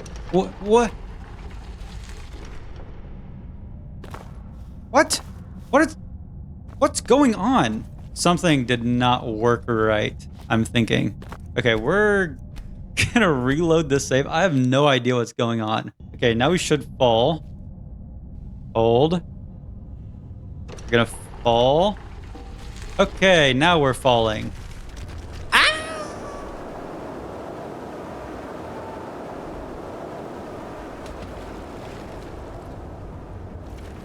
Okay, killing the boss Falmer here clears the dungeon and leads out into Stony Creek Cave, the place we got lost in forever ago doing a Windhelm quest. L. An interesting thing about the Labyrinthian is that it is considered clearable, but is only marked so once you clear Lost Valkij, a different building in the Labyrinthian area. S. Shalador's Maze is already cleared because its clear tag is given once we clear the Labyrinthian, which we have. Also, it has a lot of intricacies to it, but we can avoid the entire thing by whirlwind sprinting to a ledge that lets us skirt around to the end where we get the final Word of Dismay. Over in Silverdrift Lair, we spend an embarrassingly long time not noticing the handles we need to pull to reach the final boss room, and inside we kill a dragon priest and get the final Word of Disarm. Wait, the final Word of Disarm was actually the final shout we needed, making this the very first pillar of the challenge that we complete. Looking back on it, I realize now that every shout is either part of a dungeon or part of a quest, so it makes sense that we would manage to get them all without too much effort. We can't pat ourselves on the back too much though, because this is certainly the easiest pillar. Soljun's Sinkhole is weird because the world location and the dungeon have the same name, but the world location is not clearable while the dungeon is. Jump scare. There's nothing interesting that happens with the rest of the dungeons, the only remarkable thing being that we can't clear Ingol's Barrow for obvious reasons. We reload to an earlier save and head to Falder's Tooth where the bandit chief spawns and we blast him into oblivion, finally clearing it. Reloading even further, back when we were level 3, we take a carriage ride to Dawnstar and make our way to the very much still standing Hall of the Vigilant. After killing a keeper inside, it's marked as cleared, and we've finally cleared all locations. For how tedious that was, it doesn't even come close to the next pillar. That's right. It's time to skill grind. This is the stream that I've been dreading for the past 80 hours. We are not ending stream until we hit level 100 in each skill. There are 20 skills in Skyrim, 18 base skills with the werewolf and vampire skill trees added in by the Dawnguard DLC. The werewolf and vampire trees are a little different, but we've already knocked them out, so we don't need to worry about them. Our goal is simple enough to understand. We need to reach level 100 for each of our skills, but how do you level up a skill? I know it may sound silly to explain, but I'd like to cover my bases in case any of the few people that haven't played Skyrim are still watching for some reason. Additionally, leveling isn't always as cut and dry as it may seem. For example, if you want to level pickpocketing, you may think that the difficulty of the pickpocket determines the XP you gain, but it's actually the value of the pickpocket.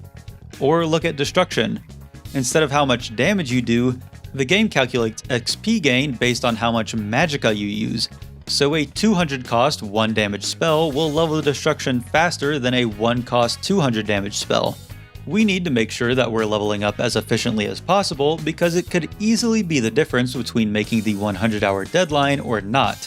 Additionally, people across Skyrim proficient in a skill may be willing to train said skill for you given that you pay them relative to the skill level.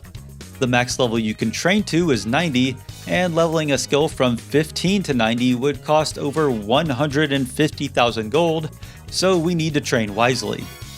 The last thing is that there are a bunch of bonuses to get XP quicker, such as a few standing stones, some unique passives, and being well rested. We need to make sure that we have as many of these bonuses as possible to pick up the pace. This is where we pick back up in the speedrun, as being a werewolf prevents us from getting the well-rested bonus. Unfortunately for us, we hunted these Glenmora witches to extinction, which would have called it curtains for us, but killing our wolf spirit isn't the only way to rid ourselves of lycanthropy. We stopped by our old haunt, Castle Volkihar, and convinced Serana to turn us back into a vampire, ridding ourselves of our werewolf blood and granting us this cool new vampire blood. Unfortunately, vampires also can't get the well-rested bonus. However, we know a tried and true method of getting rid of vampirism. After we let Thalion cast his spell on us again, we're now back to our lame high elf blood, but at least that means we can start grinding our skills.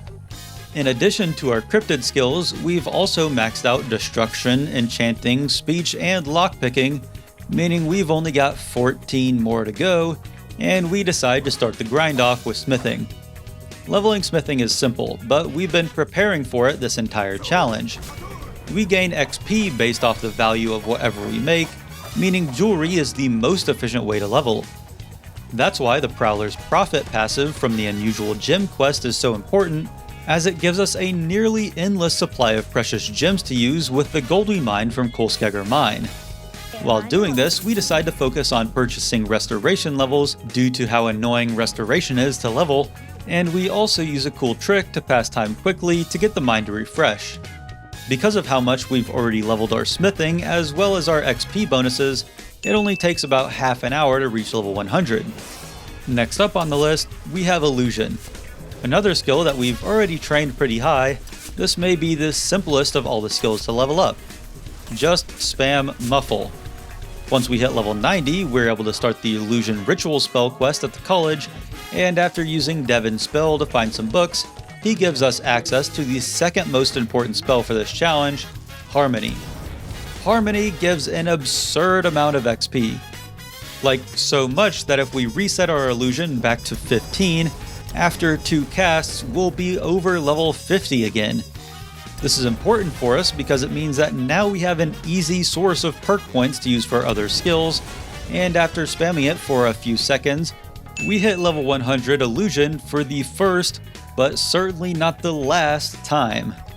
We put our perk points into smithing because we need to be able to make dragonbone weapons for a reason that I'll explain when it becomes important. In the meantime though, it's on to the next skill, Alchemy. Everybody who's played Skyrim knows about the alchemy grind. That's because it's one of, if not the most broken skill in the game, allowing us to pretty much become God if we wanted to. Similar to smithing, it levels based off the value of your created potion, so all we need to do is create powerful potions. Simple, right? Wrong.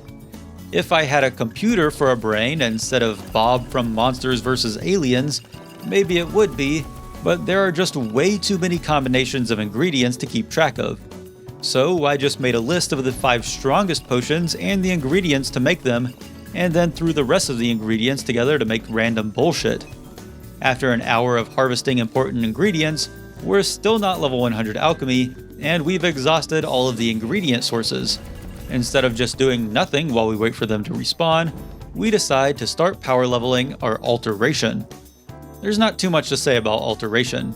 Similar to illusion, we just need to spam detect life, and the only thing that makes it trickier is that it levels faster the more people that are affected by it. Additionally, there's an exploit where if we use Secret of Arcana and then begin channeling Detect Life, it won't cost any magicka even after the power wears off. Because we aren't using exploits, we need to count to 30 seconds each time we use the power to make sure that we're not accidentally cheating. It actually levels up much slower than Illusion, unfortunately, and while we do this, we go by our way to level 90 Restoration. This means that we can head to Colette at the college to get the Master Restoration quest, requiring us to head back down to the Augur of Dun Lane. I'm ready for anything. What is this? I actually don't know if I've ever done this before. I'm just looking this up. I can't be bothered to figure this out. Not possible to attack. Your goal is just to keep yourself alive. Okay. Keep yourself alive. Become ethereal. This guy isn't really trying to kill us anyways, so. Get him, Mule. Get him. Hey, you got it. Yeah, you're doing great, Mule. Nice job, Mule. Yeah, you're doing great. Doing great, buddy. Okay. Hey, we passed the test. With Restoration off the menu for training, we turn to Neroin and the Thieves Guild to train our archery. We speed up the alteration grind by also using telekinesis on a bucket, and not too long later, we hit level 100. Since it's so close, we go ahead and round out Restoration at good old Bleak Falls Barrow by hitting Draugr with Turn Undead, and it only takes us about 10 minutes to get the final push to 100. Next up, we take a break from all the magic and instead raise our shields to power level Block. Block gives XP based on the amount of damage resisted while blocking. So we enchant a bunch of gear with Fortify Health and Fortify Block, swap to Legendary difficulty, and then let a giant attack us for the next half hour while we spam healing spells. Conjuration is another simple skill to grind. Thanks to Shadowmere never becoming aggressive towards us, we just spam Soul Trap on him till we hit level 100, finishing off the final magic skill. Thanks, Shadowmere. I definitely won't use this quality of yours in a torturous fashion in the future. We'll worry about the future later, because now we need to prepare for the heavy armor grind. The idea is the same as Block. Wear heavy armor, get hit by a giant, profit. The difference is that unlike Block, heavy armor grants XP based on the damage of the attack that hits us. That means that the damage reduction isn't as valuable to us, so we enchant our Dragonplate gear with Fortify Health, and this time we prepare a bunch of vegetable soups that should help us grind without as much fear of dying. Unfortunately, this levels up much slower than Block, and we have to sit here for about an hour before we hit level 100. For our weapon skills, we calculate XP with the base damage of whatever weapon we attack with. This is why we needed perk points in smithing, because Dragonbone weapons have the highest base damage in the game. With the help of Elemental Fury to give us more attacks per second, and Shadowmere's very high pain tolerance, we only need to spam click for 50 minutes in order to reach level 83. At this point, I decide that I'd rather buy levels to get us to 90, so we'll circle back to this later. In the meantime, we finally hit level 100 Alchemy, buy our way to level 90 Light Armor in one-handed, and start whacking away at Shadowmere again, this time with our two-handed Dragonbone Warhammer. At the early levels, it's still faster to level up this way, but we eventually decide to buy our way to 90 for this too. While doing this though, we run into the man of the hour, the person everyone's been waiting for, the Ebony Warrior. Yeah, that's what you guys think? I just think that I'm in a cave streaming upside down. Hey, it's the Ebony Warrior. It's so good. Holy shit. The time has come. The time has come. Just a face. Cinema. Holy chills. Chills. Preparations. Holy shit. Okay. We're going to meet the Ebony Warrior at the last vigil in a while. Not right now, though. We won't meet him until we're done with the rest of the pillars. And at this point, I realize that we can go ahead and bang out the 2 remaining ritual quests at the college. For alteration, we need to grab a special dagger that we can use to harvest a heart scale off a dragon, which we turn into Tolfdir to complete the quest. Finally, for conjuration, Finis Gester gives us a cool spell that summons an unbound Mora, and after killing him a couple times, we're able to convince him to give us a sigil stone. Handing it over to Finis completes the quest, marking off the final ritual spell and the final quest for the college. Guys.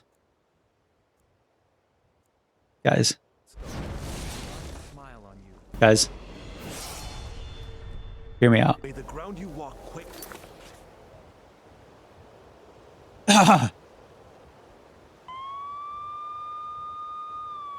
Oh, holy shit, they're here. Holy shit, they're here. Guys, they're here for me. Oh, guys, they're here. They're here for me. Guys, I gotta go. I can't. I know what the stream, I would love to keep going with the stream. Honestly, I would love to. But they're here for me. Guys, I can't continue the stream. Guys, I'm about to go to jail. Guys, my tummy hurts. Guys, the cops are coming for me. We saw the tab, there was no tab. Bye, chat. Love you all. You guys forgive me for last time? How was jail? You know, a little bit of this, a little bit of that. Obviously, I was like the kingpin of jail, obviously, just because of that's how I am. Fresh out of jail, we spend 15 minutes hacking away at Shadowmere to reach level 100 one-handed, and 15 more to hit 100 two-handed. And we can now let Shadowmere rest without the fear of being mauled for hours on end. Getting back to harassing some giants, we let them wail on us for 10 minutes to get our light armor to 100. Oh, we gotta be so close now, right? Okay. Secret, I gotta get out of here. They're blocking me in, Hey, light armor increased to 100. Let's get out of here. That was a little bit too close. Next up for us is Pickpocket, and earlier I mentioned briefly how to level it. Since it's based off of the value of the item pickpocketed, the most valuable thing we have is gold. So we repeatedly place and then take a bunch of gold, leveling us to 100 very quickly. Now there's only 2 skills left, stealth and archery. Do I even need to explain myself here?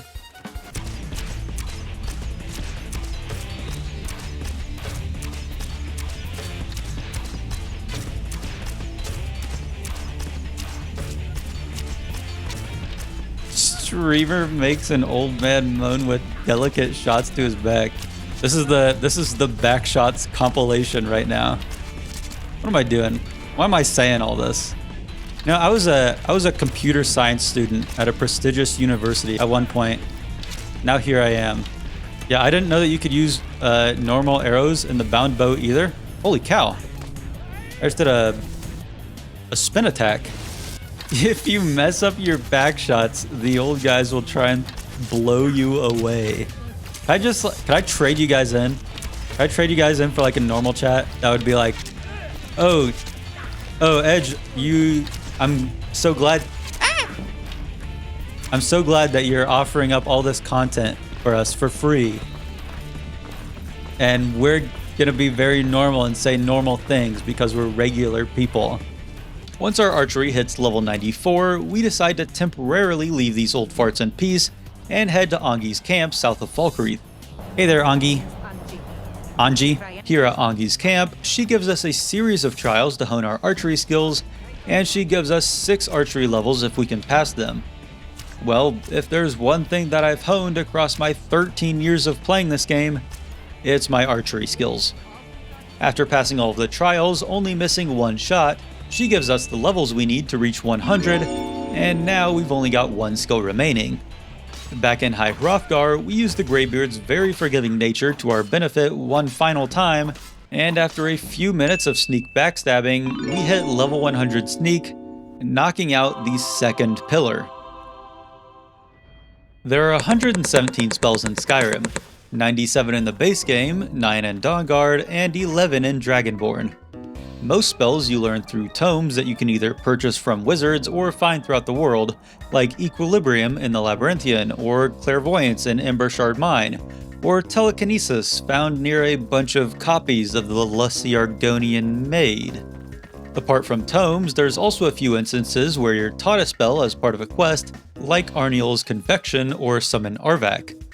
At this moment, we've gotten 107 spells across the timelines, and things stay simple with the 10 remaining ones being purchasable, but some are easier than others. But before we can celebrate, we need to reload. We need to reload all the way back here. Okay, back to Fort Dawnguard. And we need to come back here. Did I save? That's a good point. I forgot to save. That's not that big of a deal. This part will get cut out of the YouTube video. Well, Florentius sells us 2 spells that we haven't already gotten.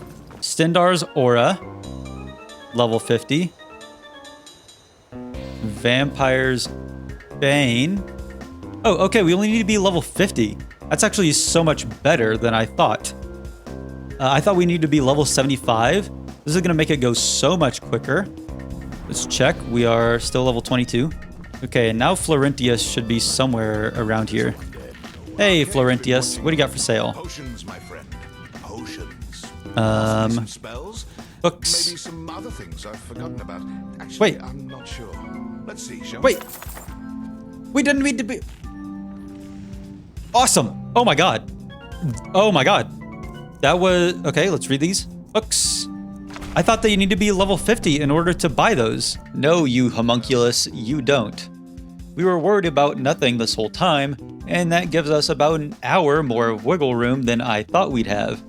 At this point, I didn't take inventory of what spells we did and didn't have, so I just decided to buy every tome we could, try reading them all, and sell them back if we already knew them. Using this strategy, we learned Blizzard, Lightning Storm, and Thunderbolt from Feralda, Circle of Protection from Colette, and over in Tel Mithryn, we learn Ash Rune, Ash Shell, and Bound Dagger from Talvis, leaving only one left. It took us a while to figure it out, but eventually we realized that we missed one final vampire spell, so we get our old base Arana to turn us into a vampire, letting us purchase Necromantic Healing, completing yet another pillar. Now, before we fight the Ebony Warrior, with only 9 hours left, it's time to clean up all of our messes that we've made throughout this challenge. Before doing so, we quickly head to Quintus Navale and Windhelm for the second part of the White Phial quest, and after getting some snow from the Third of the World, pickpocketing a Briarheart's Briarheart, and stealing some mammoth tusk powder from a giant, we hand him the ingredients to repair the phial. Let him cook. Let him cook. Master, look. It's the I phial. thought this guy was already dead. How? It doesn't matter. Look. It's refilling with your tonic as we speak. I'm gonna, okay. Oh! He is gone. But thanks to you, he died knowing his life's work was not in vain. You're welcome.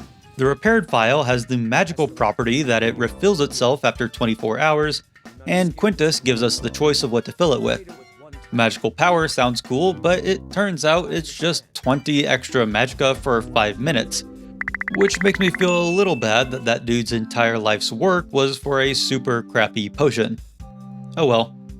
Now it's time for the actual cleanup to start, beginning with stealing plans for the companions. Because of how the randomly assigned quest system works, it's impossible to know if the quest is available and we just keep getting unlucky, or if it's unavailable and we're wasting our time.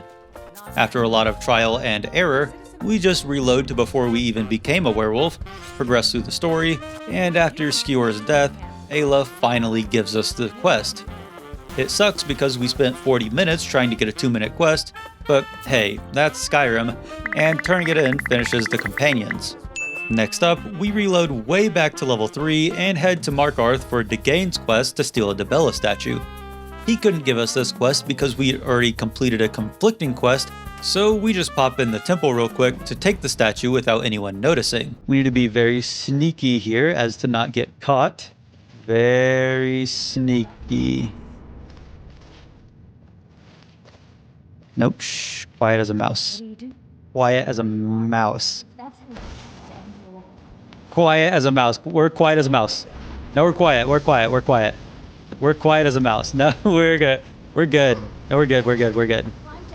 No, we're good. Yeah, this is... No, get out of here. Nope. No time for chatting. We're just... We're getting out of here. Yep. I think that we have exhausted our welcome here. Let's just close that door behind me. Yep. Hope you gals have a nice rest of your day. Oh, they're chasing me. Degain. Take this. Take it, please. Take it. I have the statue. Here's your share. Okay. That was Speak to Degain. It may not have gone as well as we would have wanted it to, but we got it in the end. With Markarth finally marked off, we time travel to a little bit in the future so that we're higher leveled, and we head to Berna and Winterhold to ask her about the Coral Dragon Claw that we accidentally sold forever ago. We buy it for 50 gold and head on over to Ingle Barrow, where we follow some cute little orbs, get past a puzzle door, and kill a funky ghost. Doing so finishes the last dungeon quest, and subsequently clears the final dungeon, leaving only one pillar standing. Back in Solstheim, we accidentally missed a quest to sell Solrum junk to a really rude high elf, and I didn't realize it at the time, but that was a huge time loss. Fun fact, there are no Solrum weapons or armor found anywhere. Also fun fact, you need to have 80 smithing before you can craft Solrum gear. Final fun fact, you need to be level 35 before anyone can sell you Solrum equipment. As the lesser evil, I decide to just grind my way from level 28 to 35, and about 50 minutes later, we're able to purchase and then sell a Solrum dagger. Now with only 7 hours left, we're ready to finish this godforsaken challenge on the final day. Yo. Okay. So, starting the day off with a new save. Because I'm pretty sure that the Madman is bugged in our game, I decided to start a new character to see if that would fix things. We've already been here before, so let's speed this up. We're finally awake, archers kill Lokir, we become the Madman we're looking for, and Alduin saves us from the chopping block. We escape, take everything Alvor owns, and thanks to you YouTube commenters, I realized that there were 3 quests that I missed. The crafting tutorials are a weird situation as they're coded as world interactions but still show up in your journal, but I'd rather be as thorough as possible, so we go ahead and knock them out. Bleak falls, dragon attack, climb to 9,000 steps, and it's now that Twitch chat decides to let me know that we don't actually need to encounter the cultists in order to go to Solstheim. Instead, we can just talk to the captain and pay the fee. Okay, back to High Hrothgar we go. We pass their tests, allowing the cultists to spawn, and after killing them, we can get passage to Solstheim for free. Here on Solstheim, we're here for one thing and one thing only, the Madman. He's a random encounter, so there's nothing that we can do to make him spawn, but after 20 minutes of running around, we finally find him. Oh, Madman. I can smell ya. I know we're getting close, I can smell ya. You hear him? You hear him? Here he is. Wait, what? Is that him? Wait, is this... Are you the Madman? No, you're a wizard. Just a shit-ass wizard. Journal of a Madman! Oh my... Save. I want to save because it might give me a bad one. Journal of a Madman. Oh my god. Journal, books. Journal of a Madman. Said it was possible I knew the book. What? No. No, no, no, no, no, no, no, no, no, no. No, no, no, no, no, no, no, no, no, no, no, no, no, no, no, no, no. No, no, no, no, no, no, no, no, no, no, no, no, no. They said it was impossible. Not they, not me. The book knew. And it was all and all. And then the book was. Oh. No, no, no, no, no, no, no. That was supposed to be him. That was supposed to be the madman. Why? Why?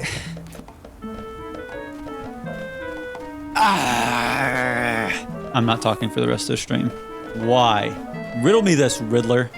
Why would there be a person that is acting mad, some would say? I certainly would say that he is acting mad and in a mad manner. And why would you have him carrying a book that's called Journal of a Madman? Huh? Riddle me that one. Second riddle. Mr. Madman. And then finally, why wouldn't that be the madman?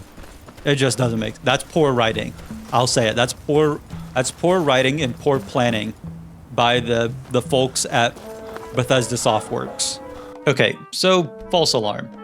But after another hour of aimlessly wandering, I discovered something huge. Okay. Madman, hello. I would really, really appreciate the madman spawned. Okay, we got werebears here. Come on. Why can I not hit these guys?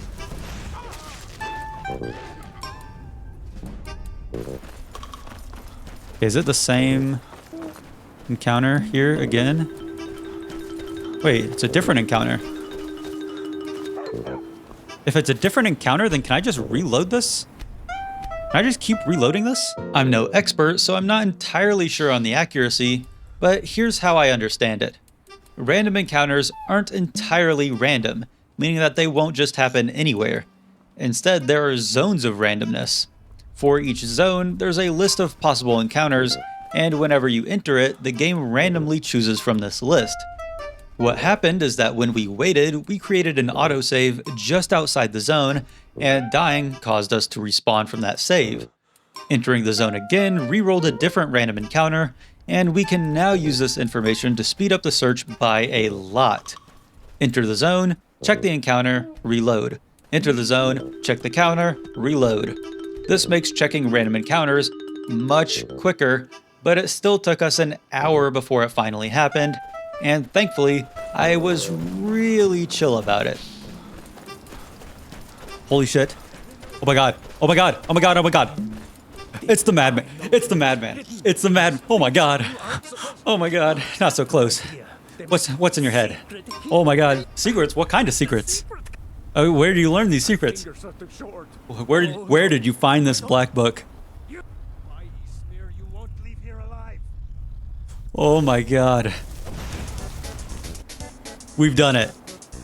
We got it. The Scribbles of a Madman. The Madman points us to White Ridge Barrow as the source of his madness, which is incredibly lucky because it doesn't have any prerequisites to it, and after running past a bunch of exploding spiders, we grab the black book, finishing the single most frustrating quest in this challenge. Now, there's only one thing left to do. What we've all been waiting for. What we've been building up to for the past 96 hours. We need to build our houses. Apart from purchasing land, there aren't any quests associated with Hearthfire, but obviously we can't really say that we've 100%ed the game if we don't even touch one of its DLCs. And I like flirting with the danger of not finishing in time, so we need to build 3 houses and adopt a child before I'll be satisfied. While we do this, I want you to comment which skill you think is going to be the most important for us in the Ebony Warrior fight, because there is definitely a clear answer. This totally isn't a ploy to increase engagement on the video, so I also won't tell you to like and subscribe to help out the channel, even though it would mean a lot to a smaller creator like me. So we build Hylarkin Hall and Winstead Manor, and we decide our forever home is the best DLC house, Lakeview Manor. To upgrade it enough to adopt a child, we need to mine some stone, smith some garbage, and buy some logs, and after not too long, we're already building our child's bed. Now we just need to find the right kid to adopt, and we opt to go with Lucia in Whiterun. Where is Lucia? Hello, Lucia. Today is your lucky day. Here, have a gold piece. Why are you begging? I could adopt you if you want. I have a house. Wait, what? How do I not have room for you? I built the kid's bed. Turns out this greedy little dirtbag needs 2 beds and 2 chests before she can be adopted, so we go ahead and craft them, allowing us to adopt her, and we settle in with our perfect little family. I've got something for you, Lucia. Khazavane's Fang. This one's just for you. You're welcome. I've seen enough death to last 3 lifetimes. My beautiful little family here. Now it's time for the real finale. The thing of nightmares, the biggest boss in the game, the Ebony Warrior. And just for fun, we're turning this up to legendary difficulty. At level 80, with over 2,000 health, this towering beast of a man is our most difficult opponent. He's got incredibly strong gear, notably a shield of fire suppression, boots of frost suppression, and a necklace of shock suppression, shock suppression. He's got incredibly strong spells like Close Wounds and Iron Flesh, and he's got an insane amount of perks, 2 of them being Elemental Protection and Magic Resistance. If you can't tell, he excels at being unkillable. This goes even further on Legendary difficulty, as he takes only 25% damage, and thanks to his extra damage perk, he deals 900% damage. Just great.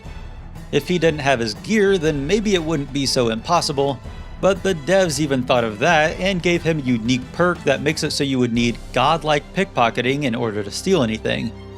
Obviously, we aren't gods, so that's off the table.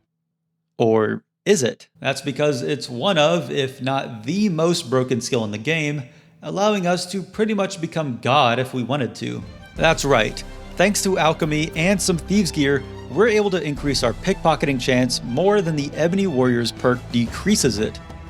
We're not quite ready yet, so we make some more potions to sway the fight, buy a dog from banning to increase our numbers, and level all the way up to 102 with Prestige 10 Illusion so we can get all the perks we need. We're as ready as we'll ever be, and now it just comes down to execution. There we go. Probably should put away the flaming balls that I have in my hands. Is someone there? Shut up, chat. Anybody there? Come on.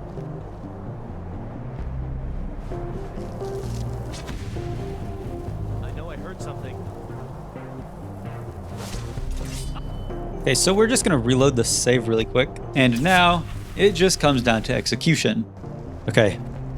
Shh. Yes. Okay. If we're lucky, we can steal everything. We can take everything that he has. I say, why not make it an even fight?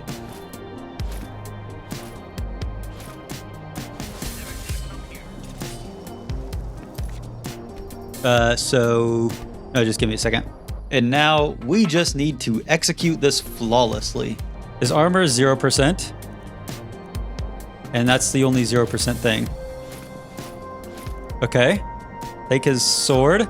Take his bow. Okay. Well, he has his bow. You know what? We'll give him his bow. What do you guys think? We'll give him his bow. Dude, this isn't fair. This isn't fair. Are you seeing this guy, right? Okay, well, I have no more healing potions. This kind of sucks.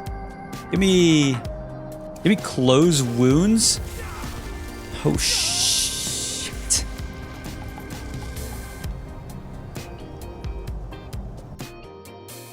We're gonna do it right this time. We're gonna take his bow. Because it turns out that he can actually do a lot with his bow. I didn't think he could do that much with his bow, but he really can. Okay. He has no weapons. He only has a chest piece for armor. Let's see if we can't take his potions too. Okay, we'll leave him with 1 potion. And it's now, when he only has his armor and 1 healing potion, that we have a chance at beating him. Oh, and after we summon Durnavir and Karstag, and make him weak to fire and magic.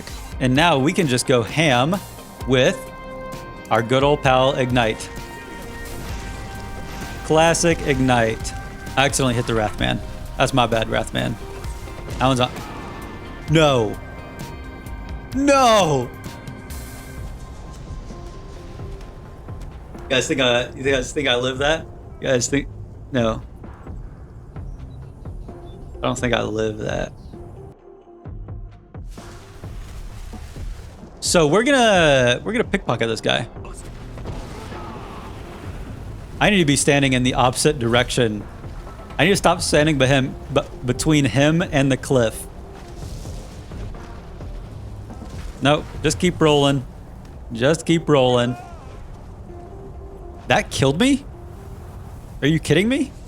Okay, but this time's the real time, actually, for real, actually. Okay, we're gonna stand next to this big wall.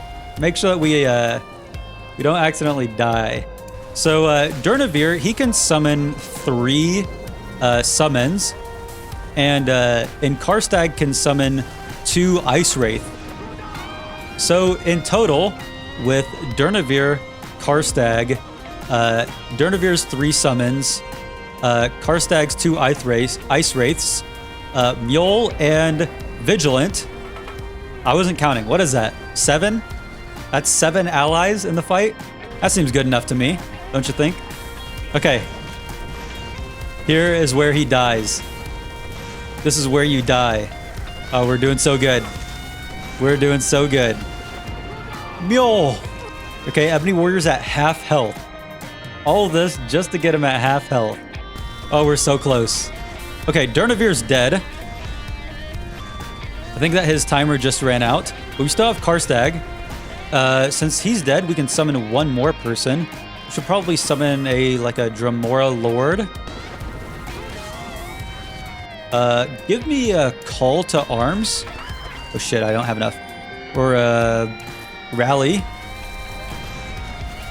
Oh shit. I just hit the Ebony Warrior with rally. God. Okay, that's fine. That's fine. We'll just keep igniting him. Keep igniting him and nothing can go wrong. Oh, look at his health. Look at his health whittle down. I don't think that I have any weapons. Oh, I have the Ebony Sword of the Vampire, actually. Fun fact, because I I stole it from him. Yeah, that's right. That's right. Who do you think you are? I am. Oh, he's so close. He's so close. Where'd he go? Where'd he go? Where'd he go? He's down here? I'm chasing him. I'm chasing him. I'm chasing him. Is he dead? Did he die from fall damage here? At last. Time. That's time. 98 hours, 10 minutes, 41 seconds. You guys were here in under 100 hours. This one goes out to all you watching at home.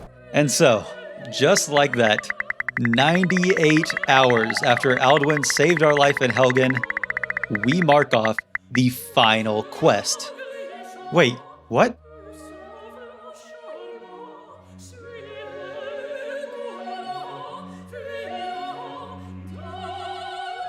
Of course you don't.